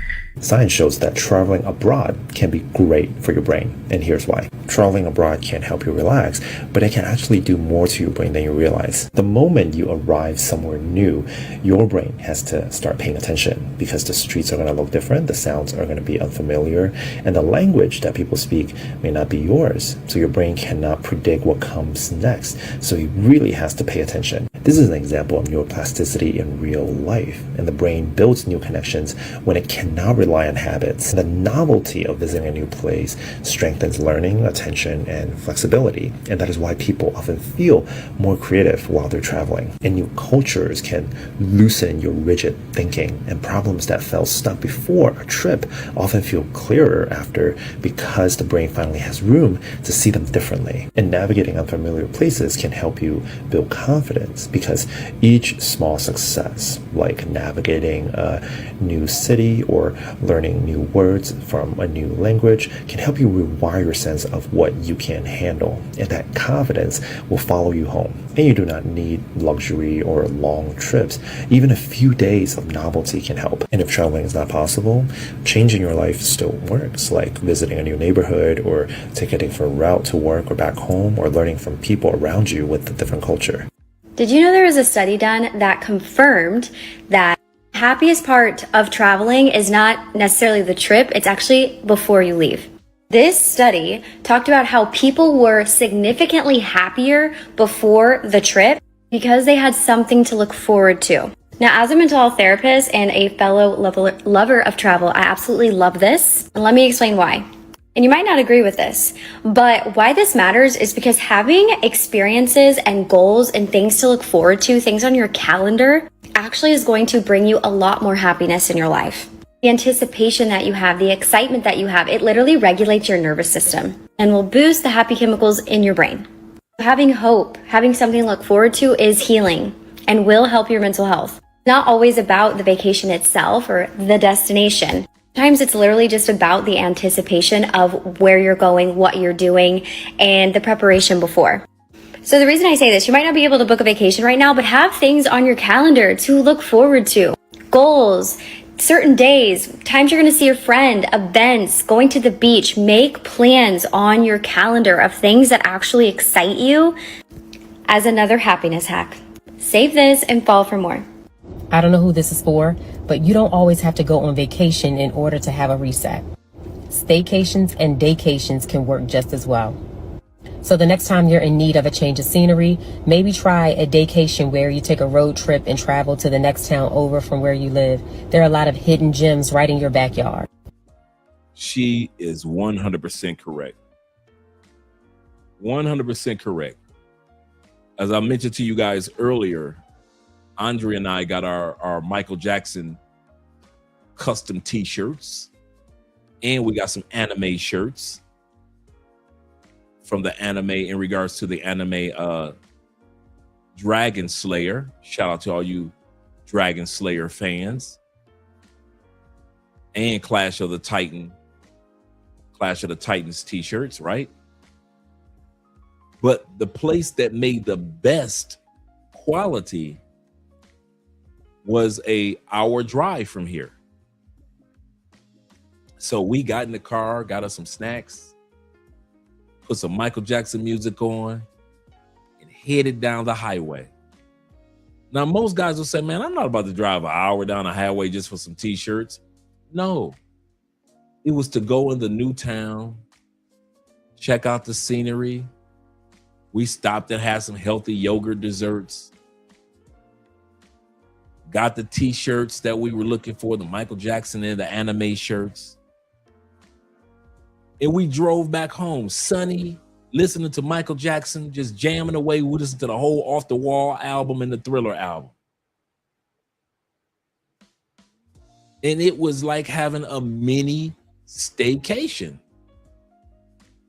We didn't have to catch a flight. We didn't have to get on a boat. All we had to do was just get in the truck, pull the sunroof back, and just enjoy a trip for a couple of hours. Some of you guys live in states that have some amazing small areas, small towns around you. And you've yet to drive to some of those towns.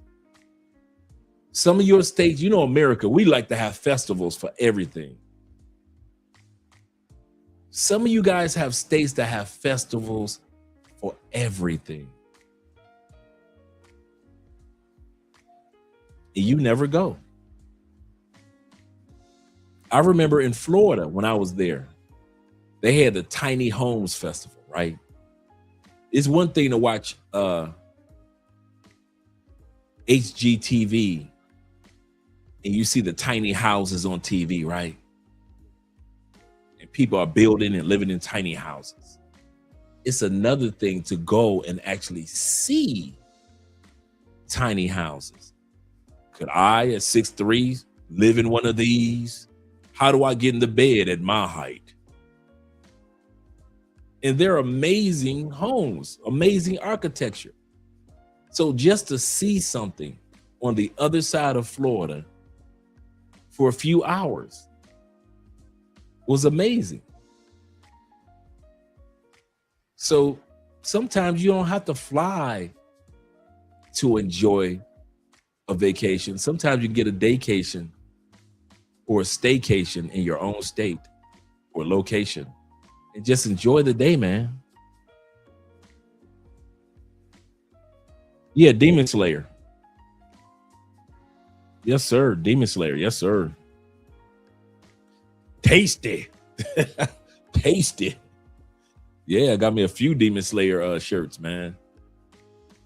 Got me a few of them. And a couple of Clash of the Titans shirts. But yeah, man, kids, I can't wait to go back. They do, I mean, excellent quality. I can't wait to show them to you guys. Excellent quality work. Let's get back to the video. Like I said, we're on a vacation part and we're almost done. We're on that part of that travel is therapy. Or if you want something a little bit more extended, you can book yourself a staycation right in your hometown at a local hotel, a bed and breakfast, somewhere that you've never been. You would be surprised what staying overnight in a different environment can do for your mental reset as well. Now go make it your business to stay healthy, be well, and take care of you. There's nothing that relieves my anxiety more than booking a trip. Like, just knowing that I have a trip coming up, something to look forward to, something to pack my suitcase and roll it down the airport, use my pre-check or clear, use my points, go in that lounge, get some champagne, and wait for my flight to board. Like, I cannot wait. Hey, what's up, Doc? I'm just told the last patient something that I think is critical, especially if you're a young person, okay? And this is a great way to help your depression, anxiety, and it's just to travel. Buddy Winters, travel. That's my logo, that's my book. But it is necessary. Why does travel, and I wrote this on the exam table for him, why does travel help us? But its main reason is it just opens your mind, opens your heart, soothes your soul, especially getting in the great outdoors. And you don't have to go anywhere exotic. I know the pusher, I don't have the money, and da-da-da-da. You can go to a state park. State parks in the U.S. are amazing. There's lakes, there's creeks, there's travel, there's terrain, there's places to walk and just get your feet, get grounded. It'll change your life, young people. And look here, let me give some advice. Don't wait till you're old to go travel. Make your bucket list now and start planning to go on these trips, because it matters. Because when you get old, I'm 58, I can already feel it. I'm more tired than I used to be. I want to go to bed at 9:30. I don't want to go as much as I used to go. And I know everybody feels like they're stuck and they got kids. Well, get babysitters, beg, borrow, and steal. To go on travel when you're young. Don't wait until you're too late. That's one of my number one advice for you. It'll help you travel is mental health. You remember that. Travel is mental health. It'll change your life. Let's go. I'm Dr. Clay, and I'm your family doctor. All right. That's the end of the video segment. And our prayers and condolences goes out to those loved ones who lost their children in Shreveport, Louisiana. It's just sad.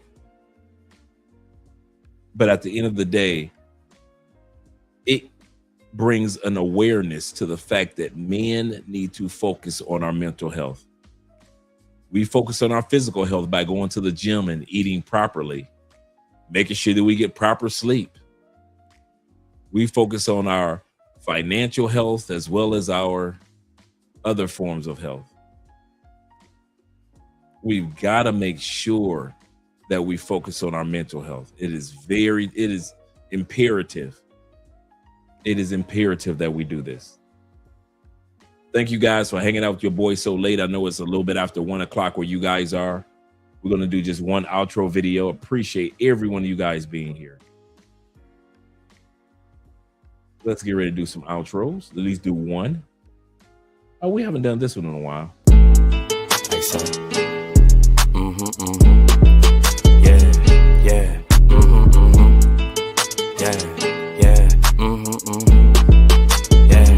Yeah. Like it or love it, it's double or nothing. You ain't getting money, then you bugging. Damn fat, you know I'ma hug it. Lows by the truck.